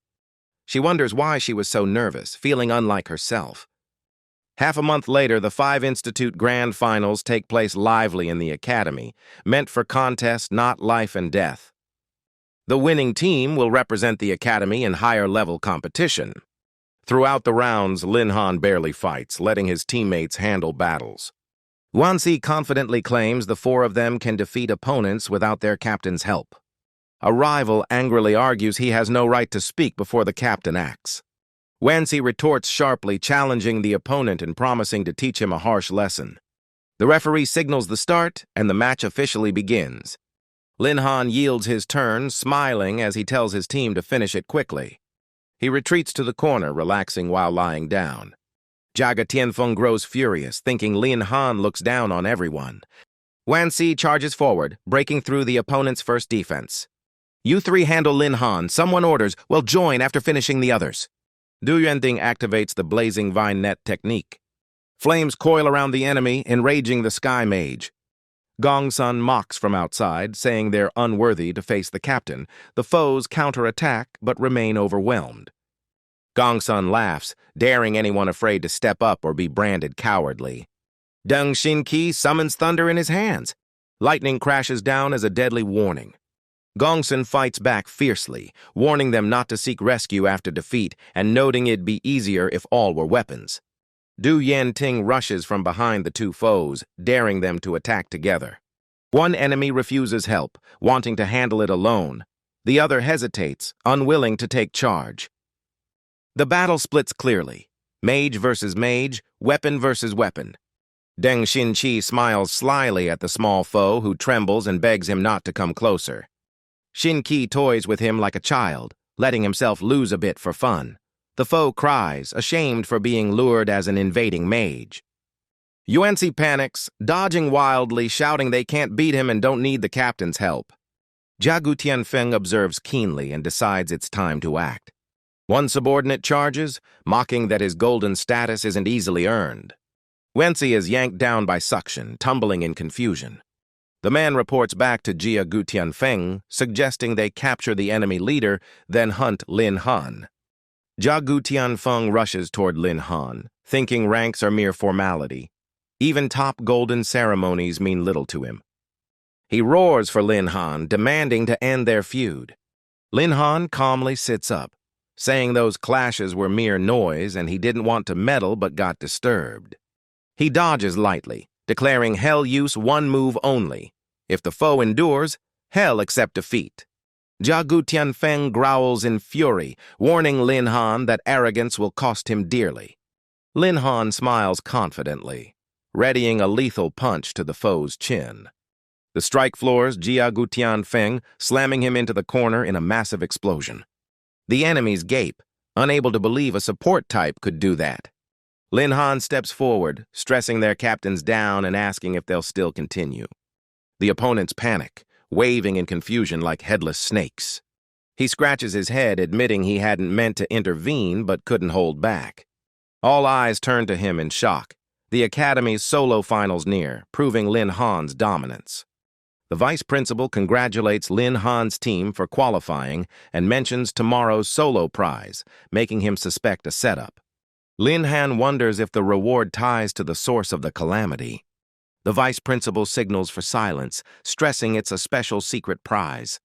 Next day, sunlight floods the arena, opening the Academy's solo finals. Lin Han stretches calmly before the coveted champion's reward, staying cool despite everyone's envy. He recalls the calamity's origin, waiting to see if it's real. The crowd doubts it, thinking it's a joke, but Lin Han vows to go big if true. The fight erupts as he charges in, determined to win and claim the calamity's source. A confident foe rushes with sword pointed at Lin Han, aiming for the championship. Lin Han flicks his finger, sending the opponent flying out of the ring as the elimination signal sounds. The crowd erupts, amazed by Lin Han's power, calling him Han Gei. Seeing the fervent fans, Lin Han covers his face, lamenting his unwanted fame. Yet his gaze stays sharp, filled with determination to win the championship. He reviews his opponent's data. Huang Jinji, level 38, triple advancement, fire, wind, thunder attributes, with immense stats in all areas. Jiang Ruixin appears resolutely, challenging Lin Han and recalling their freshman duel, asking him not to hold back excessively. She gathers inner force and strikes hard, cracking the floor, while Lin Han dodges lightly and praises her reflexes. Wenzi watches admiringly, realizing their boss's strength has advanced immensely. Lin Han mocks mid-fight, saying she only defends and can't show offense, while Jiang Ruixin tires and can only guard. He smiles, praising her effort, but warns he won't hold back this time. With a snap, Lin Han knocks her out of the ring, eliminating her. Before she recovers, another foe sneaks up from behind to strike. Lin Han spins swiftly, catching and slamming the attacker away. Zhang Erxin and Mu Lin Fan are eliminated one after another. He thinks defeating each one is too slow and decides to draw his staff seriously. The crowd murmurs as Lin Han draws his staff, guessing he'll use a class skill. He raises his hand skyward, summoning a grand storm of thunder and wind. Lightning crashes down, making spectators flee in panic as the opposing captain surrenders. With one move, nearly all enemies are down, lying motionless on the ground.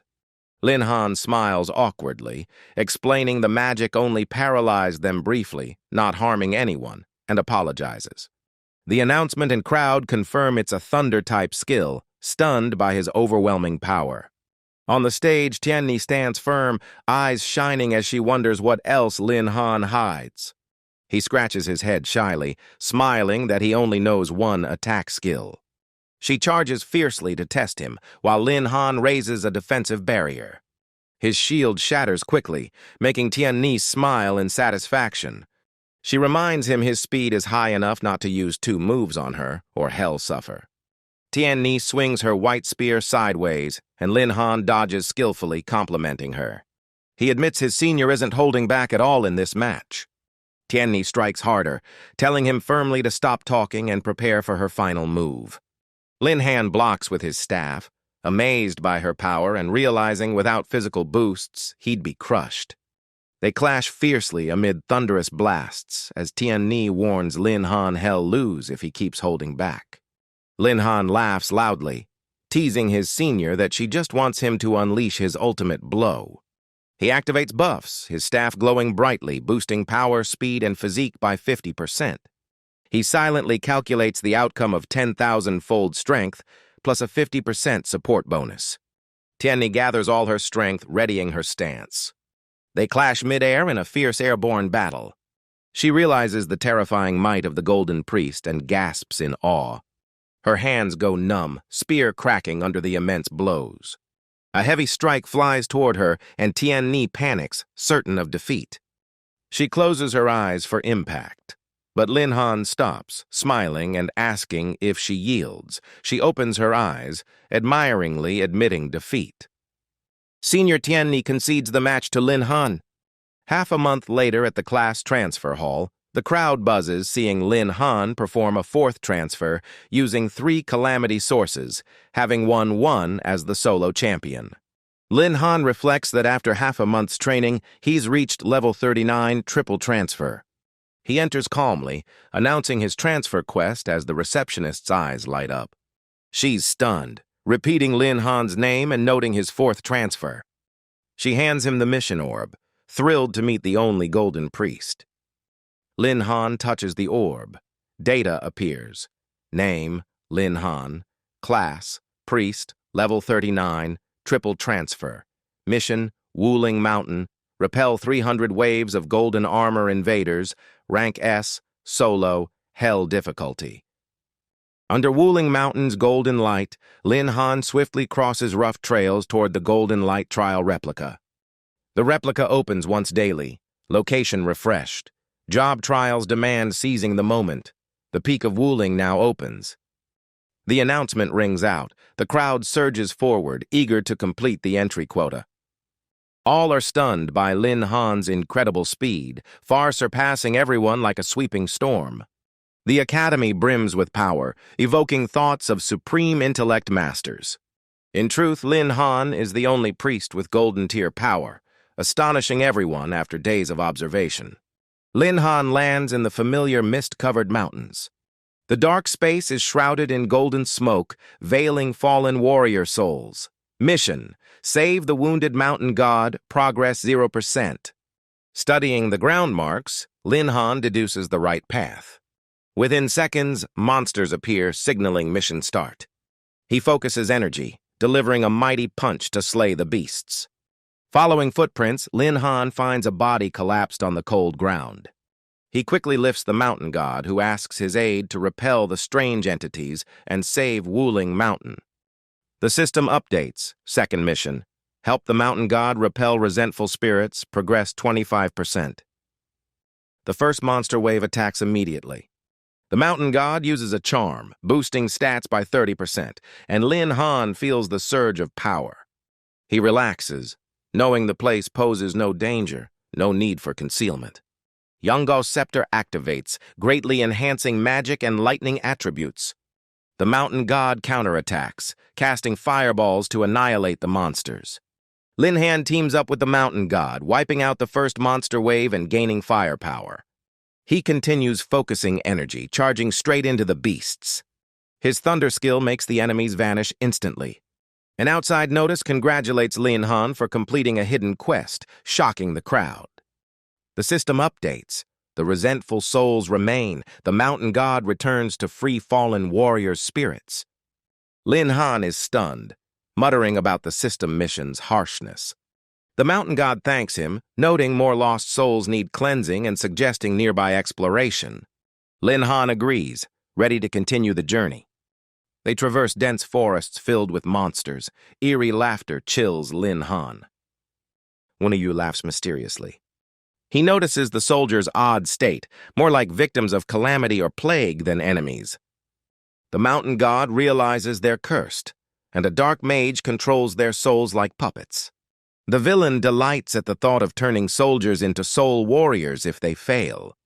The mountain god warns that the war souls have been activated.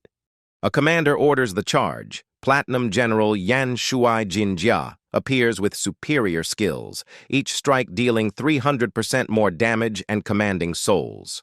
Lin Han readies himself, unconcerned with the foe's rank or title. He decides that reaching this far means he must face gods or Buddhas head-on. Lin Han lunges forward, unleashing thunder fists to crush the enemy, landing firmly. Yan Shui Jinjie roars in shock, realizing he was deceived. Both sense he has just regained consciousness. Lin Han questions him, and Yan Shui confesses his plan to seize power through undead troops. Before he can explain, he screams as primal energy overwhelms him. He begs to have his soul buried to free his fallen soldiers.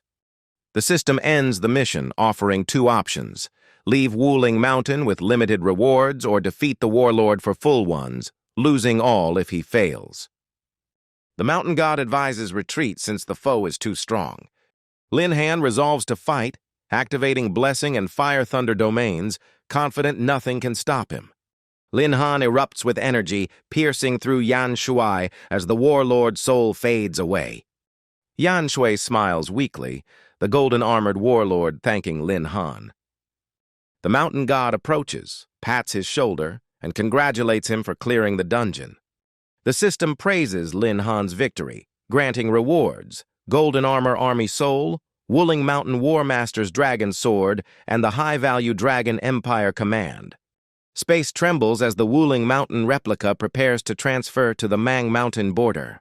Someone grumbles about restricted border access and current frustrations. A shout erupts toward Mang Mountain, signaling a mysterious emergence. A horde of massive monsters charges forward, roaring violently. They must immediately report the monster appearance to the Academy in Hangyun City. In the Grand Hall, Lin Han touches the crystal orb, completing platinum job transfer and gaining a team casting time reduction skill. The next skill boosts soul growth, grants immunity to mental attacks, and a soul spirit item appears, absorbing nearby souls to upgrade soul rituals, raising magic power to 300. The system announces major growth, unlocking active skills, weak oblivion, and soul dominion, letting him control or erase minds. With 300 magic power, Lin Han feels excited yet cautious. He holds the Wuling Mountain Golden Armor Army Soul and commands the system to amplify it 10,000-fold, receiving completion notice. The item transforms into the forbidden spell Wuling Mountain Manifestation, shocking Lin Han with its power to resurrect the entire mountain, granting potential for an infinite undead army. The crowd buzzes about the one causing the uproar, realizing it's Lin Han, the man who soloed the Wuling Mountain dungeon. They rush to him, shouting his name and begging to see the rewards, forcing Lin Han to flee in panic to avoid being surrounded. 3 days later, the scene shifts to the outskirts of Hangyun City. Lin Han stands on a tree, checking his phone for signal, puzzled by the empty roads. A sound below catches his attention. He recognizes the familiar face of Zhang Ruoxin. She's being chased by a monster crying in terror. She trips and screams desperately as it's about to catch her. Lin Han leaps from the tree, smashing the beast with a thunderous punch. He smiles kindly, greeting her. Zhang Ruoxin bursts into tears, hugging him tightly in relief. He responds awkwardly, saying it's been a long time. She trembles as she recounts everything. The Blood Moon sect caused a beast tide and cut off contact for 3 days. She begs to flee to another city for help, saying Hangyun has fallen. Only the Academy of Spiritual Energy still holds out. Lin Han firmly says to split paths. She seeks aid while he returns to the Academy, as his priestly role is crucial. He dashes through the forest urgently, sensing chaos and eerie silence. Pillars of smoke and fire rise, signaling disaster's spread. At the Academy Plaza, tension suffocates the air. The academy is surrounded by monsters and 3 Blood Moon sect leaders. A peak saint-level enemy demands surrender for mercy. The academy elder declares steadfastly they'll fight to the end, never yielding. The Blood Moon sect guardian coldly orders the attack on students. The monsters surge forward, beginning a bloody battle. The defense line starts to crumble. The elder orders shields for retreat, but students insist on fighting on. The young disciples charge bravely into the fray, accepting sacrifice. 2 Blood Moon sect members approach grinning, intent on torturing the elder. A giant scorpion's tail swipe fells many students instantly. Other beasts quickly overwhelm the defenders. The old man stands alone between the 2 foes. Blood splatters the air, darkening the mood further. The Blood Moon sect revels in the scent of blood, confident they'll destroy the academy. The old man grieves in despair, seeing no hope left. A powerful azure expert appears, roaring as he forms a dark sphere to crush the foes. Lin Han arrives just in time, unleashing the thunder peak of 10,000 armies. His strike hits precisely, annihilating 2 weaker Blood Moon sect members. He lands and rapidly casts multiple forbidden spells with enhancement domains. The villain panics at Lin Han's ability to combine several forbidden spells, shocked by his power. Lin Han uses a healing forbidden spell, channeling recovery energy into the wounded. Students cheer as their injuries instantly heal, leaving everyone amazed. The villain recognizes Lin Han and roars in fury. The enemy charges forward, throwing a powerful punch. Lin Han blocks with his staff but is pushed back several steps by the overwhelming force. The foe summons power, driving the beasts mad and turning them into feral threats. The enemy admits Lin Han's great potential if he joined the sect, but decides to kill him since he's useless otherwise. The demon swiftly grabs Lin Han's staff, stopping him from casting spells. Lin Han tells himself he can't dodge. He must face the threat to protect others. Under the red moonlight, the foe mocks Lin Han as weak and challenges his will to save others. Lin Han stands firm between life and death, trembling from the relic's summoned energy but resolute to protect all. A sinister light erupts. The forbidden summoning spell appears, shaking heaven and earth. The demon is stunned, unable to grasp how a priest can wield a summoning forbidden art. The spirits rush the battlefield, tearing apart beasts as Lin Han coldly declares he only cares about annihilating enemies. The students, healed by his spells, unite and charge into the fight. Onlookers watch in awe, cheering Lin Han for his vast, powerful forbidden arts.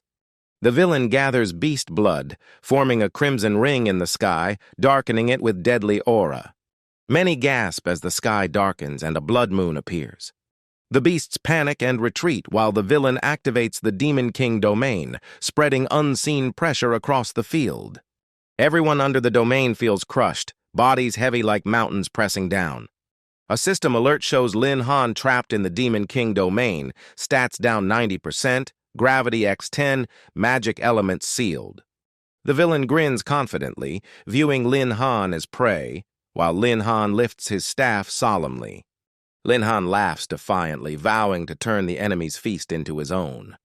He activates Demon God form, converting his secondary class to Demon King's blessing, removing stat and magic limits. Lin Han's form shifts, eyes glowing crimson, his power far beyond a normal priest. The demon launches a fierce punch. Lin Han blocks but is shaken and forced back. After the hit, his health drops sharply. Thanks to his recovery ability, his vitality slowly restores. However, the demon dives again with relentless attacks, draining his HP to near empty. The foe sneers arrogantly, naming himself Demon Star, daring Lin Han to withstand him. Lin Han's eyes blaze with defiance as he absorbs blood energy from the blood moon to heal. The demon, enraged, slashes viciously, swearing to kill the one who dares steal his energy. He rains down blows, cutting Lin Han's health to half. Even so, he stands firm, eyes fierce, continuing to absorb blood energy. His vitality surges back to full. The demon shouts, warning that over-absorbing blood will make him lose himself. A dark voice echoes in his mind, tempting him to surrender to darkness and be possessed. The demon flies up, fists clenched in fury, eyes burning with hatred, challenging how long Lin Han can last. He keeps punching, each blow draining Lin Han's life drastically. Lin Han grits his teeth, struggling to endure under the overwhelming strength. As his life nears the brink, the dark voice tempts him again to give up and yield his body. The demon grips Lin Han tightly, laughing scornfully and whispering that his mind is already swallowed by darkness, urging full surrender. Lin Han resists internally, vowing not to merge completely. If they must unite, it's to live or die together, hoping fusion will awaken greater power. The demon inside rages, failing to grasp Lin Han's words and roaring in denial. Lin Han's life reaches a deadly limit, leaving only a sliver of existence. Suddenly he rises reborn. Black wings burst from his back as he seizes the demon's wrist, roaring madly that he's caught him this time. The demon's blood energy surges into Lin Han, shocking them both. The demon screams and struggles, warning that such draining will kill the absorber too. Lin Han laughs coldly, saying having company in death isn't a loss. His vitality restores beyond half, but the system warns the absorbed energy exceeds safe limits. His clothes shred as his body trembles under overwhelming pressure. The demon runs out of life force, body dissolving as if devoured. A violent light descends from the sky, obliterating everything, leaving silence. Sunlight pierces the dust and smoke, shining over the ruined land. People slowly rise, dazed, trying to recall what happened amid the fog and blast. Gong Sun Lian rushes over in panic, finding Lin Han lying motionless. He checks quickly, voice trembling upon sensing no breath. Tears stream down as Gong Sun Lian cries out in agony, unable to believe Lin Han has fallen. At that moment, Lin Han's body stirs slightly. He weakly grips Gong Sun Lian's shoulder, voice frail yet steady, telling him to stop crying. He's back. Tears still flow, but a bright smile spreads on Gong Sun Lian's face as he realizes Lin Han survived and saved them again. The crowd erupts in cheers, hailing Lin Han as the one opening the sole holy tier priest path of the Dragon Empire. Legends spread that Lin Han, with his extraordinary power, saved the academy and left countless heroic tales in the Empire's history.